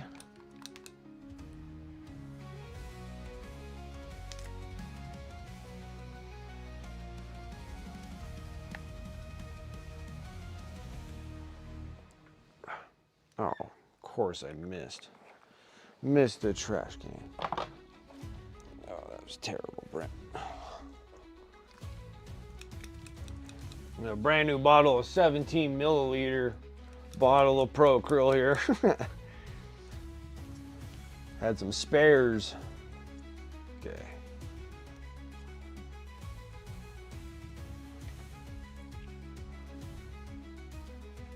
All right.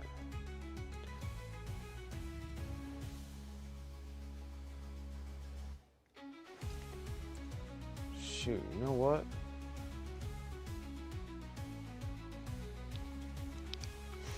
I need more of that mid-brown real quick.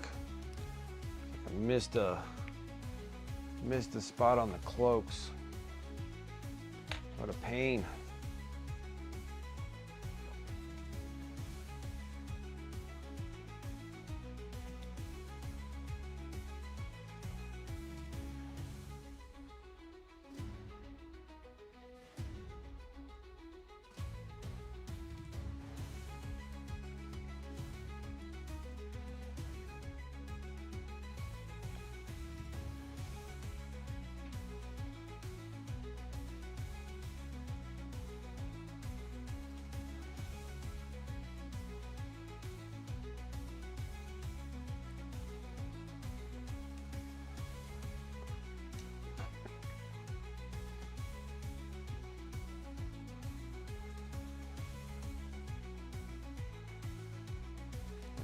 All right. Okay.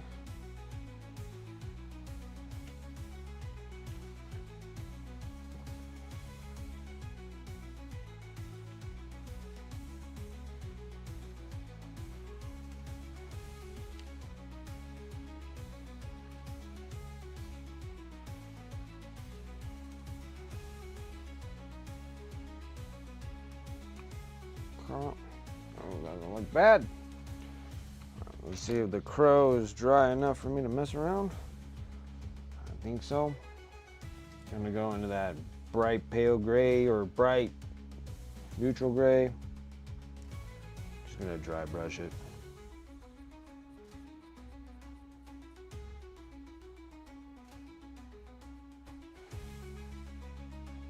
Maybe. Acting weird.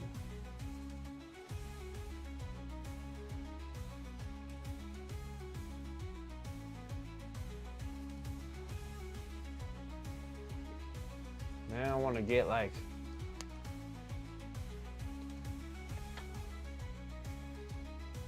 where is it? Payne's gray. I like this color too. This one's nice. We're gonna have to mix a little bit of gray in it just to brighten it up a touch though. Maybe. Oh my gosh. Stuff's coming out like.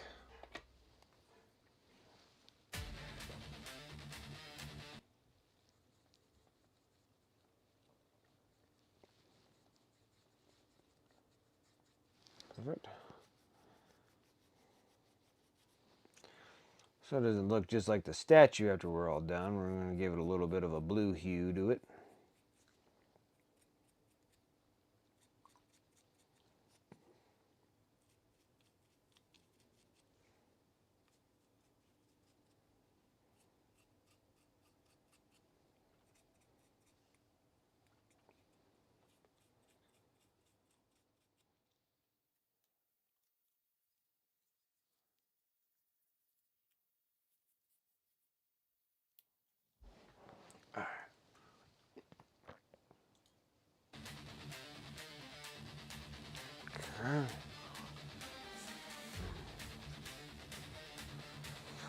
Good, good, good. All right, next up, now that all my bases are practically all done now, which is nice. Now, you gotta do the skull bits and the staff.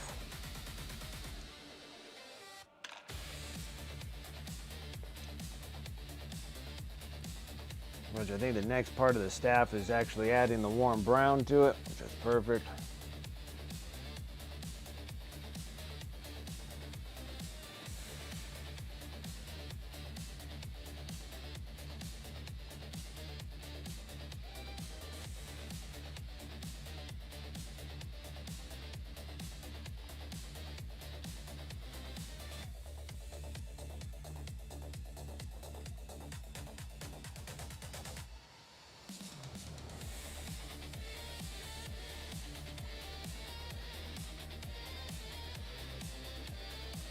Did a little mahogany, so I had something that like sticks to it a little bit.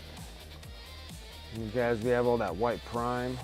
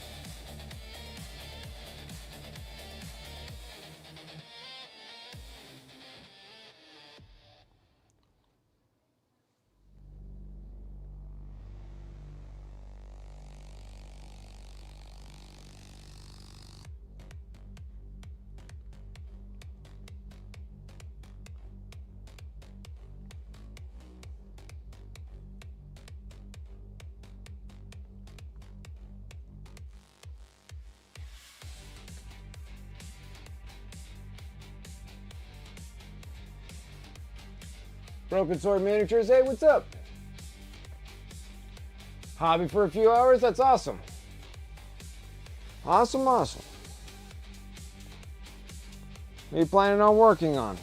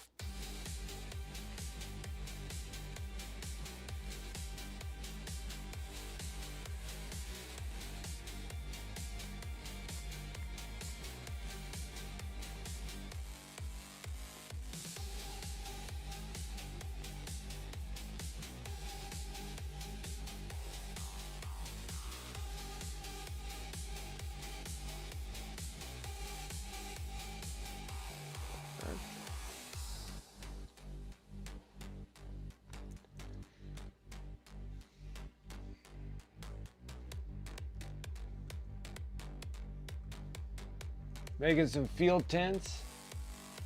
Their USA troops have a base in Conflict 47 for a game tomorrow. Nice. Okay.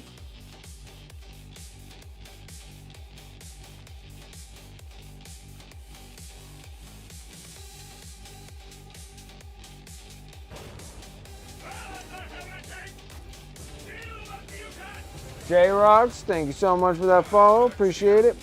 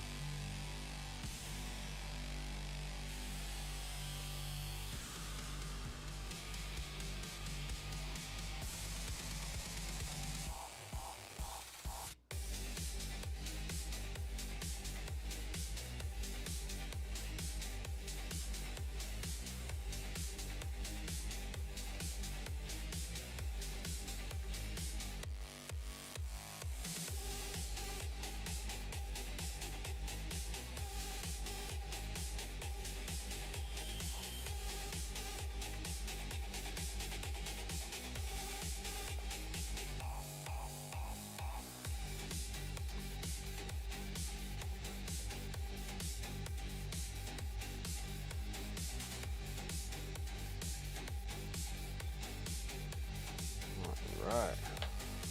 Drop down a smaller brush. Gonna have to start mixing some of this light earth from AK into this. Get some lighter wood look here.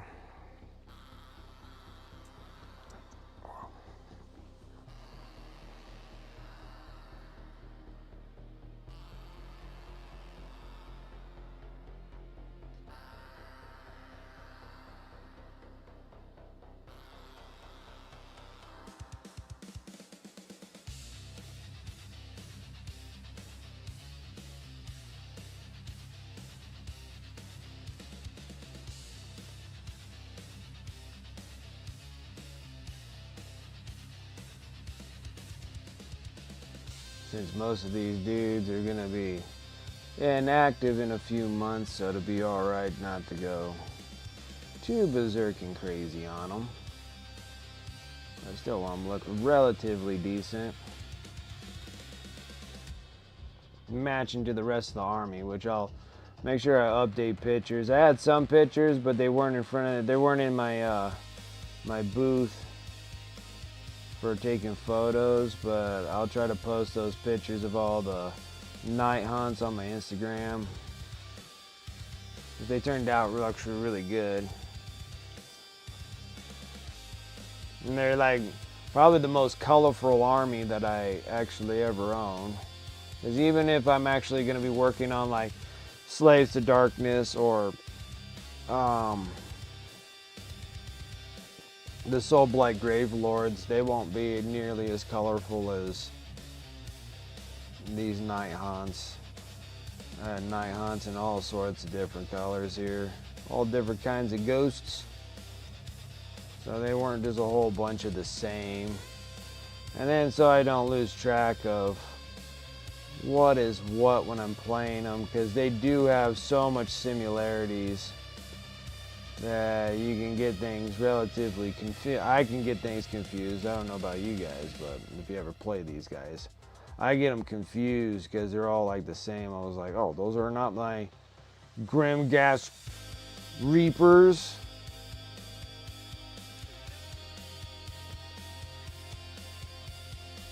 They're whatever the heck these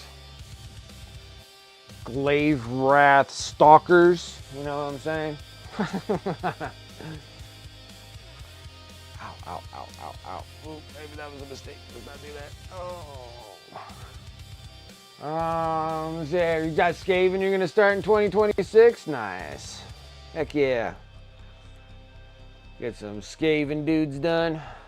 Get some rats. Get some rats. They got some really cool miniatures. I like the new update on them. I like the new miniatures that they did for them. They look good. Updated some.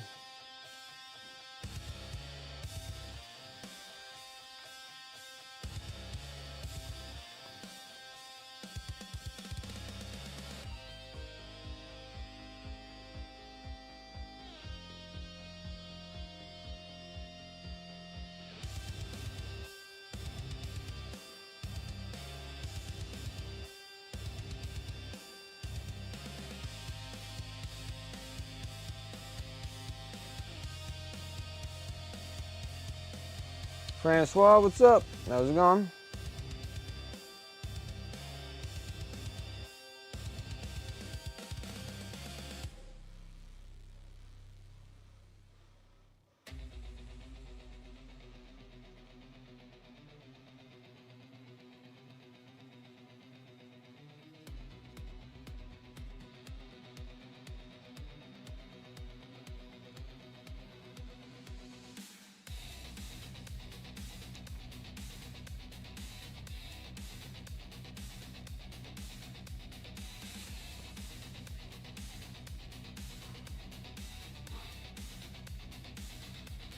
More of the usual. 15 billion layers of yellows. Actually, you're not doing the yellows, you're doing all the little decals and stuff, right?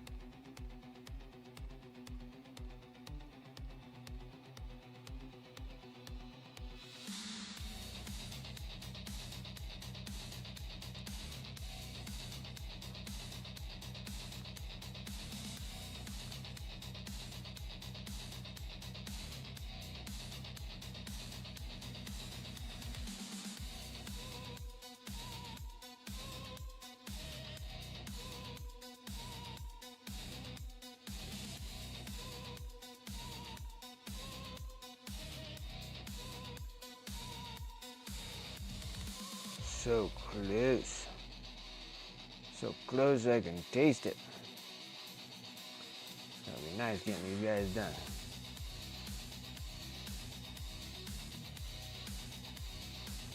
For the slight short window for them. Alright. Got the sticks. The sticks. Now let's get okay, let's alright, I'm trying to figure out how to do this. Well, it's not really skin, but like how I did the bones on these dudes. They're just super pale. I would almost want to say they're gray, but they're not.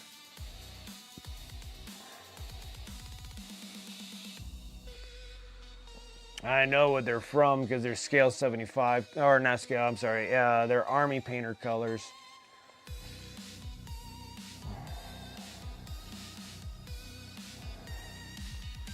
What I'm gonna need is like a, let's start it out with a brown gray.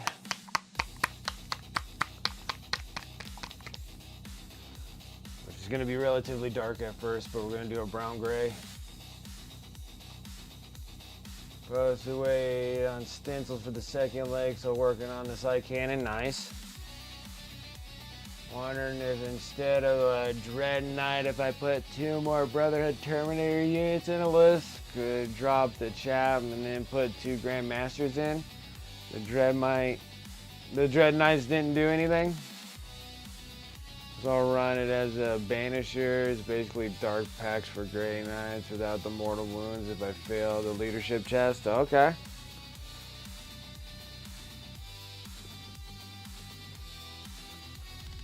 Let's go with the brown gray first.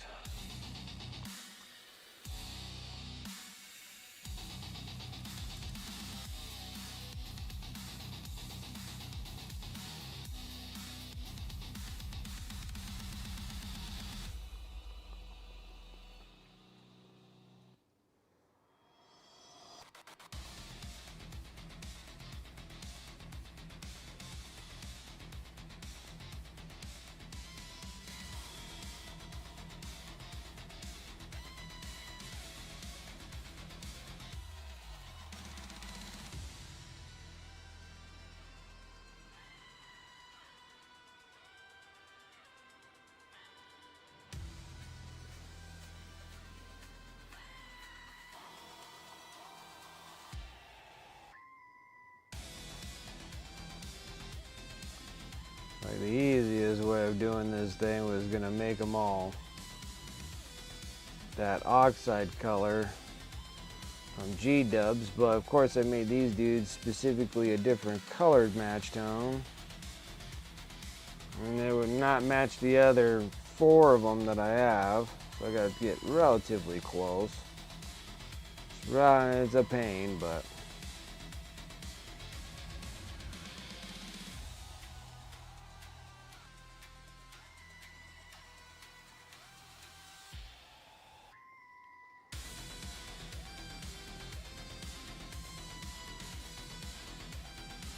and we've been doing a lot of assembly batches, which is cool.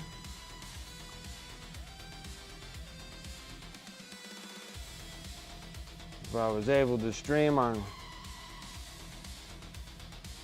Sunday like I wanted to, I would have had these dudes already done, and we would be working on those Mirrormorn Banshees and getting them all set up and done.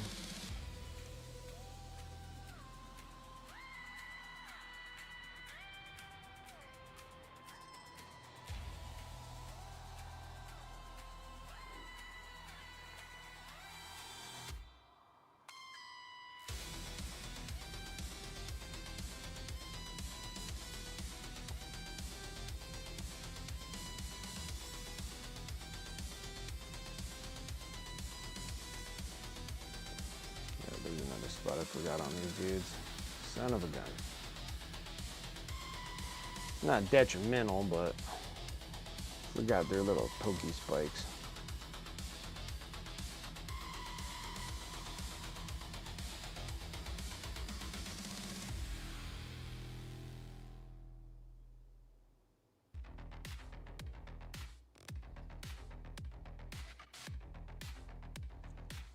Okay. Little pokey spikes.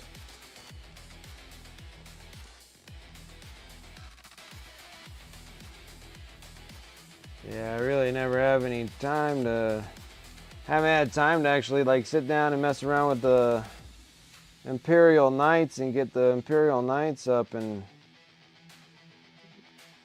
get a game going.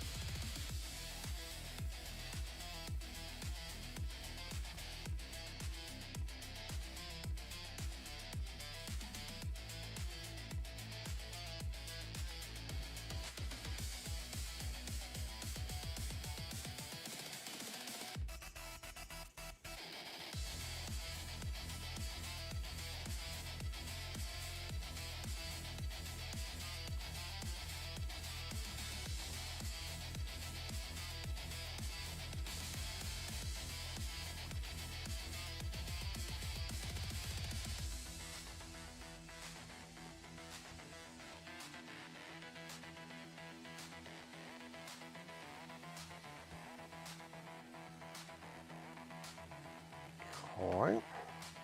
Oh, now I get the spikes.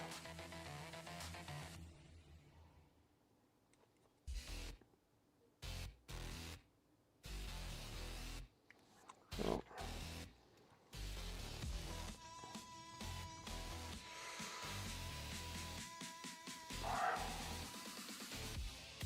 Wow. I'm burning some serious time. I might not even have any time to work on more banshees after we get these dudes done. All these little things. And then I gotta get the Stormcast Eternal chick.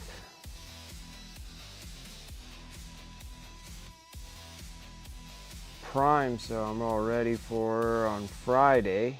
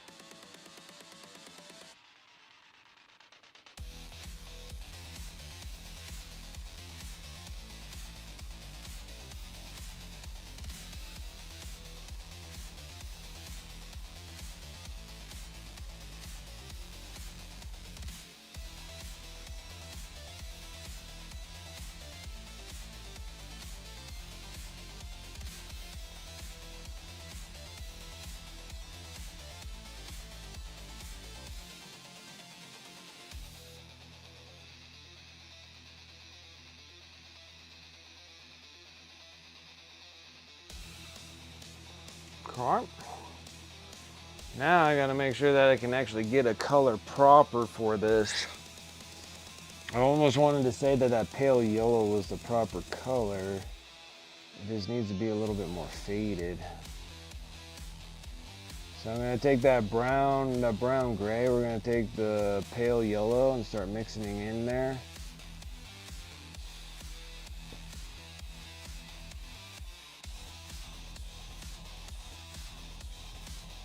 That is damn close.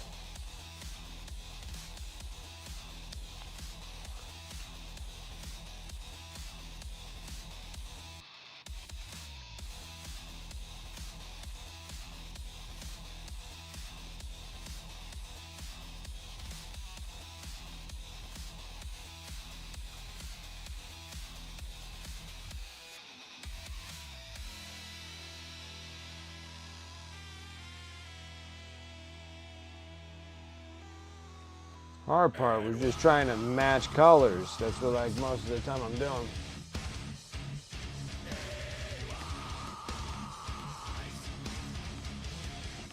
Hecatone coming in with that raid. I appreciate that. Welcome, Raiders.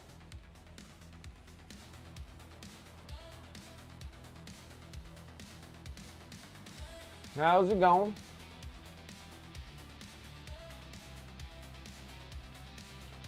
Hecatone and the one heck of a raid coming in. It's raid time, you biscuit. That's funny.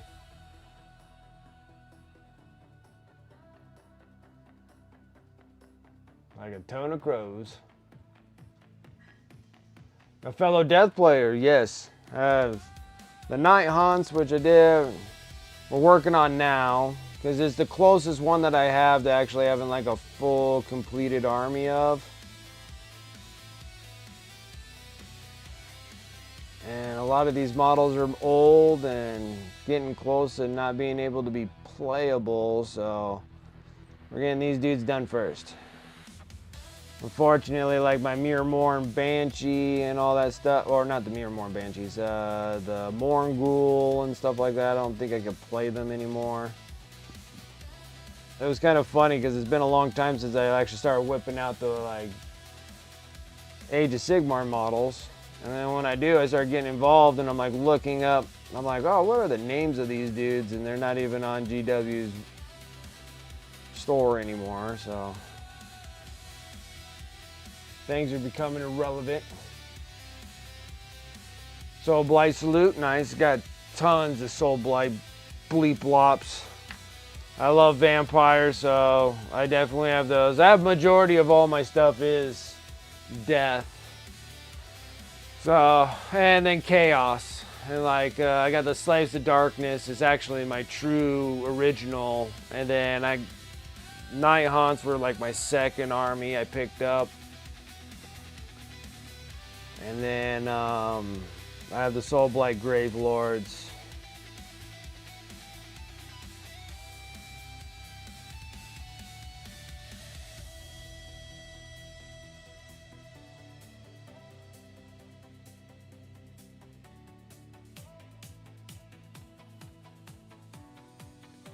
It's going well, Hackathon. How was your stream? What were you up to?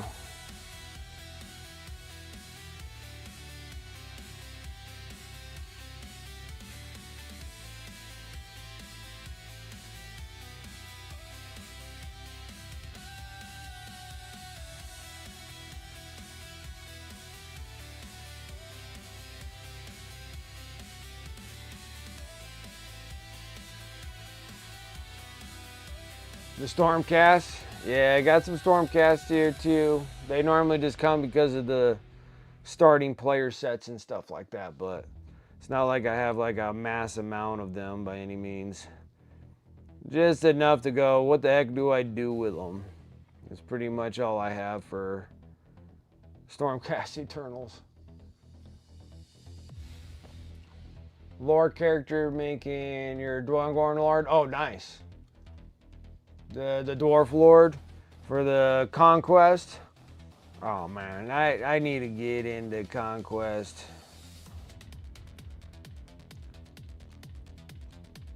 I'm thinking about like Nords. I like the Nords a lot. And then it looks like there's a lot more than what I remember being on Conquest, so a lot more miniatures than I thought. I mean, they got a bunch of cool stuff. That or like is it 1,000 swords? 100 swords? 100 army? Is it just 100 army? Can't remember what the heck they're called. Sash and paint the Dwarf Lord Shield in blue stone and making the gems on them look like fool's gold. That's awesome. You got a full Ruination Chamber army. 100 Kingdoms. Okay, thank you. Yeah, 100 Kingdoms. Okay, 100 Kingdoms. I thought the 100 Kingdoms looked really cool. But I gotta say, like, I just recently looked up on Conquest. I was like, holy crap, they got a lot more factions than when I remember Conquest first came out. You know, and I was like, wow, that's a lot. Like, and then I remember, like, the newest thing was, like, the orcs on dinosaurs. And I was like, that's cool.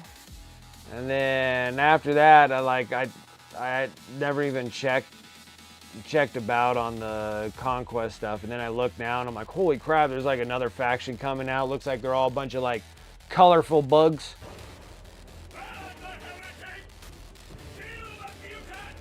Sarn Plays, thank you. I appreciate that follow. And then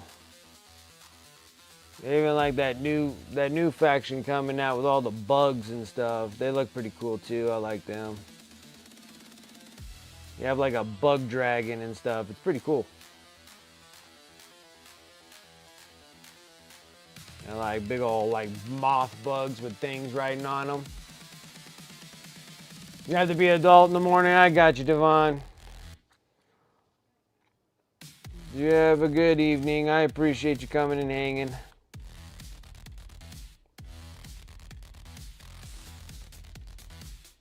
I'm getting close. Just like trying to finish these things. We're on the cusp though. We're on the cusp of being done.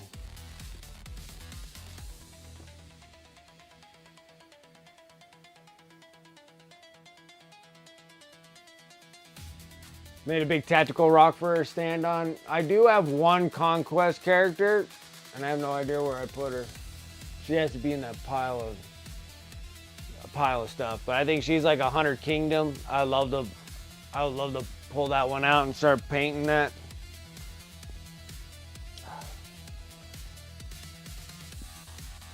I got a handful of stuff that I need to get painted. I just can't paint fast enough. Got too much crap. Been trying to do like a mass exodus of friggin' 40K stuff. And I'm like painting Necrons like a madman. I'm trying to get them all done.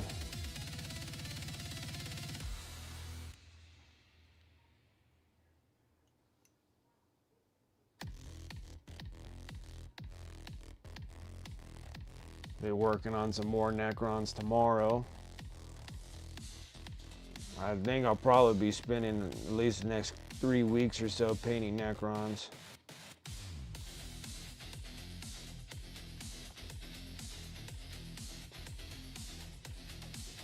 Ow, dang it. It's pain.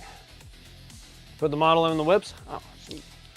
Take a look and see what, I don't know if anybody else put stuff in there.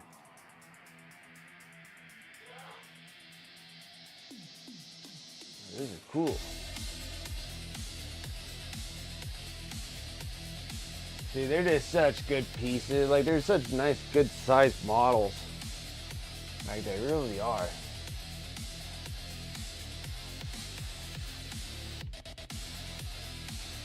That's awesome.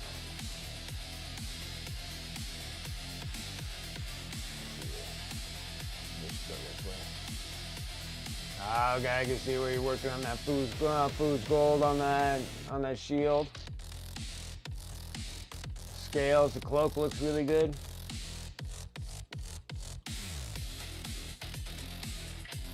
Nice. Such a cool, these things are such cool models. They're such cool models.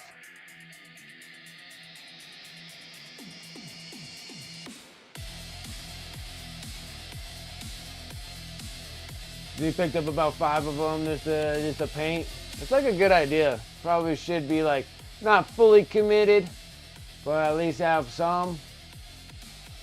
I can be like at least finish some of some other things besides GW stuff. Would probably be kind of nice.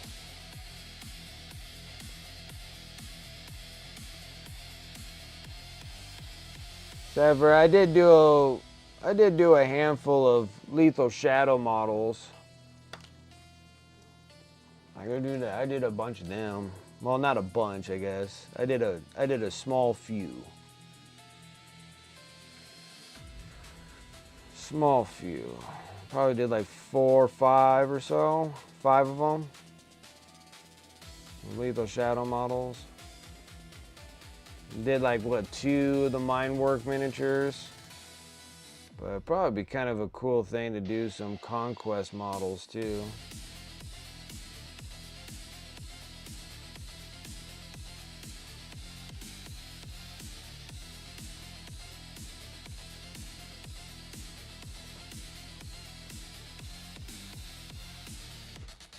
Bigger, and it feels like I could do more with them. Absolutely. That cloak isn't complete yet. I can see that. You know, I'm like, you're working on it. Working up on that.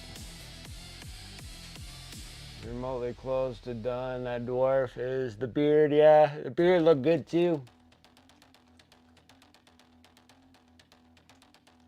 Different factions, so it'll be fun. Pick ones that should push me a bit as far as my painting is concerned. Absolutely. Not in your area plays Conquest. Yeah, like that's another thing too. I gotta kind of look up and see in the community. Like, I was originally introduced to Conquest from demo games that were played here when Conquest first came out.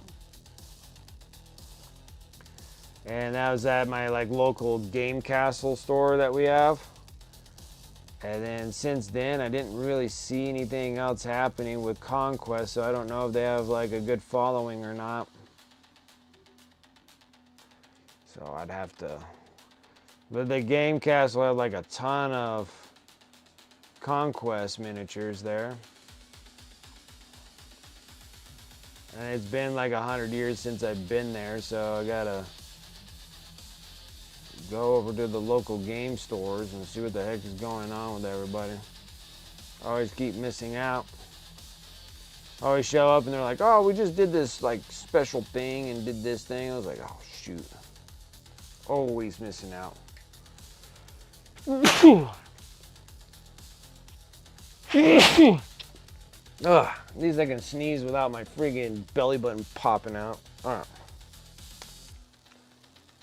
That was pretty dang close. Look at that.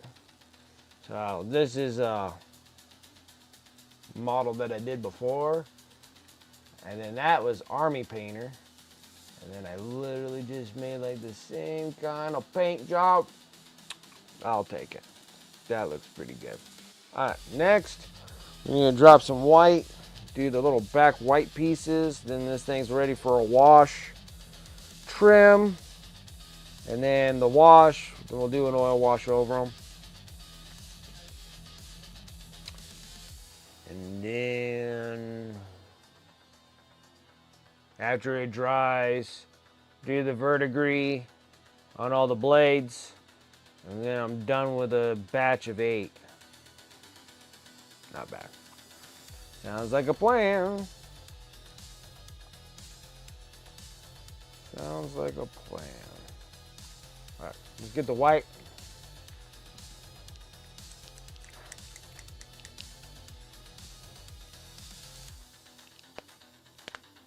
Just got your Christmas gift to yourself with the Conquest models. That's awesome. That's awesome. I did not gift myself this Christmas with any models. I was behaving. I normally don't, but I actually did pretty well controlling myself a bit.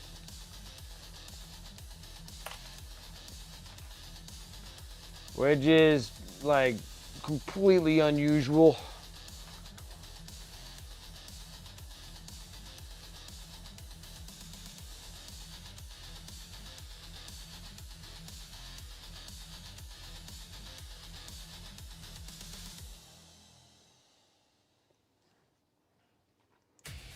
It was very unusual, but I was behaving. I was trying to behave as best I could. Yeah. Well, because they got so many more new models and stuff that were for the factions. When I was looking at it, I'm like, oh wow, this is way more. When I was looking at the Nords, normally they had the start collecting full army of Nords, came with the big dude and just a million freaking infantry dudes and stuff. And now it looks like there's all these start collectings, 2 or 3 different kinds of start collectings that they have, and they have cool little creatures and stuff for the Nords. And I was like, oh, this is so awesome. So I'd love to have a little Viking army. So that's what would be really neat about doing the Nords. Because then I paint the Black Forge Games miniatures, the big statues. I like the Viking looking dudes.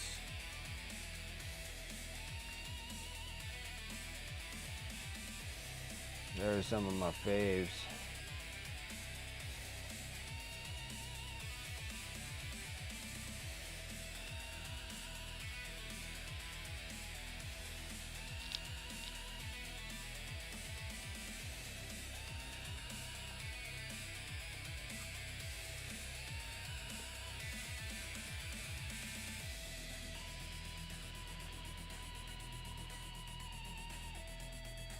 Dropping the Sorcerer King models for the Nords to do a human army.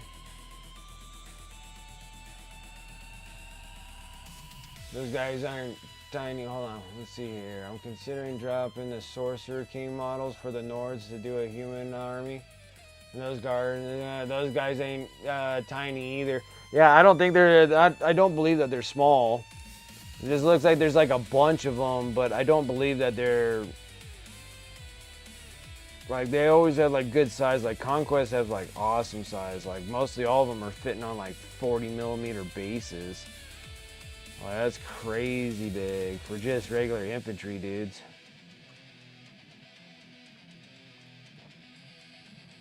But they got like cool little creatures and then like the big giants.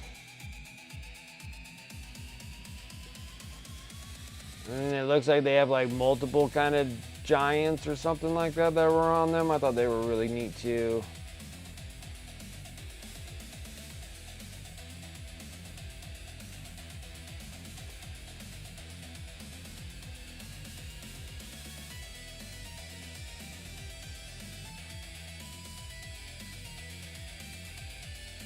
And then when I like look at the 100 Kingdoms, like before 100 Kingdoms, like they didn't look as cool as they do now. Seems like they changed some things on them or something. Like something's different about the 100 Kingdoms too. Like they look different. Like a lot of horses.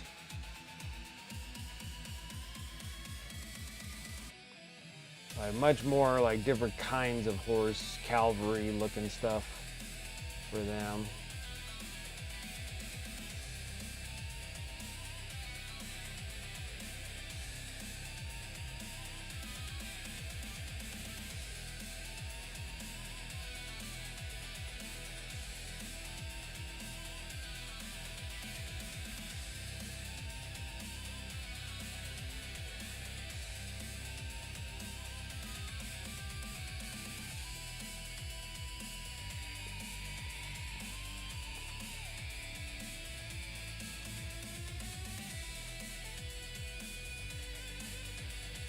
Yeah, it was just like crazy when I was just looking at them because I got like an email from Parabellum. They always send me like a weekly thing, but then they were like, oh, there's a discount at the store. And I was like, oh, let me take a look.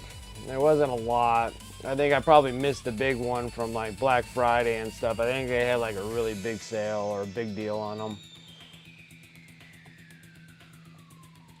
And I was like, well, maybe next year if I can get things caught up and not drowning in miniature debt, will be all right.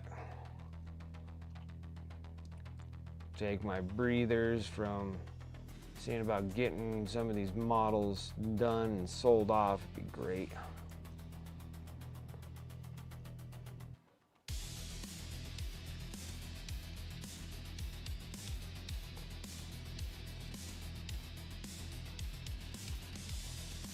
And try to shrink the boxes of shelf space that I got way too much of.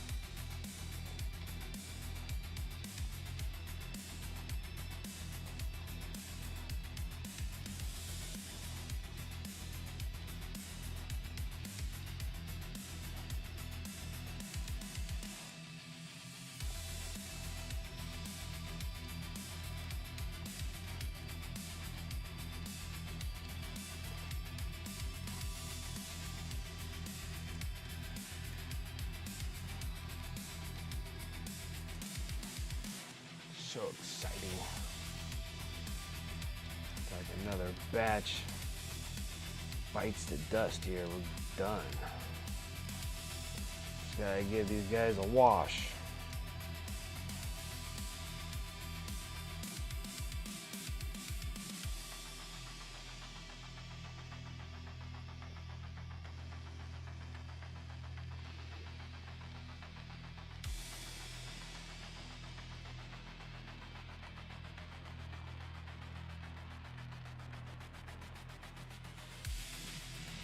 Goosty goose.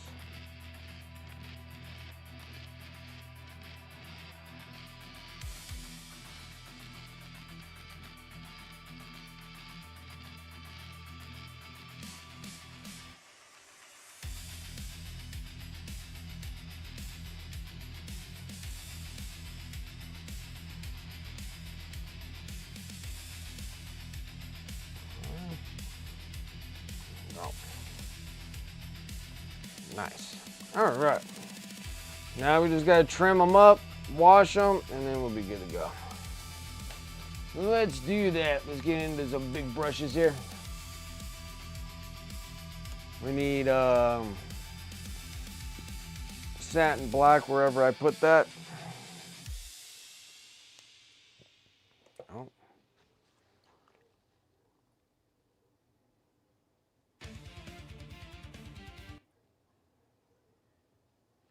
There it is. Boy, trying to find a needle and a stack of needles here.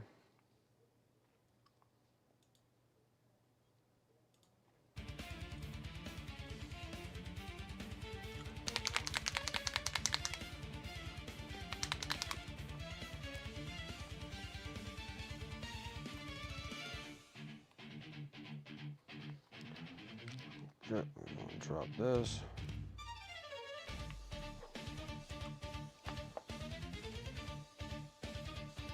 Oh. Dumb me, I just didn't do all the spiky spikes. We gotta make sure to do that.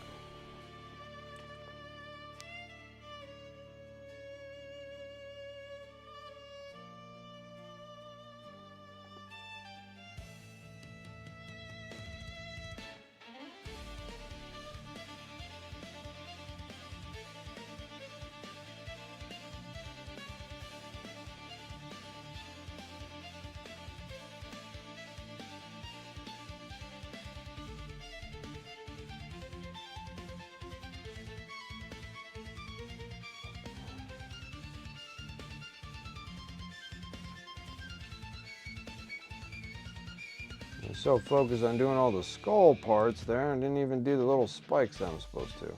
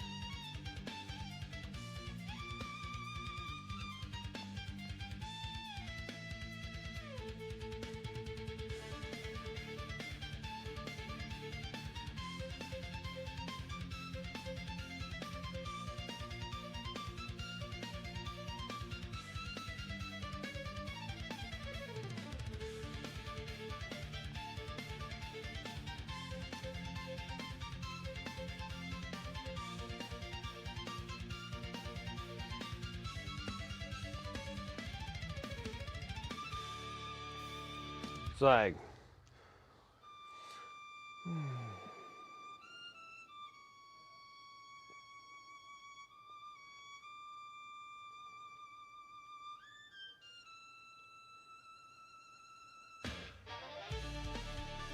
ADHD much.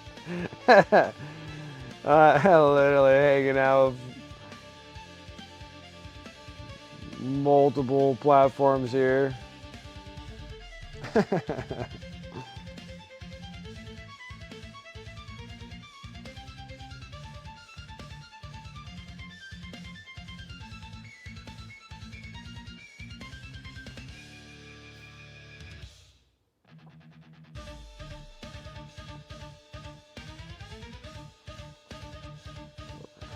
Well, now I gotta get rid of the little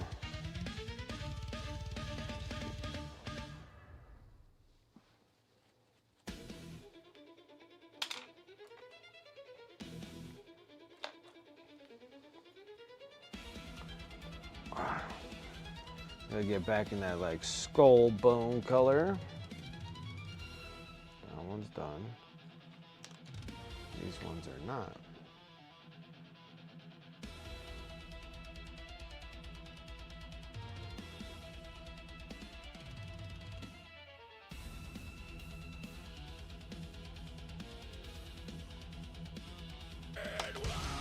Oh, baby jump. Tundra Crusher. It's been some time. How's it going? Welcome, Raiders. Tundra Crusher, thank you so much for that raid. How's it going?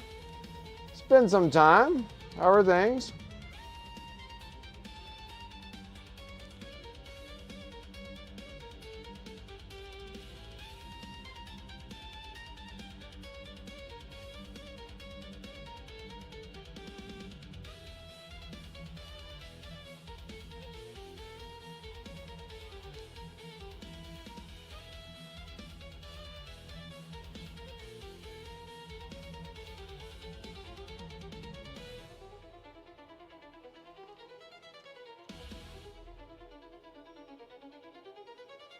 Right.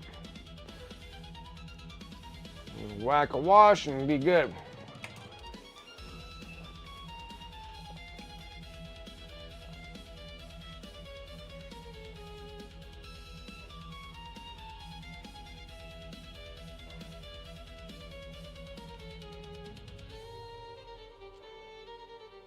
Painting and building D&D character. Oh, okay. You're almost about to do the D&D character at the same time. No, I haven't made mine yet, but I'm thinking about going as a druid.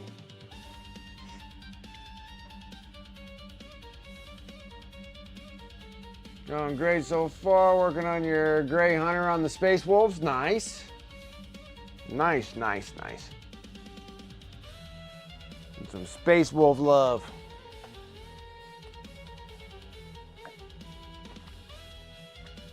I don't know if I have enough things for these things. I think they all need a wash. Yeah. So I don't have 8 of these things, but we're gonna do them anyways. I have 6.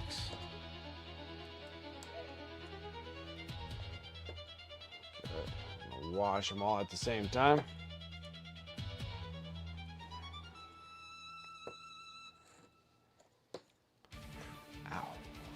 Toes. Oh, and then of course I stick my finger right in it like a dummy. Figures. It figures. We're gonna have to use 2 of these things. These little foxbite ones. Don't have any more of the handles. Okay. I'm gonna do a wash. We're gonna multi-black wash here.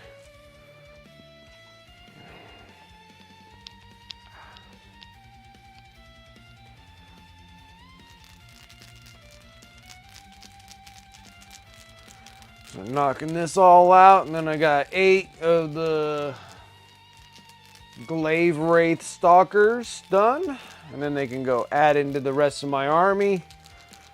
And then I think we'll probably, well, I barely have any time left, so I don't know how much more we can start doing, but we're gonna try.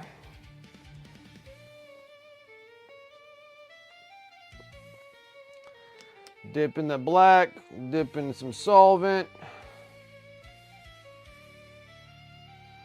Just kind of wash it everywhere.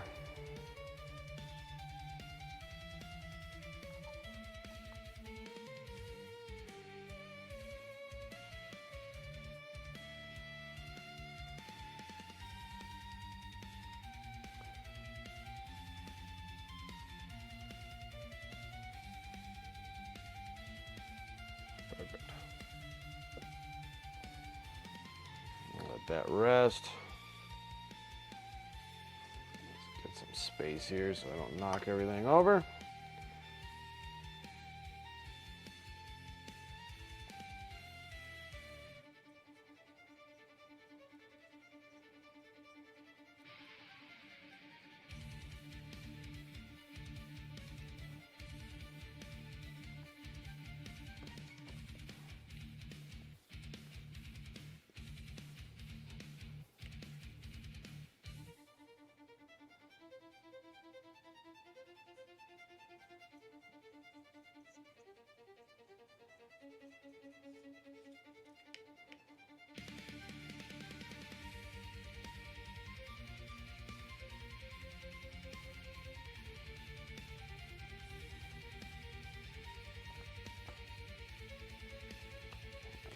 4. See, these ones here, I think I did them like 8 years ago on these dudes. So the only thing I really need to actually do on these guys is just do the verdigris on the blades.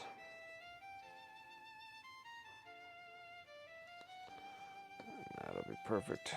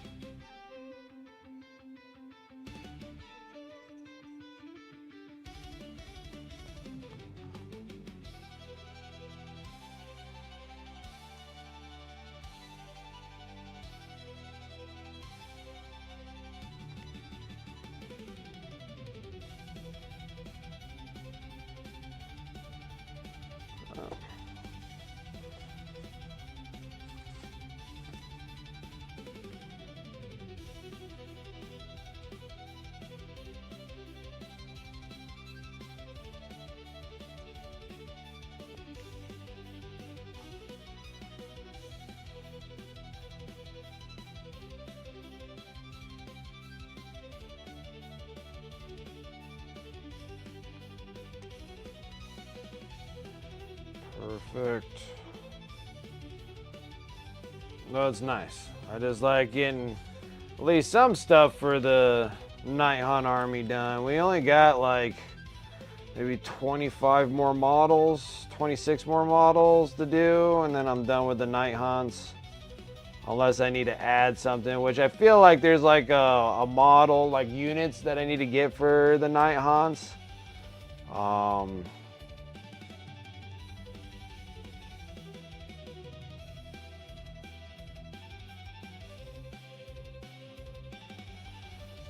And it's the units that I don't have, so we'll see what happens. Because it's been like 100 years since I've seen like any kind of Battle Force box or anything for Nighthaunts in some time.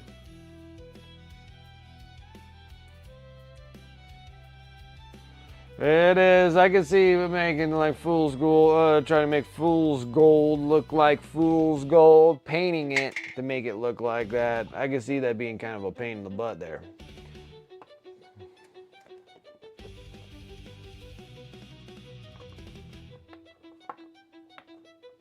Okay, so those need a little breather. The thing is that we're going to be working on the Stormcast Eternal girl for our end of the month giveaway for January. I need to get her primed and stuff. And then I got to get her primed. I got to get the plinth primed as well.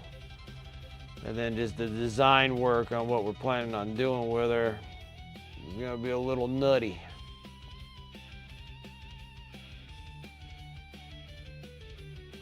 The Lady Sanguinius model, yeah. Yeah, I forgot what her name is. I didn't even keep the box. But I think I have the little how to build it. So the instruction manual has her name on it. So I'll have to make sure I grab that and bring it here.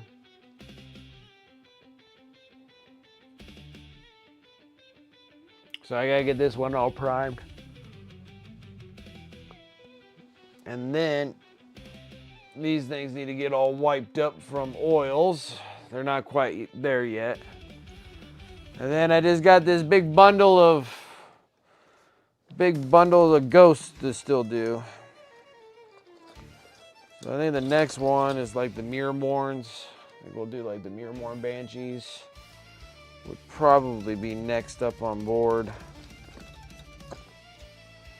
So I got quite a bit of them to do.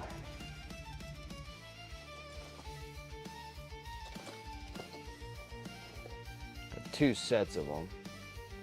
And again, another one where they came in like really awesome looking bases. Like they're such neat looking bases.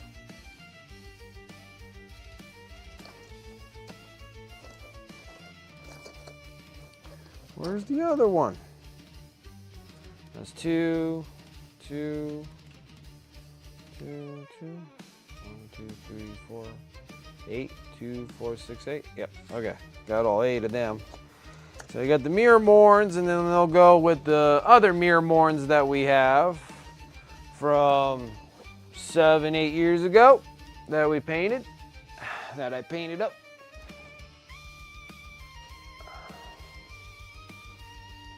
So that's what the other mirror morn banshees that I did. That's what they look like previously. I just gotta figure out what in the hell colors did I use. And then see, like these were all the Grimghast Reapers that we did with the verdigris on them, and they look good. And a wash. We did 10 on the stream. Did 10 like 7 years ago, so I got like 20 of them, so that's like nice. And then I got, I don't know, I think I got 8 of these mirror-born banshees in here. 2, 4. Yeah, so this will be another 8, which is 16, which is probably too many. But as you can tell, like years past, like it was just a single color of copper on her, some gold. And then I think we're gonna just verdigris everything. So when we get to that point of getting these ones, we're just gonna verdigris them, like verdigris all of them, so I can kind of keep them somewhat up to date and somewhat matching.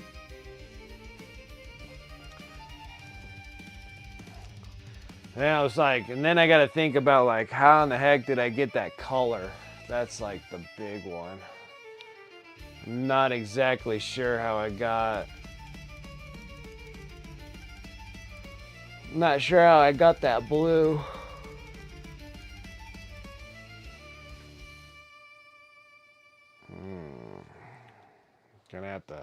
I'm gonna have to think about it, because it's a different kind of blue than what I did for like these dudes. Like that's a different blue, so it can't be the Nighthaunt Gloom that I used years ago. So it has to be something else that gives me a bright blue color. I don't think I had inks back in that. Yeah, I'm like trying to think of my blues that I need to do. I'm not 100% sure. Almost looks like a sky blue, but nope, it's brighter than that. Is that a gray blue? No. It had to be an army painter color. Worst part is what kind of army painter color was it? What was it? What was it? I only have like a few bottles of army painter left.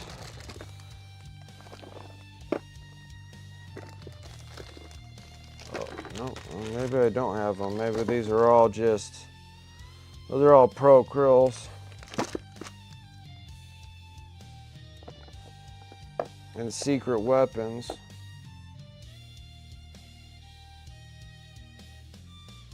No, that's too dark. No, it's not those. I don't got any other army painters. Thought I had like a bright blue army painter color, but maybe I don't. All gonzos. Decisions. I think I might need the olive flesh.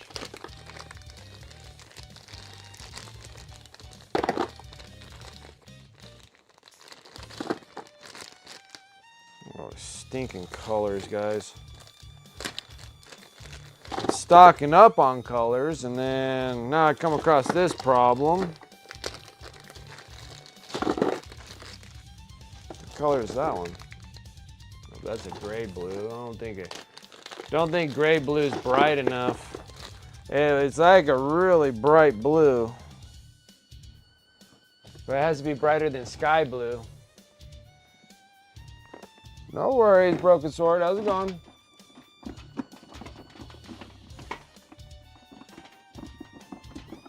Oh, come on.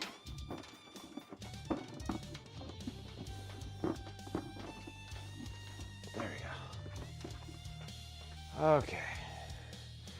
So I probably have to do olive flesh mixed with the sky blue, and then that might give me the bright blue that I'm looking for.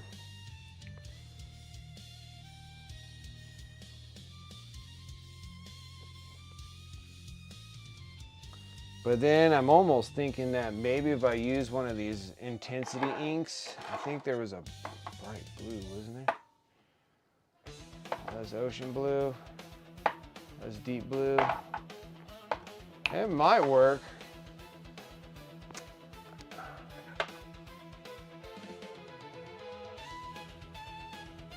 That's just a regular blue. It may work. Maybe we'll use the intensity inks. Maybe we'll shoot it with an intensity ink and see what happens. Because they're already they're all primed white and everything, so if I keep it thin enough, maybe it'll brighten it up. Yeah, they are crazy strong. We were using them on, what model were we working on? I can't remember. I used all inks on them. Oh yeah, we were doing the endless spells, and I used the green, and it turned out like freaking awesome. Okay, we need to wipe these. We need to wipe these things.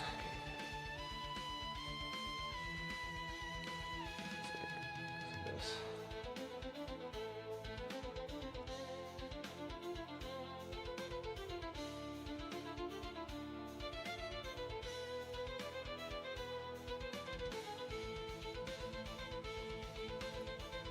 Starting to dry, which is kind of crazy because it's so cold right now. I'm surprised that these things are drying up at all. I don't have any humidity in the air, so that's probably the reason.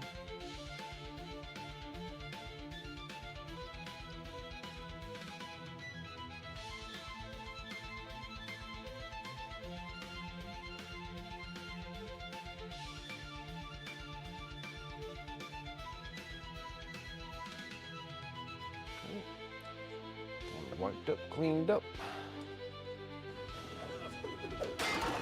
Oh man, my time's up too. Gee whiz. Okay, I can't even work on the Miramore and Banshees. My time's all up. But this needs to get wiped up right away. Can't let them sit for too long. And then once they're all dry, just doing the verdigris on all these little pieces here. Beaky, what's up? How's it going?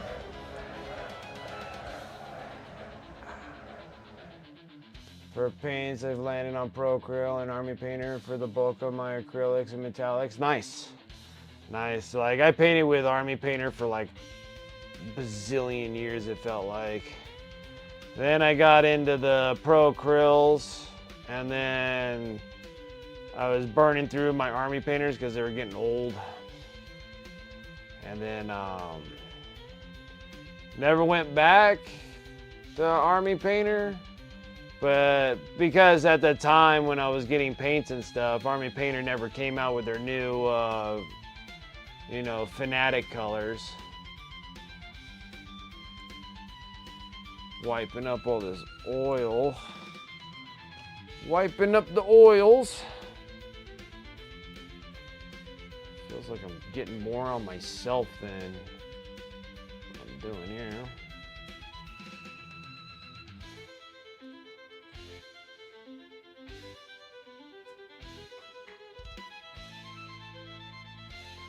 Best ranges for inks is those? Yeah, I was really curious about the AK Intensity inks, or whatever they were called. Just the inks from AK Interactive. I was like, I really want to try these. And then like these things are pretty awesome. I have a ton of Liquitex inks. I use a ton of those.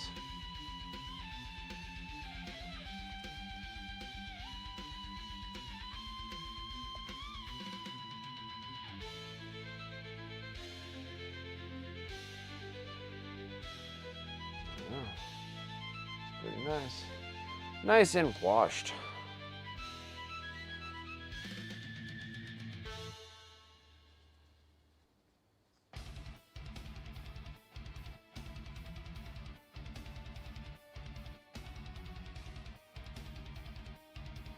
Like I said, this stuff dries relatively fast with that Mr. Hobby oil wash. Works really good. Just trying to pick up all the pooling that's happening on the miniature and where I don't want it really. So you can see like it pulls up like right here on the blade. So I'm always like wiping those up. Wiping the external parts here because they don't really need to be covered in black because they'll be like the brightest part of the miniature, right? And then the ghostly parts that are on the back end here, that's the reason why I kind of wipe those off because I don't really need those really dark. And then they can kind of rest in the center right here, like in the deepest crevice. So I'll wipe some of it, but I'll just let it sit. But this stuff is awesome. I love this stuff. It's been like one of my favorites for getting like mass amounts of armies done and getting a wash that doesn't like interfere with the actual paint job itself or coffee stain it and stuff like that. That's why I love it. I love the oil wash.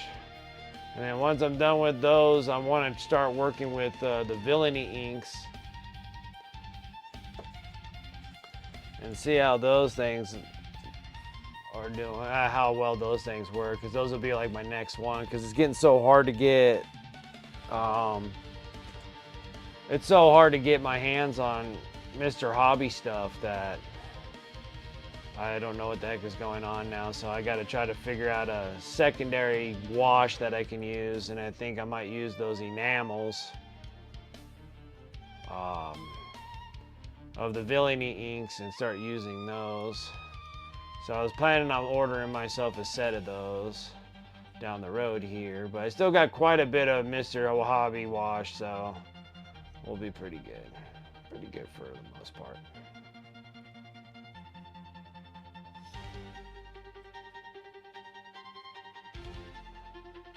Oh, couple little spots here.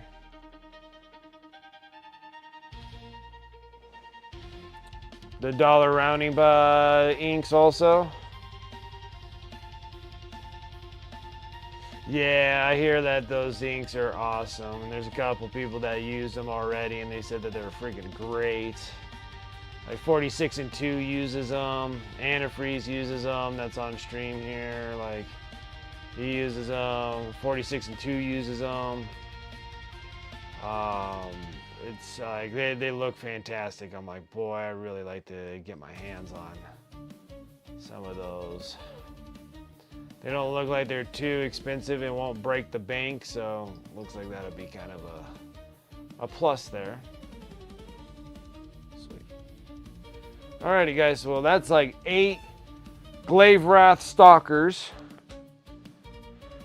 All done. We finally finished all the bases to them, and they're all ghostly and they look good. And then once they're dry, I'll do the verdigris on all the bronze that's on them, the bronze blades and stuff. But that'll be later until they're like fully, completely dry before I do that. And then I guess the Miramore and Banshees will have to wait until after we're done with the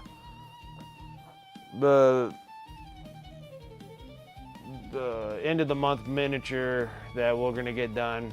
Just another idea, like what I'm doing with these end of the month miniatures is that I'm actually putting almost up to that competitive paint jobs on them just to get myself back into practice doing non-metallic metals, because we're going to be doing a ton of gold on this thing. Gold, silver, and whatever we're planning on doing.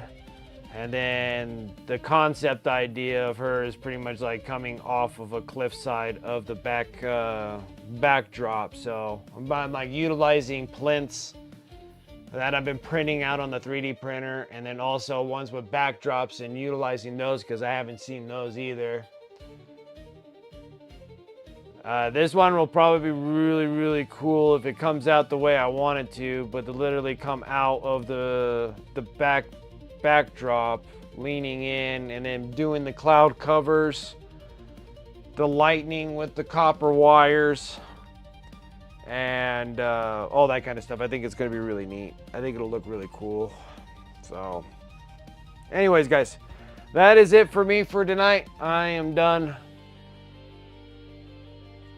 My incisions are telling me that I need to stop, so that's what we're gonna do. All right, guys. Thank you, guys. I really do appreciate you coming and hanging out with me tonight. Thank you guys for hanging out here on Twitch and also there on YouTube as well. I do appreciate it. Make sure that you give me a like and subscribe over there on YouTube. I really do appreciate that. And over here, thank you guys for the follows, the raids, the subs, the resubs. I do appreciate the support over here as well, so thank you guys. Shout out to the sponsors above. You can use those commands in chat, or you can go over to my Discord, !Discord. They'll be over in my sponsor affiliate links. You're more welcome to use those links and those discount codes as much as you like. I also have my eBay store, another way to support the stream. Pretty much everything I paint on the stream here, I put it over on eBay. I've been working on Necrons, technically off stream. These dudes here, I'm actually doing them for my own army, like my own personal army, but doesn't mean that I won't sell them. They're my stuff. They're not commissions or anything like that. I'll be having some commissions here soon. We'll be working on those. So I would have to put off my army a bit and start working on the commissions when they arrive. Should be having those here shortly. So, and then I have to build them and do all that kind of stuff with them. So get them up to prepping them to see if I have to do more work than I need to on them. See what I have to do, unless I can do them all in one piece or I have to do sub-assembly. That's what I'm meaning behind that. Yeah, over on eBay, eBay. You can get on Discord or on the eBay. Check out my eBay store. I've been working on a ton of Necrons, and I'm still going to be working on Necrons and cramming them all on there. As many as I can do. I want to get all my Necrons done. So you might see me on stream painting some Necrons. You might not. I'm leaving all my character models for last, so I'll probably do those on stream. Do all the character models like the Lord, the Destroyers, and all that kind of stuff. We'll do them on stream and stuff. I got a lot of cool ones. Royal Wardens, the Psychophage, Technomancers, all those kind of things. We'll paint all those on stream. Other than that, let's see here. Got my socials. Make sure you guys go over on my socials. Check me out on Instagram. I've been trying to put up pictures on there. And again, never took any pictures of that dang red gobo I sent off today to antifreeze. I'm doing terrible at taking pictures of these end of the month miniatures. I completely forgot to take pictures of it. I've been launching off miniatures without taking pictures of them. Yeah, I forgot again. Dude, this is 3 of them. I didn't take pictures of the assassin. I didn't take pictures of the... see, now I'm already forgetting them because I don't even have pictures of them anymore. The assassin we gave away. The other one was the... Shoot, now I can't remember. I can't remember after the assassin. Got the assassin. It keeps breaking. I have to fix it. And then now I can't remember. Take one and give me a picture of it. Probably help. Yeah, so, and the other 2 I didn't take pictures of either. I can't remember. I know I remember the assassin, but I don't remember the one I did before that. That was on a plinth. Oh, the vampire chick.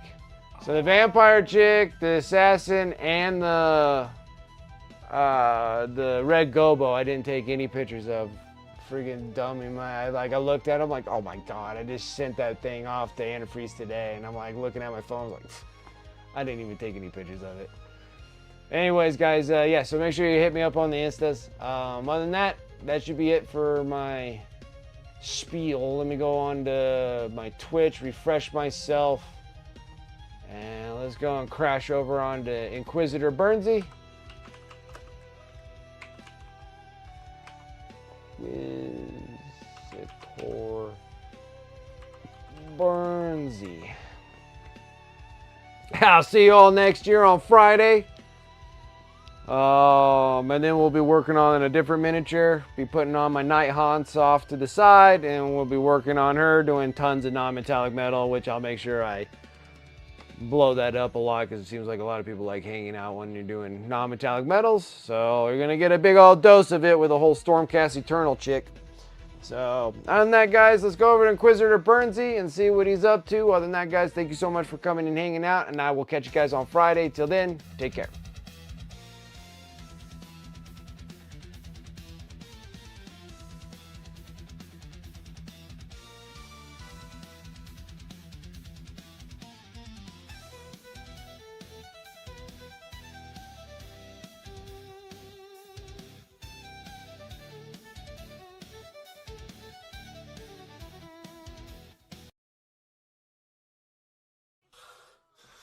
All I